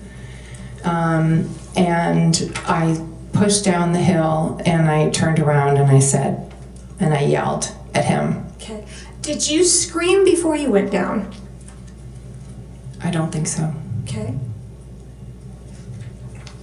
So if others heard a scream, you wouldn't, that wasn't you? No, I froze. When he slid between my skis, I absolutely froze. And I don't remember yelling or screaming until I was very angry at what had happened. Okay. And so you guys are on the ground, and then you said to him, I think you don't know if you were up or if you were still on the ground, but he was still on the ground, right? Yes. When you said, "What are you doing?" Yes. Okay. Like, why did you do that? Yes. And he said, "I think you skied into me." Yes. And that's when you were furious and said, "You skied directly into my effing back at the top of your lungs." Yes, I did. Okay. I apologize for my bad language. And well, in fact, you were screaming that so hard, you were worried that Moses was hearing you. Yes. Okay. And after you were screaming to him, isn't that when Mr. Sanderson said, "I'm sorry, I'm sorry"? He said, I said, "You skied directly into my effing back." And he said, "Oh, sorry, sorry, I'm sorry." Right. And that was you screaming at him while he's on the ground still, right? I was yelling at him. Pretty loud, pretty forceful. I was pretty upset. Right? You're Yeah. small but mighty. Actually, you're not that small. So when he said, "I'm sorry, would you agree that he kind of mumbled it? Yes. Okay. All right. And then you remember Eric came over, Eric Christensen. Yes. Who was Moses's instructor. Correct. Okay. And that was when you were concerned that, oh gosh, Moses is close by, he's hearing me yell obscenities at this man. Which is not my custom. Right, and I think you said that. And at some point, the man stood up and we were all sort of talking. Yes. What conversation did you have with Mr. Sanderson standing up? I wasn't having a conversation with him. Eric was helping him up and asking if he was okay. Okay. Eric eventually yanked him up, right? He pulled him up. He helped him up. Yeah, he didn't get up on his own accord. He helped him. And were you still standing right there when he helped him? I believe I was, yes. You sure you hadn't skied down a little bit? I might have skied down a little bit. My son was down a little bit, and my now husband came over at some point. Okay. I remember moving away from Mr. Sanderson after he collided into me and we hit the ground. Okay. And do you remember, we heard from Craig Ramone, he was the first individual who testified. Do you remember him coming to the scene? I do not. You don't remember him at all? No. You don't remember him being there or asking you, "Are you okay?" I do not. Okay. You don't remember him asking Terry if he was okay?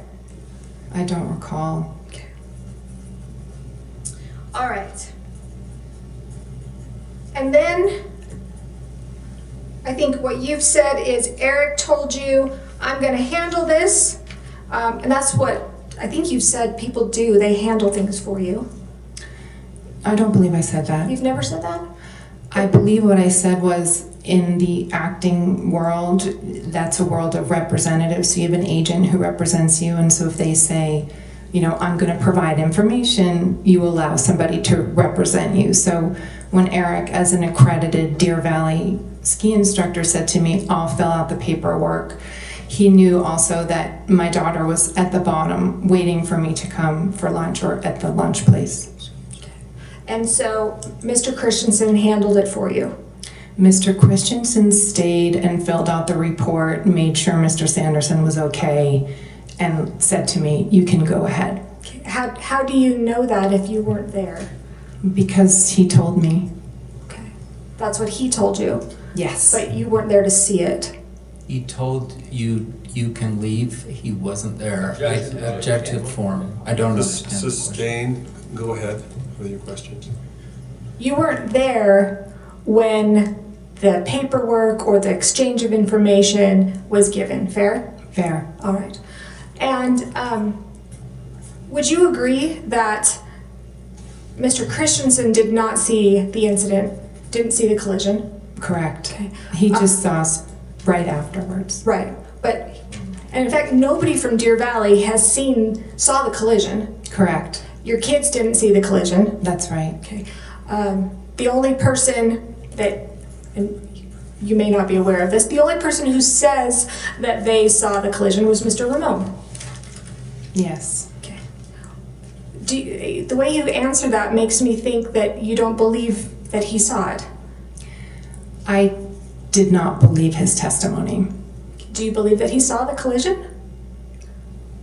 No. I don't believe that he saw what he thinks he saw. Ms. Paltrow, why would he lie? This is a man... As to motive, Your Honor, but perhaps that's not the right objection under the rules, so let me be quiet and withdraw my objection. Can you answer it?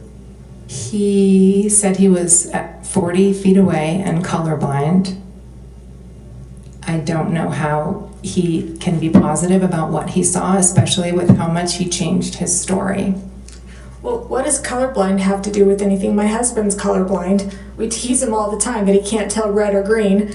But what does that have to do with not seeing who hit who? Well, if you have two people in ski gear with helmets on and you're 40 plus feet away, I'm not sure how you can discern who is who. Okay, well... And I can tell you that he didn't, because Mr. Sanderson categorically hit me on that ski slope, and that is the truth. And I'm sure that that's what you believe. I'm not saying because it's the truth. I'm not saying that. Let's get a question.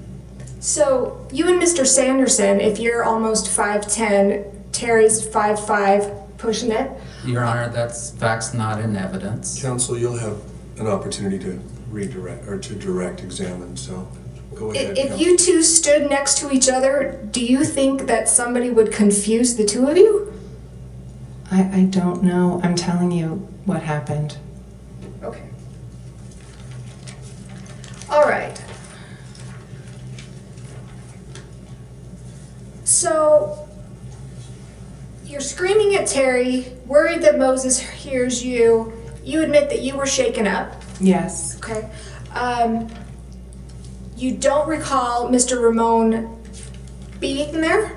I do not. Or asking you if you were okay? I do not. Did anybody ask you if you were okay?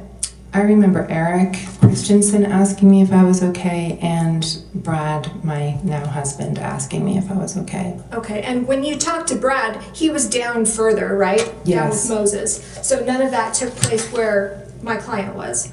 He came over to me after the fall. Okay.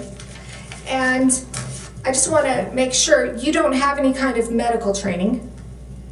No. Okay. You don't know what injuries Mr. Sanderson did or did not sustain in the accident? I do not. Okay. Are you aware now that you've sat here the last 3 days that he did sustain 4 broken ribs? Yes. Okay.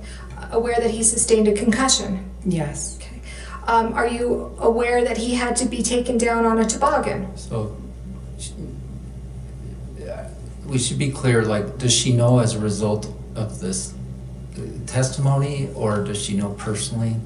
Would you clarify your question? Yeah, sure. How did you learn that he broke 4 ribs?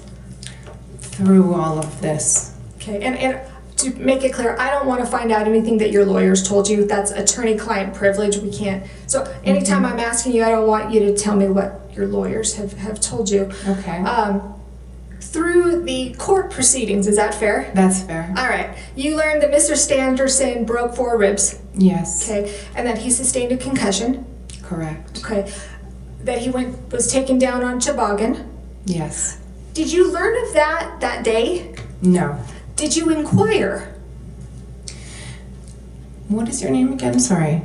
Kristen? Yes. Sorry, I was going to say Kristen. It's all right. I think you have to keep in mind when you're the victim of a crash, right, your psychology is not necessarily thinking about the person who perpetrated it. Okay. So the answer to my question is no, you did not inquire. I did not. Okay. Did you ever ask, hey, how was that guy that ran into the back of me? Is he okay? Did you ever ask anybody from Deer Valley about that? I did not, because at the time I did not know that he had sustained injuries like that. I thought it was very minor on the day. And you didn't stick around long enough to find that out? I stuck around long enough for him to say he was okay, to stand up, that he told Mr. Christensen he was okay. And when he was helped up by Mr. Christensen, again, you weren't right there. You were down a ways. Just a few feet down, yes. Could you tell if Mr. Sanderson was still dazed or unsteady on his feet? I could not. I don't know. Okay. And again, you didn't leave your name, address, contact information. You didn't fill out any paperwork in connection with this accident. Eric did on my behalf. Right, but I'm asking about you personally. It has been asked and answered. Sustained. Okay.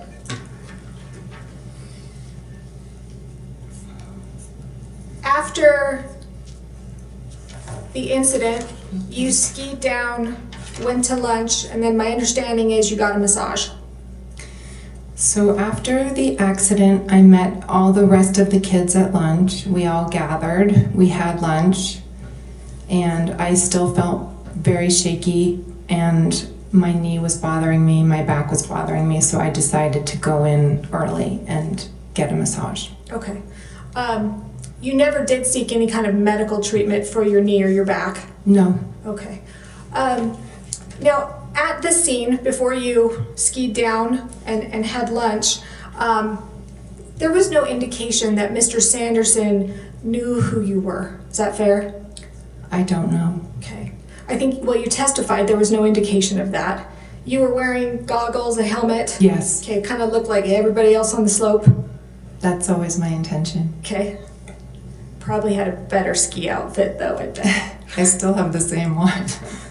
I just have one. Okay. So nobody on the hill would be able to recognize you. Is that fair? Maybe your family and friends. I have been recognized on ski slopes before. Okay. Do you recall testifying in your deposition that no one on the hill would be able to recognize me? That would be the idea. Okay. But sometimes paparazzi has a way of figuring it out, is my point. Okay. So your testimony to the jury here today is Mr. Sanderson skied into you. That is correct. All right. Craig Ramone, you said he's not telling the truth, or you don't believe him. I'm telling you that what he said is not what happened. Okay. So in other words, if somebody says something that's not what happened, they're lying. He is not telling the truth. All right. I don't know if he knows he's lying, but I'm telling you what he said is unfortunately not the truth. All right. Well, in addition to Mr. Ramone, you've sat here when some of the experts have testified. We had Dr. Gibby, and we heard Dr. Boehm, I always want to say Bohm or Bohm, Yes. Boehm. You've heard their testimony that the only way that Mr. Sanderson's ribs could have been broken where they were is that if he was hit from behind. You disagree with that? I think it misstates their testimony. I guess I'm not sure what the objection is, but it's overruled. The jury will have to remember what the testimony was. That means you get to answer. You disagree with their testimony? Absolutely, I disagree. Okay. What medical training do you have to disagree with that? I'm just telling you the truth of what actually happened. Okay. That's all I can do. All right. And you don't have any other witnesses who sought to support your position, correct? Well, I have a lot of witnesses who saw the split seconds afterwards and the positions of the bodies on the mountain, which would indicate very clearly who hit who. Okay. Do you have any witnesses who saw it? Who saw the collision? The collision? No. All right. And you're not trained in accident reconstruction? Me? Yeah. No. Neither am I. All right. So, Ms. Paltrow, isn't it true that this was an accident that you caused? No, ma'am. Okay. Would you agree that you are accident prone? So, Your Honor, can we have a bench meeting on this? Why don't we take our recess now?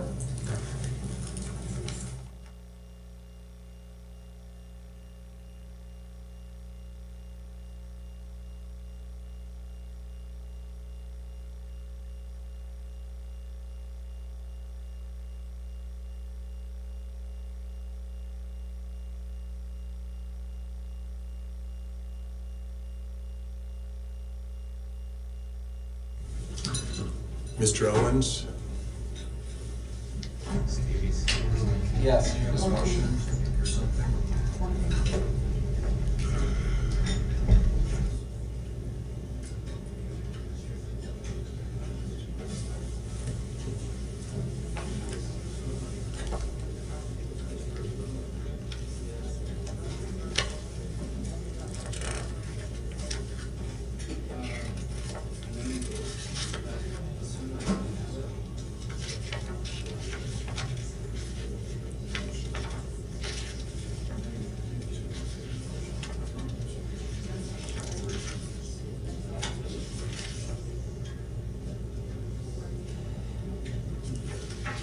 Your Honor, why are we dealing with things that have been addressed specifically on pretrial motions?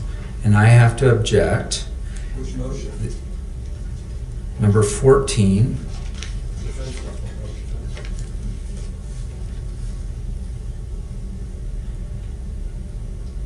Previous unrelated injuries. The court's ruling on that was that it appears the plaintiff does not intend to inquire into the areas covered by that motion.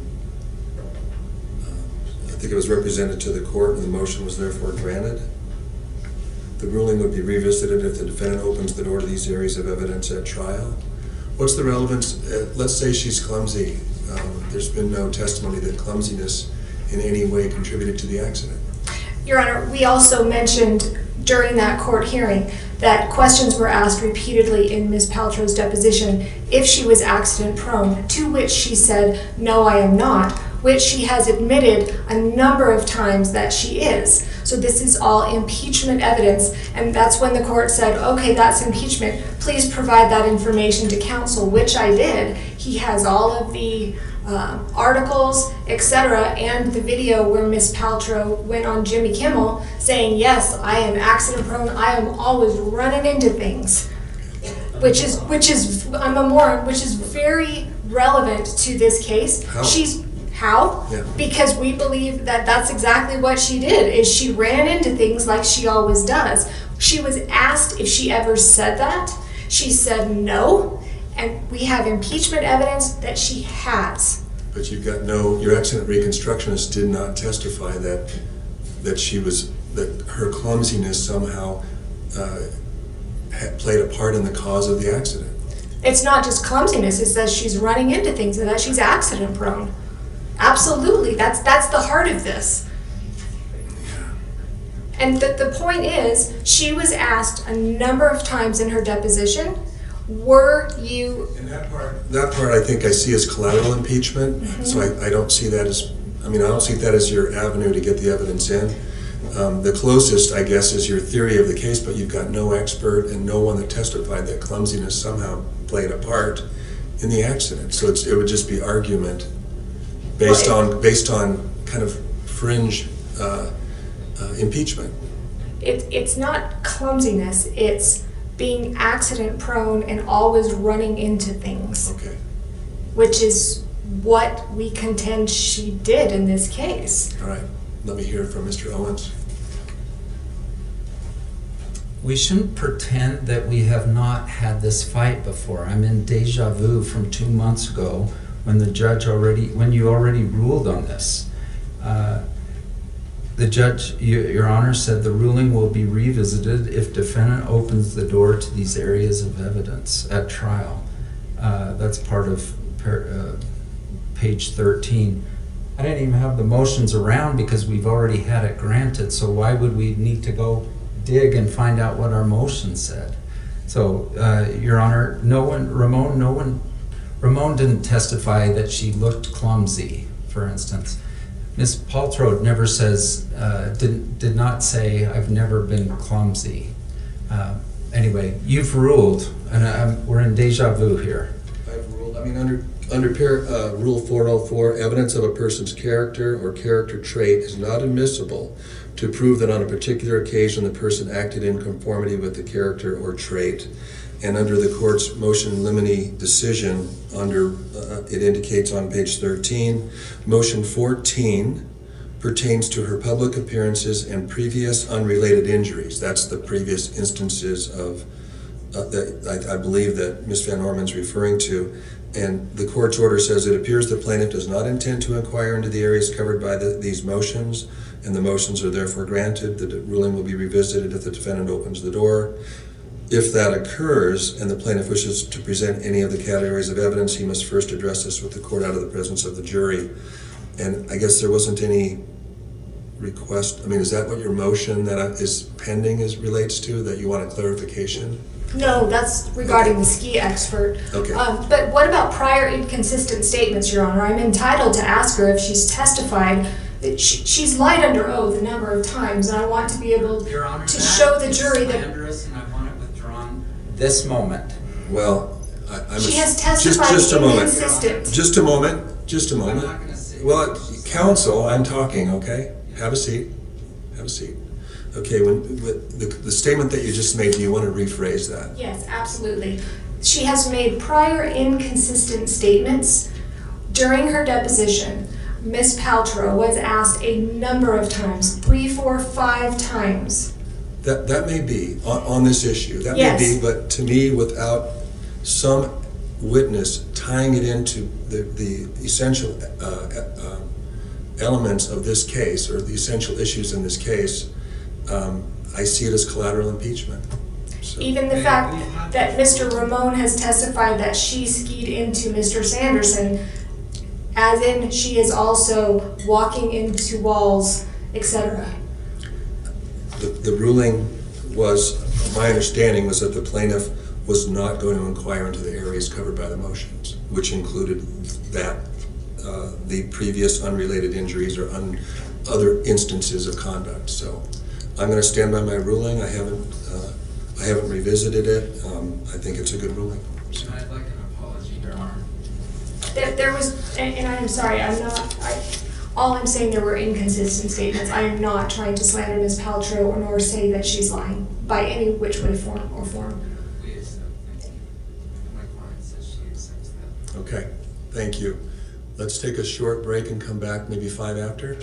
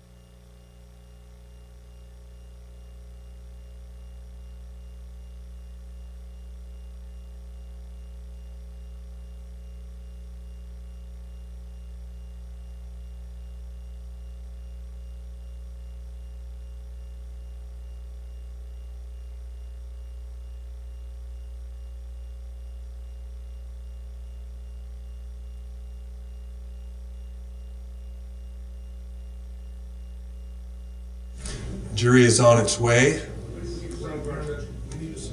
Okay.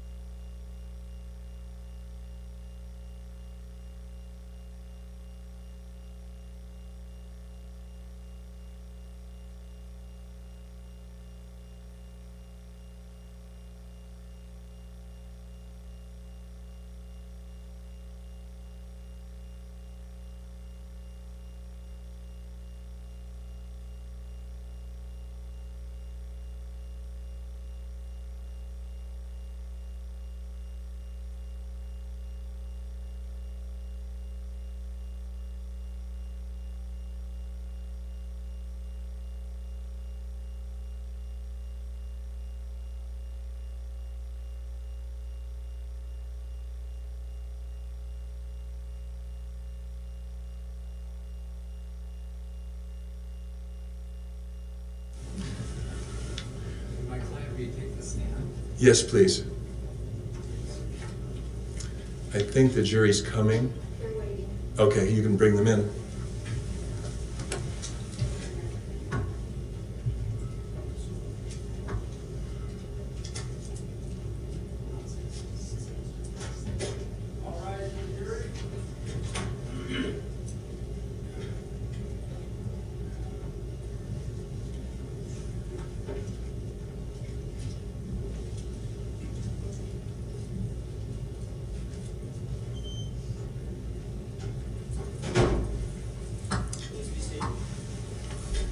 Ms. Van Orman, you may proceed. Yes, thank you. So, Ms. Paltrow, I want to shift gears a little bit and talk about kind of, this was where my whole... Objection was sustained. I'm sure it was on the record whenever it was there. I don't recall. Okay, I think we just said that now would be a good time for a bench meeting, but... The objection was sustained. Okay, I'm moving on, shifting gears. Right. So, Ms. Paltrow, the reason I got involved in this case in the first place was your counterclaim. Mm-hmm. So I want to talk with you about the counterclaim. Is it true that you feel it's unfair that Mr. Sanderson has brought this case against you? I do. And he has deterred you from enjoying the rest of what was a very expensive vacation? Well, I lost half a day of skiing. Uh-huh. Yes. Right. Okay. And I think that's what your counsel has argued as well, that you you had a full day pass, but you can only ski a half a day. Yes, I went back down after lunch. Okay, right. And that's when you had lunch and you got a massage? Yes. Okay. Didn't get your knee checked out, didn't have any kind of medical attention? No, it didn't feel acute in any way. It felt just like I had overstretched my knee and I had sustained a blow, but it didn't feel like it needed medical attention. Okay. And you're bringing this claim for $1. I am. Okay. In fact, your counsel, Steve, do you still have that $1 bill? That I'll let you use your own. I'm not giving didn't respond to that. Nah, I don't need it. Sure. Yeah, I don't need it. You saw Mr. Owens wave that $1 around, right? I did. Okay. $1 in symbolic damages, is that accurate? It's an actual dollar that I'm asking for. Okay, but you also have testified when I asked you questions in your deposition that that $1 is symbolic. Do you remember me asking you It's about that? symbolic because the damages would actually be more. Okay. But remember me asking you, is it symbolic? And you said, yes, it is. Yes. Okay. And I asked you as well, you learned about that through Taylor Swift because she asked for $1 in symbolic damages, right? And I think I said at that point I have not been familiar with it, but I since am. Now you are. But at the time, a couple of years ago in 2020, you didn't know anything about Taylor Swift's $1 symbolic damage lawsuit? Just relevance, Your Honor. Counsel? Because I asked her about it at the time, and she denied it. Correct. Can you answer the question? Relevance. I was not aware at the time. Are you good friends with Taylor Swift? No. Relevance. Overruled? You're not good friends with Taylor Swift. I would not say we're good friends. We are friendly. I've taken my kids to one of her concerts before, but we don't talk very often. You've never given Miss Swift personal, intimate gifts for Christmas. Your Honor. Relevance or Sustained would as like to a relevance. bench trial? Well, she's just said that she wasn't friends with her, so I'm inquiring on that. Ask her about Oprah. I mean, Mr. Owens, sustained. Please move on. You're telling the jury that you are here asking for $1. I am. That's not totally accurate, though, is it? What do you mean? Well, the jury isn't going to be deciding this, but you're also asking the judge to award you attorney's fees for over hundreds of thousands of dollars. Isn't that true? Your Honor, the judge has made a ruling on this issue that it will be a separate event. Sustained as to relevance. The relevance is, Your Honor, that they have... If you want to argue the relevance, we should do it up here. Absolutely.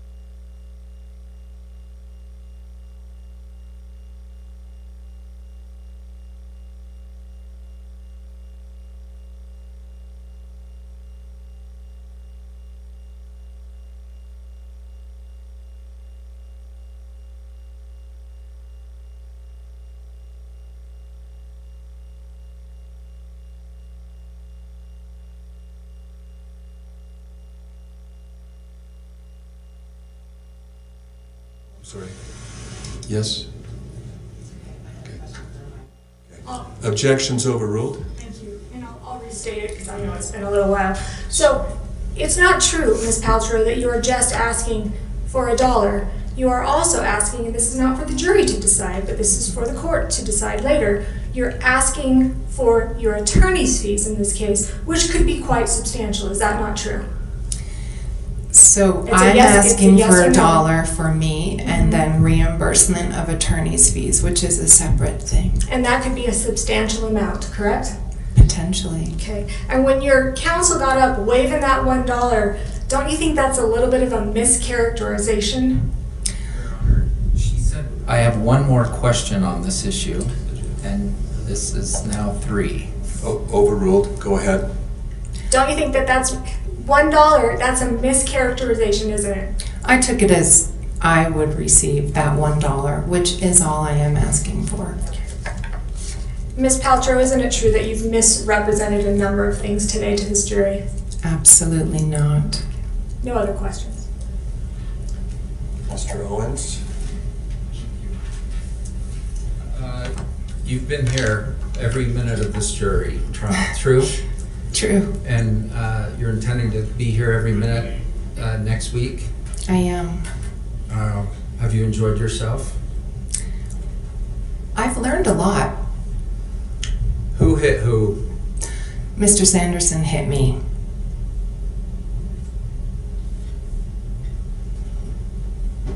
The comment was that Mr. Sanderson doesn't take criticism well. Do you take criticism well?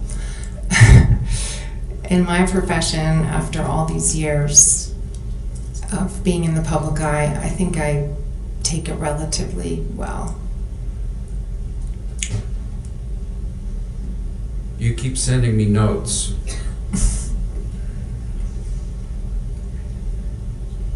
I didn't cause these damages. That's right? absolutely correct. Do you feel some empathy for Mr. Sanderson and his declining brain? You know, I really do. I feel very sorry for him. It seems like he's had a very difficult life, but I did not cause the accident, so I cannot be at fault for anything that subsequently happened to him. So his daughter got up and said he was cursing out her daughter. Did you hear that? I did hear that. Did you cause that? I did not cause that. Did you give him brain injuries that were evident on his MRI in 2006? I did not. All right, let's start on a happier note. Let's bring up that picture of you and Moses. And while that's coming up, did you personally take a selfie with you and your son? I take selfies with my kids all the time, yes. All right, and we're gonna pull it up in just a minute. You know what picture I'm talking about. Did you Yes. personally take that photo I did. on the day at issue? I did before the accident. Okay, and it's hard to tell who the 9-year-old is there. Thank you. Are you on the right or left? I'm on the right. And Moses is on the left? Yes. And are you going up the ski lift? It looks like it. This is Defense 86. If we haven't moved for its admission, I would like to do so. Defendants 86 is received. And I notice, do you have a helmet on there? I do. And goggles? Yes. Did you always that day while on the slopes? Yes. Mr. Ramon testified, for instance, you were not wearing a helmet or goggles or any face covering whatsoever. True or it's not true? I think you can see the evidence that I was wearing a helmet and goggles. So answer my question, please. Sorry. Is it true or not true that at the time of the collision and in the aftermath, you were or were not wearing a helmet? I was. And goggles? Correct.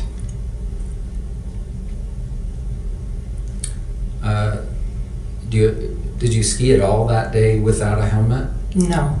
Is that for anonymity? I'm saying it wrong. Anonymity. Thanks for saying that. And also for safety or both or what? It's for safety primarily, but yes, I like to, when I'm skiing, try to keep a low profile.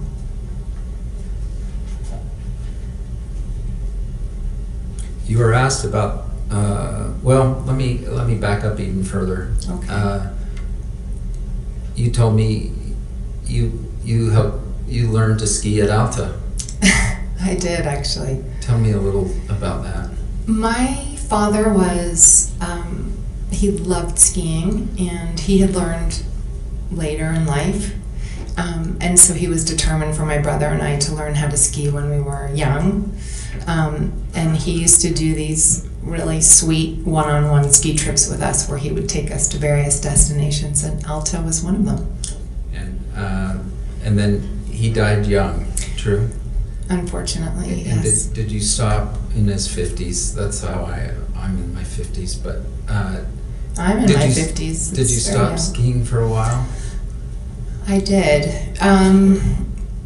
I was pretty devastated by his death, and just being in a ski resort and on a chairlift, it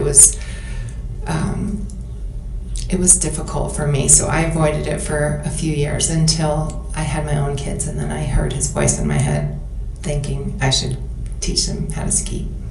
And Brad Falchuk, you were dating him at the time? Yes. And now married to him? Yes. Were you skiing with the Coldplay guy, according to Ramon? No. Who's the Coldplay guy? The Coldplay guy, I believe, he's referring to my first husband, Chris Martin. He's the singer, and he's a guitar player and a piano player in the band Coldplay. Thank you. And did this kind of blending of the family's trip have some significance to you? Yes, this was a significant trip for us. It was the first time Brad and I were introducing our kids and doing something together as to see if we could blend families. There's an implication that at the time of this collision you were distracted. Were you distracted? No.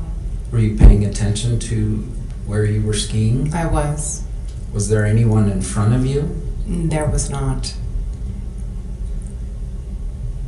There's an implication that somehow you're looking at Moses up the hill to the left while you're skiing downhill. Were you doing that? I was not. Carrie Oakes of Deer Valley does say something in her deposition about the kids wanting you to see them or something. Were you in fact, did you all meet at the top of the hill?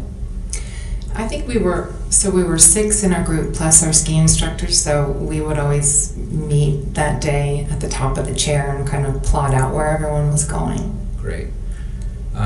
Okay, the 6 people, let's just make sure we know who they are. Myself, Brad, my stepdaughter Isabella, my daughter Apple, my son Moses, and my stepson Brody. Okay. And then you had paid for each of the 4 kids to have their own individual instructors. They were all very different levels, so Brad paid for his kids and I paid for mine. All right. The $1 that I'll probably waive in closing, but not this minute. Were you planning to ski the whole day? I was. And did you send a little text after lunch?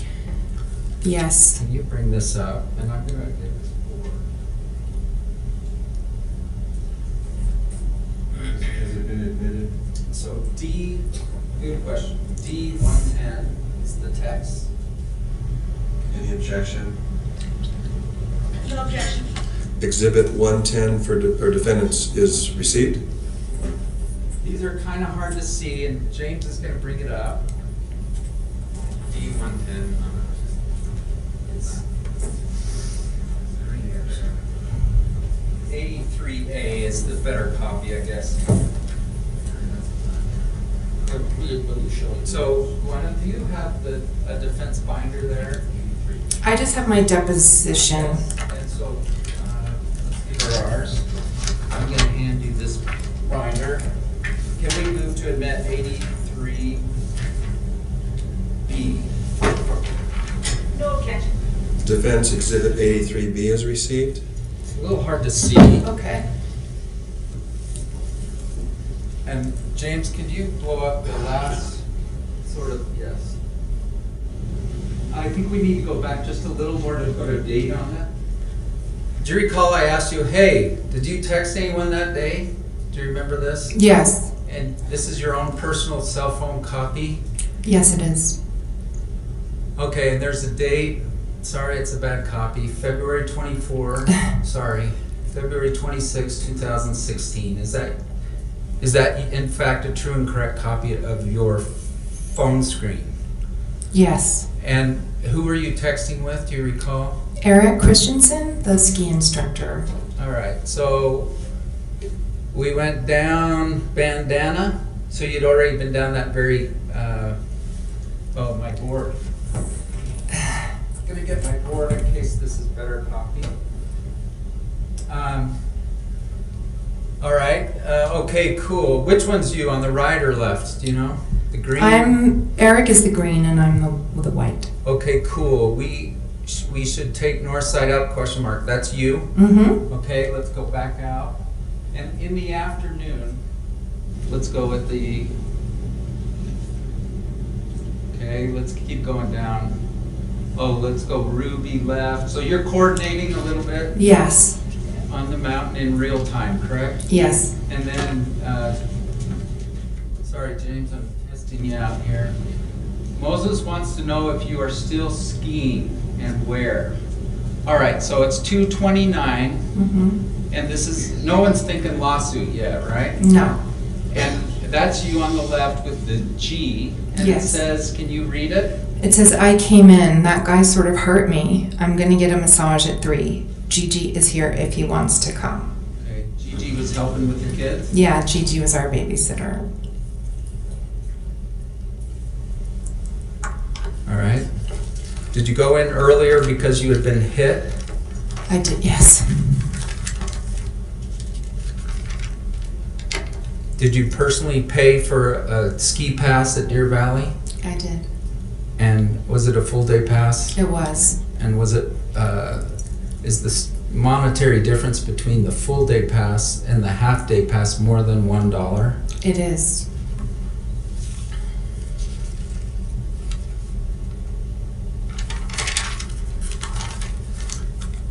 Ms. Van Orman kept saying when you were allegedly hit. Were you hit? I was hit. The definition of an assault is an unauthorized touching. Yes. Did Mr. Sanderson touch you in an unauthorized manner? Objection, Your Honor. May we approach? You may.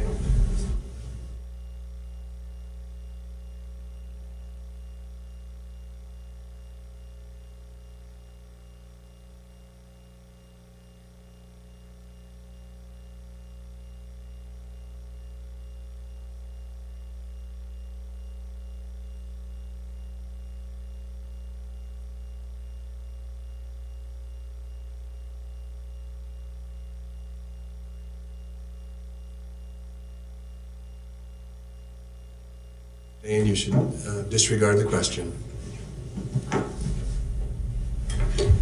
Did he touch you without your permission? He did. The sexual part, by the way, that's just for a split second. You're thinking, what's going on here? Yes, I was trying to put together what could possibly be happening behind me. A scream. I think there are a couple witnesses that said they heard some noise. Yes, when we fell. Is it impossible you let out a noise upon being hit? I think it's impossible that I let out a noise upon being hit because it was a very slow move.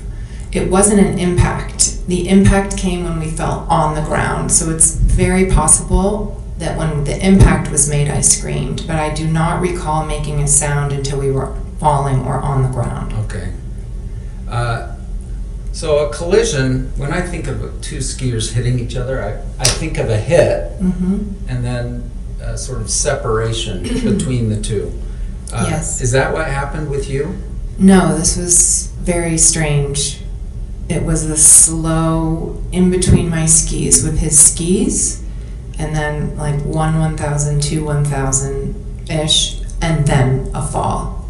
The defense has prepared an animation exhibit that will be shown next week. Have you personally reviewed that? I have. And does it accurately state what you believe has occurred that day? Yes. Now, it's not precise in the sense that it's not actual video of the event, right? But it does a good job of sort of setting the stage Yes. and animating what occurred. There needs to be some clarification as to what part of the animation he's referring to. Agreed. It's sustained as to vagueness and Sure. therefore relevance. Sure. Have you seen the animations? I have. All right. Not every witness saw everything. Fair to say? Fair. All right. For instance, you didn't see anyone in front of you, but you felt someone behind you? Yes. So you wouldn't possibly know, for instance, where Sanderson was coming from. No, he was behind me.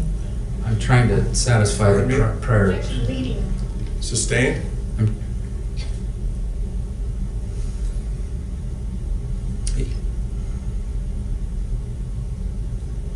Does the animation fairly represent your story? It does.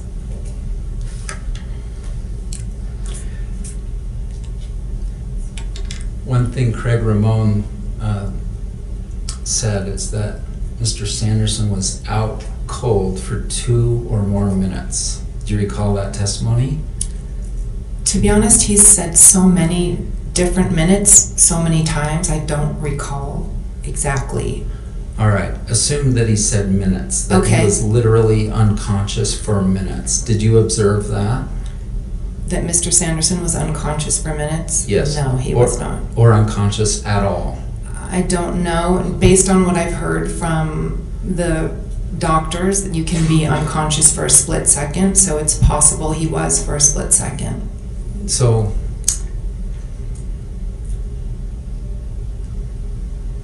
where were you as you go down the hill? On the right side of Bandana. Was there a reason you were there? I just tend to try to, especially on a crowded run, I was trying to ski, a little bit to the side and make turns. Were you being an aggressive skier? Like, I'm gonna go as No. fast as I can to get This down. is a green run with lots of families. Absolutely not. It's a green run, but it's not a bunny run, right? It actually, it's one of your favorite runs? It was one of my kids' favorite ones. They were learning. Gotcha. Because it comes down quite a ways. It does. It's a nice long run. And was this toward the top, do you recall? It was toward the top, but not at the top, if that makes sense.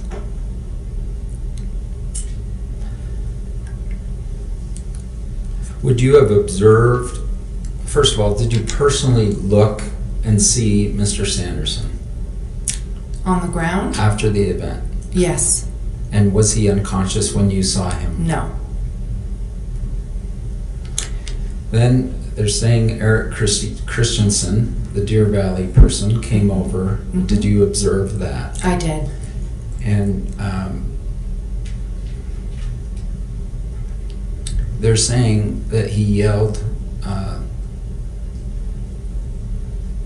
aggressively toward Mr. Sanderson. Did you observe that?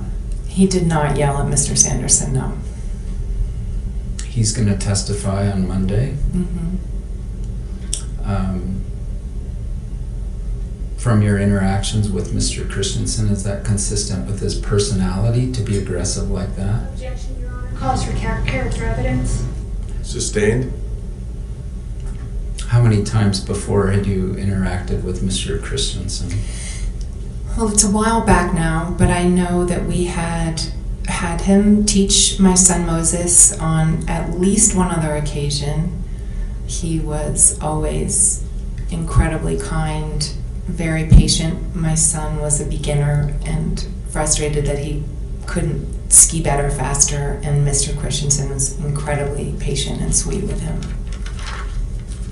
He's a high school art teacher, I guess, on the side, or Yes. one of the other? He makes pottery. There was an early comment about a hit and run. Did you hit and run? Absolutely not. and Deer Valley was dismissed on that, was a prior party and was dismissed, do you recall that? That's correct. I think there was an allegation that Eric Christensen did some funny business with the paperwork to protect you, his paying client. Objection, Your Honor, relevance? Sustained. Did you expect Eric Christensen to falsify his paperwork? Of course not.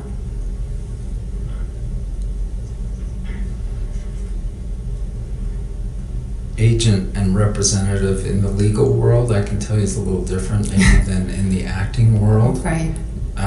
This idea that when Eric told me to leave, I felt okay to leave. Yes. Just comment on that. Was that a cover-up? No, certainly. Your Honor, relevance? Sustained.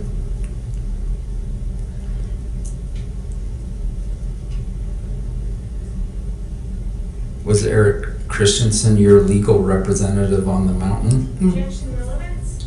Overruled on that. Go ahead. No, he was not.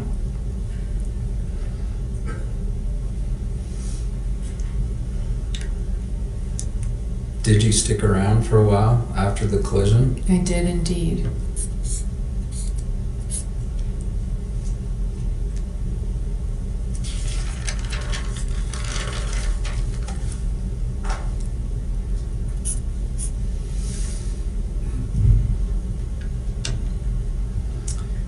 Going back to the $1, Eric Christensen, you had paid Eric Christensen to take teach your son how to ski that day for the full day, true? Yes. And was his attention diverted as a result of your collision? Yes, for a while. And that $1 of damages, does that also take into account that fact? I haven't quantified, if you break it out, what a Deer Valley ski instructor makes per hour, but I think it's more than $1. The comment was the word symbolic was used, but did you in fact lose $1 or more as a result of the collision? I did. Did you hurt yourself? I'm sorry. Did Mr. Sanderson hurt you by hitting you? He did. And please explain. Well, when we fell over, my right knee felt like it had been overstretched and my back hurt. All right. And you got a massage but did not seek medical care. Is that what I understand? I did not.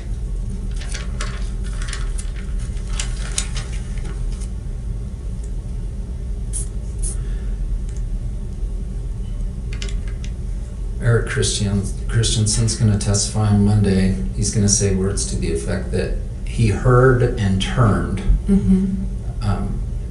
Ramon similarly said that, didn't he? I believe he did.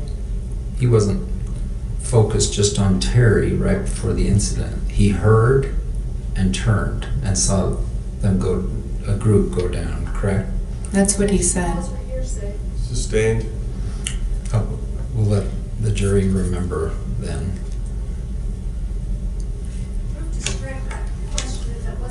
Question? Yes, the question, the answer, and the comment afterward are stricken. You should disregard. Moses and Apple are coming, and Brad on Monday morning? They are.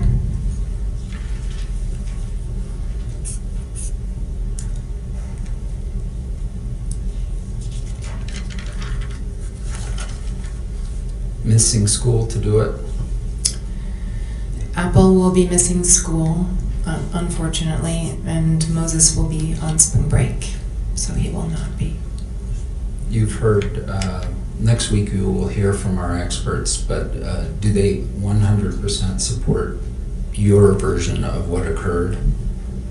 Yes. And I said your version of what occurred, but I do mean to say what occurred. You know what occurred, right? I absolutely do. I was there. When they say, did anyone witness this, and Mr. Sanderson doesn't really remember things, you remember things, don't you? I do. Sustained. Were you knocked out? I was not knocked out, no. Do you have memory loss of the event? I do not. I mean, it was a long time ago, but. That's fair. One moment, please.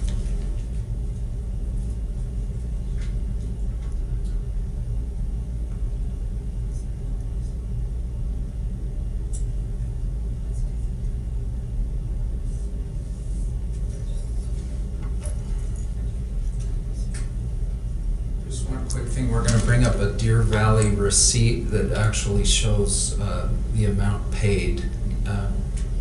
Any objections to this exhibit? What is it? Which number is it? Any objection? No objection. Defendant's Exhibit 85 is received.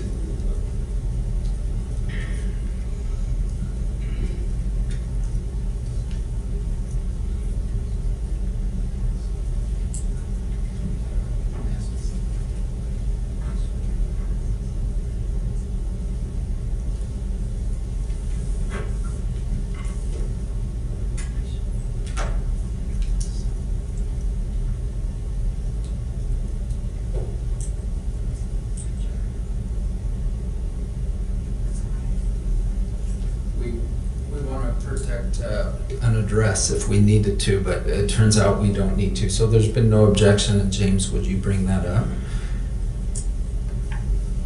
There's an address there, maybe enlarge so D85, move for admission if we haven't, and then, is this your actual receipt from Deer Valley?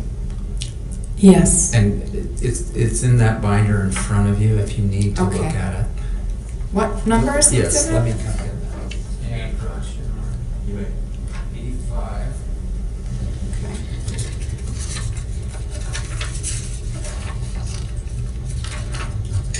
I see, thank you. All right, it's kind of hard to see. I can see it. The tab between the four of you for 4 kids, couple days, nearly $9,000, eh? That's what they charge. I think again there's this assertion that because you were paying Eric Christensen, you expected him to lie for you. Do Please characterize as questioning, insinuations, or evidence. Overruled, the jury will recall the evidence, or the questioning and the answers before. all right. Does that mean I don't? You can. Ah, so Did you expect Eric Christensen to lie for you? absolutely not. But he was on your payroll, wasn't he? But this is what Deer Valley charges, so anytime you go and you ask for a private instructor, that's the fee, unfortunately. Okay, and we'll let Eric talk about this on Monday. Okay, Those are all of my questions. Thank you. thank you. Thank you. Ms. Van Orman? I will be quick, and I promise that actually will stay the case. If I can find my glasses. All right. Just to follow up on a couple things you were just asked about. You were shown the text message, I think that's on that board there. Yes, And counsel had asked you, that text message was made before there were any lawsuits going on, right? it was. Okay, so are you aware that Mr. Ramon reported to the ski patrol that you hit Terry in the back about 10 minutes after the crash? I don't understand the question. That's not in evidence. Are you aware that Mr. Ramon, about 10 minutes after the accident, reported to ski patrol that you struck Mr. Sanderson in the back? I don't think so. Okay, if that report was made, 10 minutes after the crash, that was long before a lawsuit was even contemplated as well, isn't it? Yes. Okay. You mentioned about keeping a low profile. You like to keep a low profile When skiing. when you're skiing. Correct. Does screaming at the top of your lungs profanities at Mr. Sanderson when he's on the ground keeping a low profile? After an incident like that where you feel hurt and violated, unfortunately, adrenaline can take over and emotion as well. Okay. And counsel had asked you about touching you without your permission. I just want to make clear, as we didn't do the little dance. Thank you. Yeah, the little dance. But when I tried to reenact it with myself, which is, I'm sure I'll get crap for that later from my children, it was the front of his body that you believe touched you, right? Yes. Not his arms, not his hands. Correct. Okay. And when you guys fell to the ground, you landed on him. He did not land on you. That's right. Okay. All right. You screamed when you fell? What I remember, the first time I remember yelling was at Mr. Sanderson after the accident, but it's possible that I could have yelled when we were falling. Okay. And then you've described and you've kind of put with your fingers how Mr. Sanderson's skis went in between yours. Do you have any explanation how somebody, if you're moving, because you were moving, right? Yes. He's moving. Yep. How somebody could, I'm just going to call it thread the needle, stick. How can somebody, as they're moving down this hill, have the ability to put their skis in between yours when they're like 18 inches apart? I don't know, but that's what happened. Okay.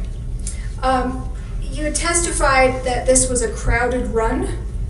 There were people on the run. Okay, but you've just said when I asked you questions earlier, nobody was in front of you. Nobody was directly in front of me, no. Okay. Were there people in your vision in front of you? There were people on the run. Okay. It was crowded.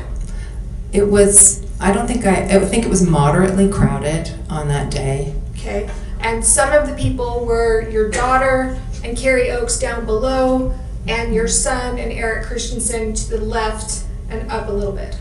I believe so. Okay. And you've mentioned that Mr. Christensen was kind and patient with your son. He was. Okay. Very much so. All right. You did pay him a lot and tip him well. I paid Deer Valley Resort. I don't know what the resort pays their instructors, so that would be a question for them. Do you tip Mr. Christensen well? I hope so. Okay. Me too. But I would hope also if you're going to use this, you'd had him as an instructor before, right? Yes. Okay, you would expect him to be kind and patient with your son. Well, he was kind and patient the first time, which is why we asked to have him again. Okay, great. You said that you stuck around, but while you stuck around, you never asked Mr. Sanderson if he was okay. Correct, because he had hit me and I was very upset. All right. You still didn't think it would be appropriate to ask somebody if they're all right? Mr. Christensen asked if he was okay, and he said he was. Meaning Mr. Sanderson. I think you said that he mumbled it. He said, I'm okay.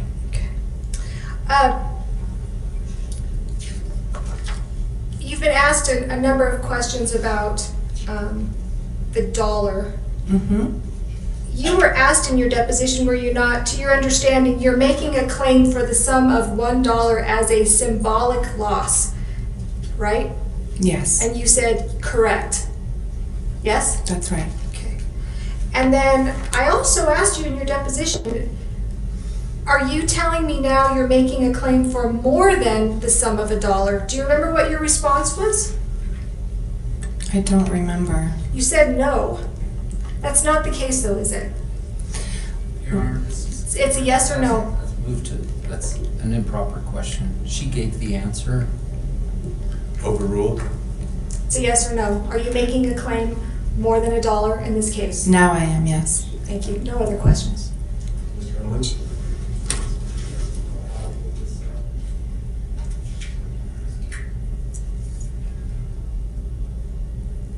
Actually, sorry, before that, one more. What's changed between now and when I took your deposition in 2020? What do you mean? Well, in 2020, you said, no, I'm not. Now you said, now you are. What's changed? Well, you're making so for me, as I said, there's a delineation between the $1 that I would receive and the lawyer's fees being reimbursed, which is not to me.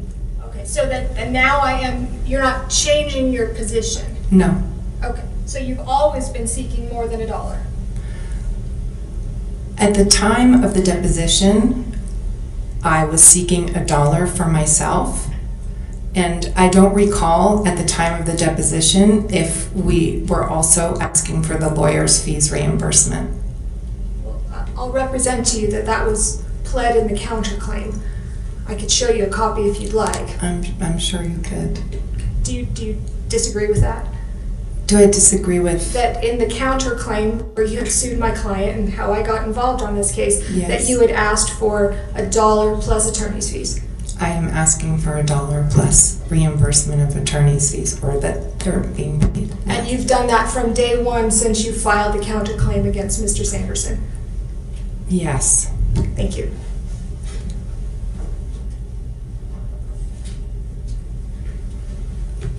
We're going to pull up P3, which I think has been admitted. It's the Deer Valley report by Eric Christensen. And for Gwyneth, do you know what the detail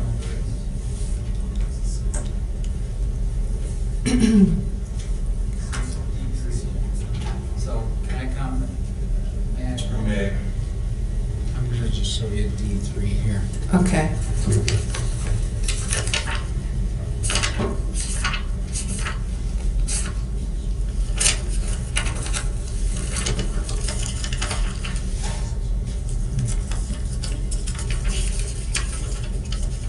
It's not the same. Do you know what our Deer Valley position is? I'll tell you what, would you come down?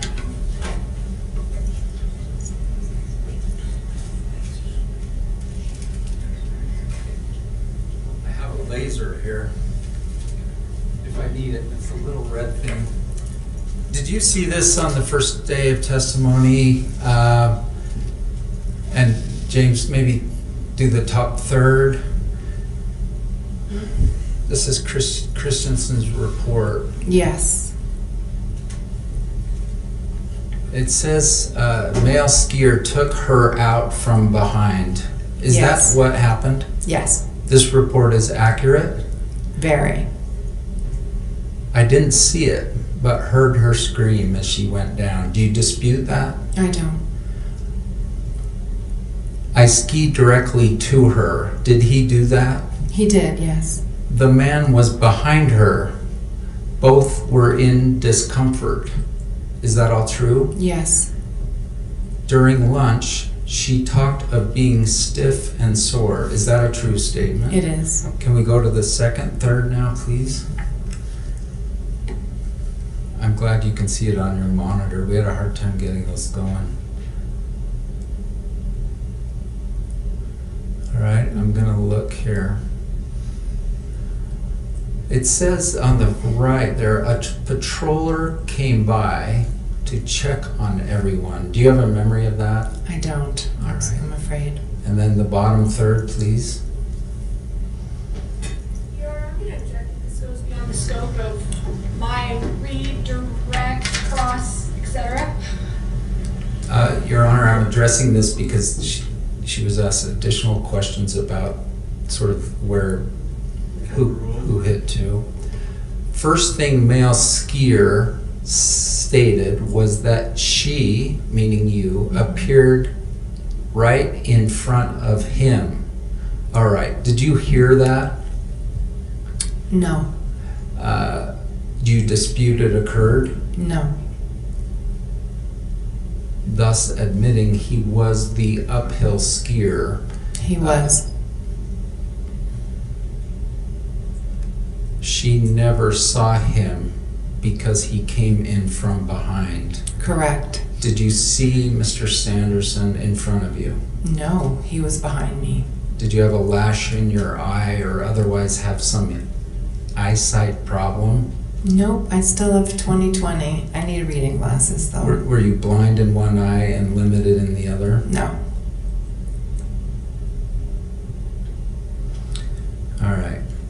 think there's a reference here that given your height and Mr. Sanderson less height, being less tall, that somehow you couldn't have felt him against your back. Can you just comment on that? Well, he was uphill of me, so he was higher than me, and he pressed whatever of his body against my back when his skis slid between mine. Were you standing still when the skis came between you? No, I was gently skiing, and he kind of gently skied right into me. Does that mean Mr. Sanderson was going faster than you were going? No, it wasn't an impact. Okay, well... Until we hit the ground. To come up upon you... Yes. I guess he had to have been skiing a little faster than you. Fair? I don't know, because he was behind me, so I don't know what he was doing. All right. Ramon said that Sanderson had his head downhill, spread eagle, out cold. Did you observe that? No. Was his head downhill? Your Honor, objection goes beyond the scope. I think you're going beyond the scope. Your Honor, she asked about, I'll move on, but she was asking about where people were. She did ask for people landed in her redirect or recross, so you can go into that. Thanks. So you heard Ramon say spread eagle, head down, right? I did. Out cold. Yeah. Do you think you would have noticed if he had been spread eagle? First, just comment on that. Yes or no?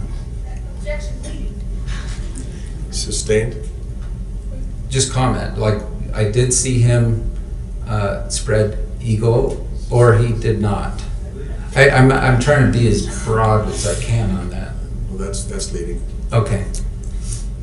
It's on Friday. It is? That is true. Was your head, when you came to arrest, downhill?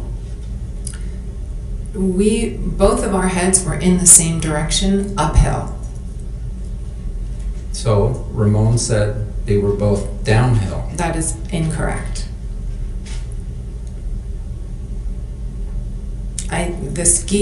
The expert today even said it was impossible for him to get lift off, and so that's just not what happened. The comment was that you cursed at him. Why didn't you say, pardon me, sir, I think you inadvertently ran into me? Why didn't you do that in a nice, calm manner? Again, I felt violated. I was upset. I was worried about my knee. My back hurt. It felt violating to have somebody press their body against my back. I was full of adrenaline. I was really upset, and I'm sorry that I cursed. I think Ramon said something like someone gave him the stink eye. Your Coldplay buddy, he wasn't your Coldplay buddy, but gave him the stink eye or something to that effect. I don't remember that. A mean look. I don't know who that would have been, and I don't remember. Brad probably wasn't too happy that someone had hurt his girlfriend. Is that? Objection beyond the scope. I'll let it go. Who hit who? Objection has to be Oh my answered. gosh. I want it. What a waste of time. Sustained. 3 words, Your Honor. Asked and answered. We'll let it go. Thank you. Thank you. Cross. It's 5 o'clock. We're done. Thank you. Thank you. Members of the jury, let me just give you the same instruction that I have given you a few times. So we're recessing now until 9 a.m. on Monday morning. And so you'll be on your own over the weekend. Before we recess, I need to remind you of the following instruction. Please do not discuss this case with anyone, including other jurors. Please do not attempt to learn anything about the case outside of the courtroom, including from other jurors. Please avoid radio, TV, internet, and newspaper reports on this case. Please keep an open mind throughout the presentation of the evidence, and please do not form or express an opinion on this case until such time as it is finally submitted to you for deliberations. And the final instruction is have a great weekend.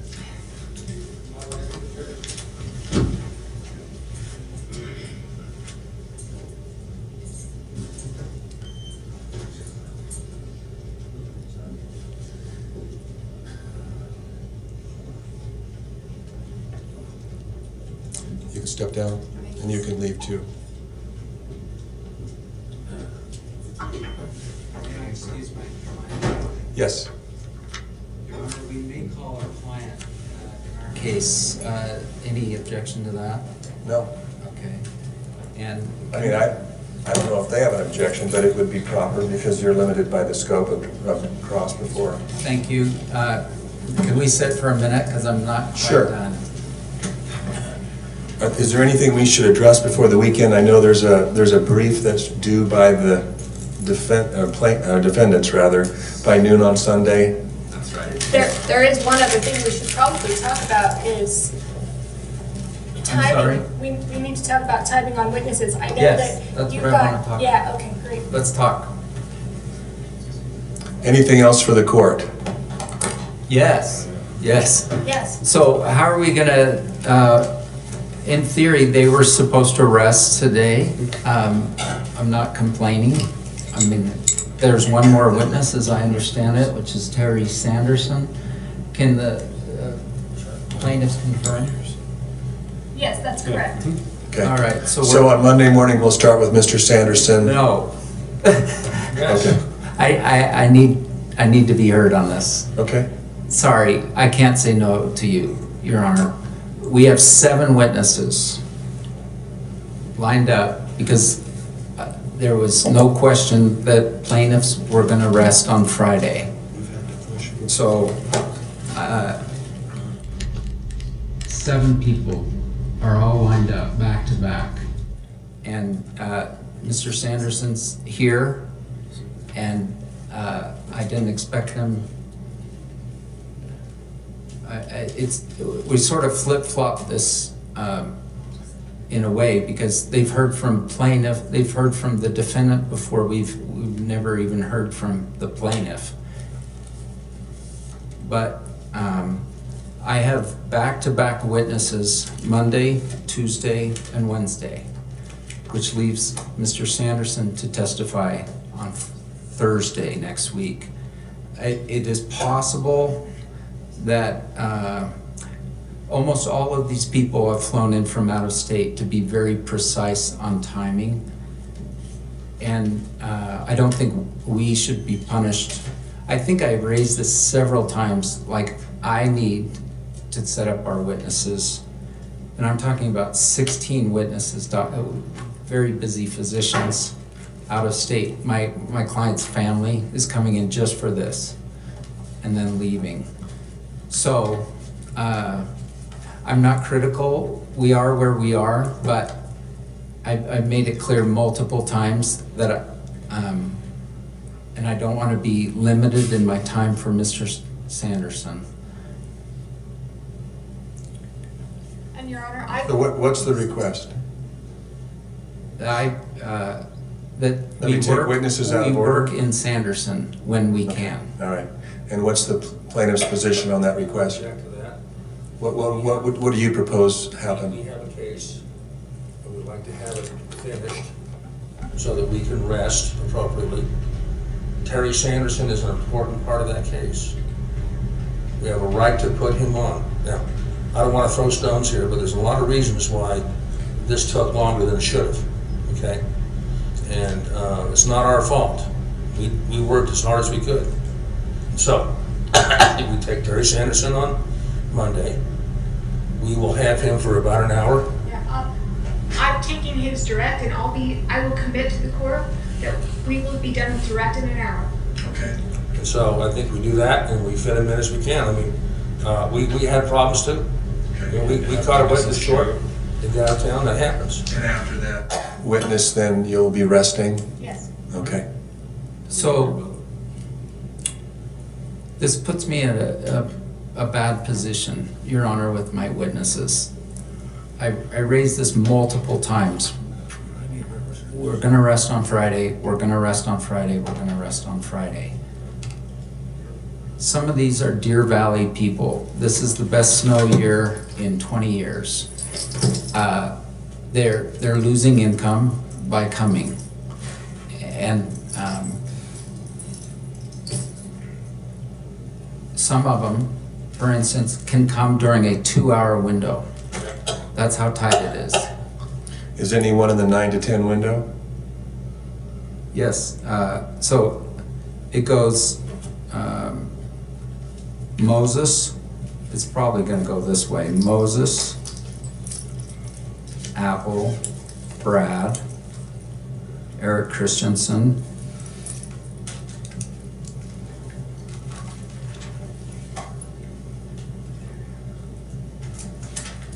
Whitney Smith, Steve Graff. Right now, we're not calling Carrie Oakes, and she's not under subpoena.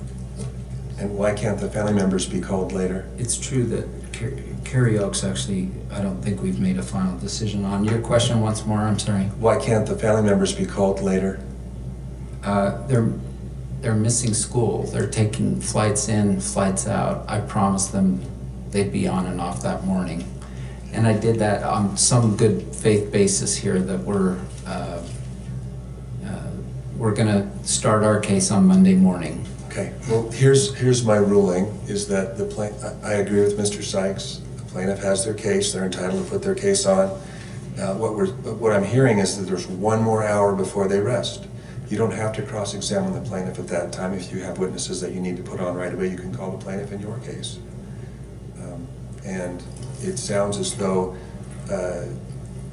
well, you'll have to make some adjustments for that 1 hour. I think it's a reasonable way to look at it. Sure. I mean, I've ruled, do you? It's something related to what Mr. Owens just said. It was our understanding Carrie Oakes was subpoenaed by the defendant. Yeah, we were counting on that. She's a very key witness, and we understand she's subpoenaed for this trial. We are counting on her being called during the application. Called when? Oh, okay.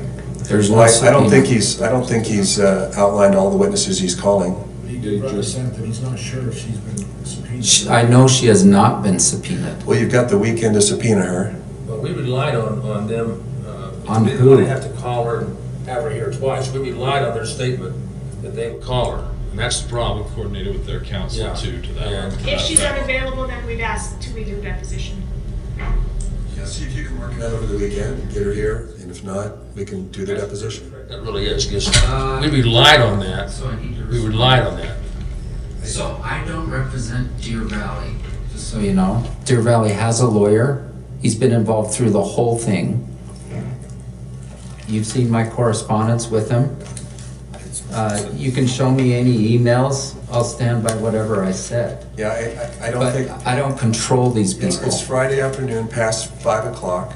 I only want to hear what I absolutely have to hear so that I can prepare for Monday morning. Can I just say one last thing? The defense told us Carrie Oakes was in the case. What you guys heard on right over my head. Hear about it formally, rather than, I guess, just comments flowing back and forth, lawyer to lawyer. I'd like to hear about it. I'd like you to lay out what is the issue, what do you want me to decide, and what are the facts that support that. Very request, we'll do that. Okay. I want to put one thing on the record. We have provided to plaintiffs highlighted testimony of Jenny Sanderson, who's our witness on Tuesday, March 28th. So have you provided the plaintiffs with your expected witness list for Monday? I just outlined it. Have you got everything you need over here for Monday? What was that list one more time then? Okay. So the order might need to be jostled. And then the other thing is that the parties are going to get together about redacting any personal information on the exhibits. And what I'd like to do, Judge, is have both sides, so we don't have to admit everything and take extra time. Let's just do one motion to admit all the exhibits, both sides. Well, fair enough? If referenced. Unless there's an objection, obviously. If they've been referenced in the trial, not if they haven't been. You guys work that out, and we'll Yep. address it maybe at 8:30 on Monday morning. Actually, I think I have a hearing at 8:30 on Monday morning. I do have a hearing at 8:30 on Monday morning. So it'll have to be at 8 o'clock if there's anything that the court needs to address. Okay? Your Honor, do you plan to address that motion that we're going to send you some briefing on? Do I need to before we start on Monday, or could it be done after hours on Monday? I'd say Oh, after. Yeah, I that's don't not think one you of the need to. witnesses. That's correct. All right, we'll look at doing it after hours then. All right, have a great weekend, thank you. Thank you. Thank you, Your Honor.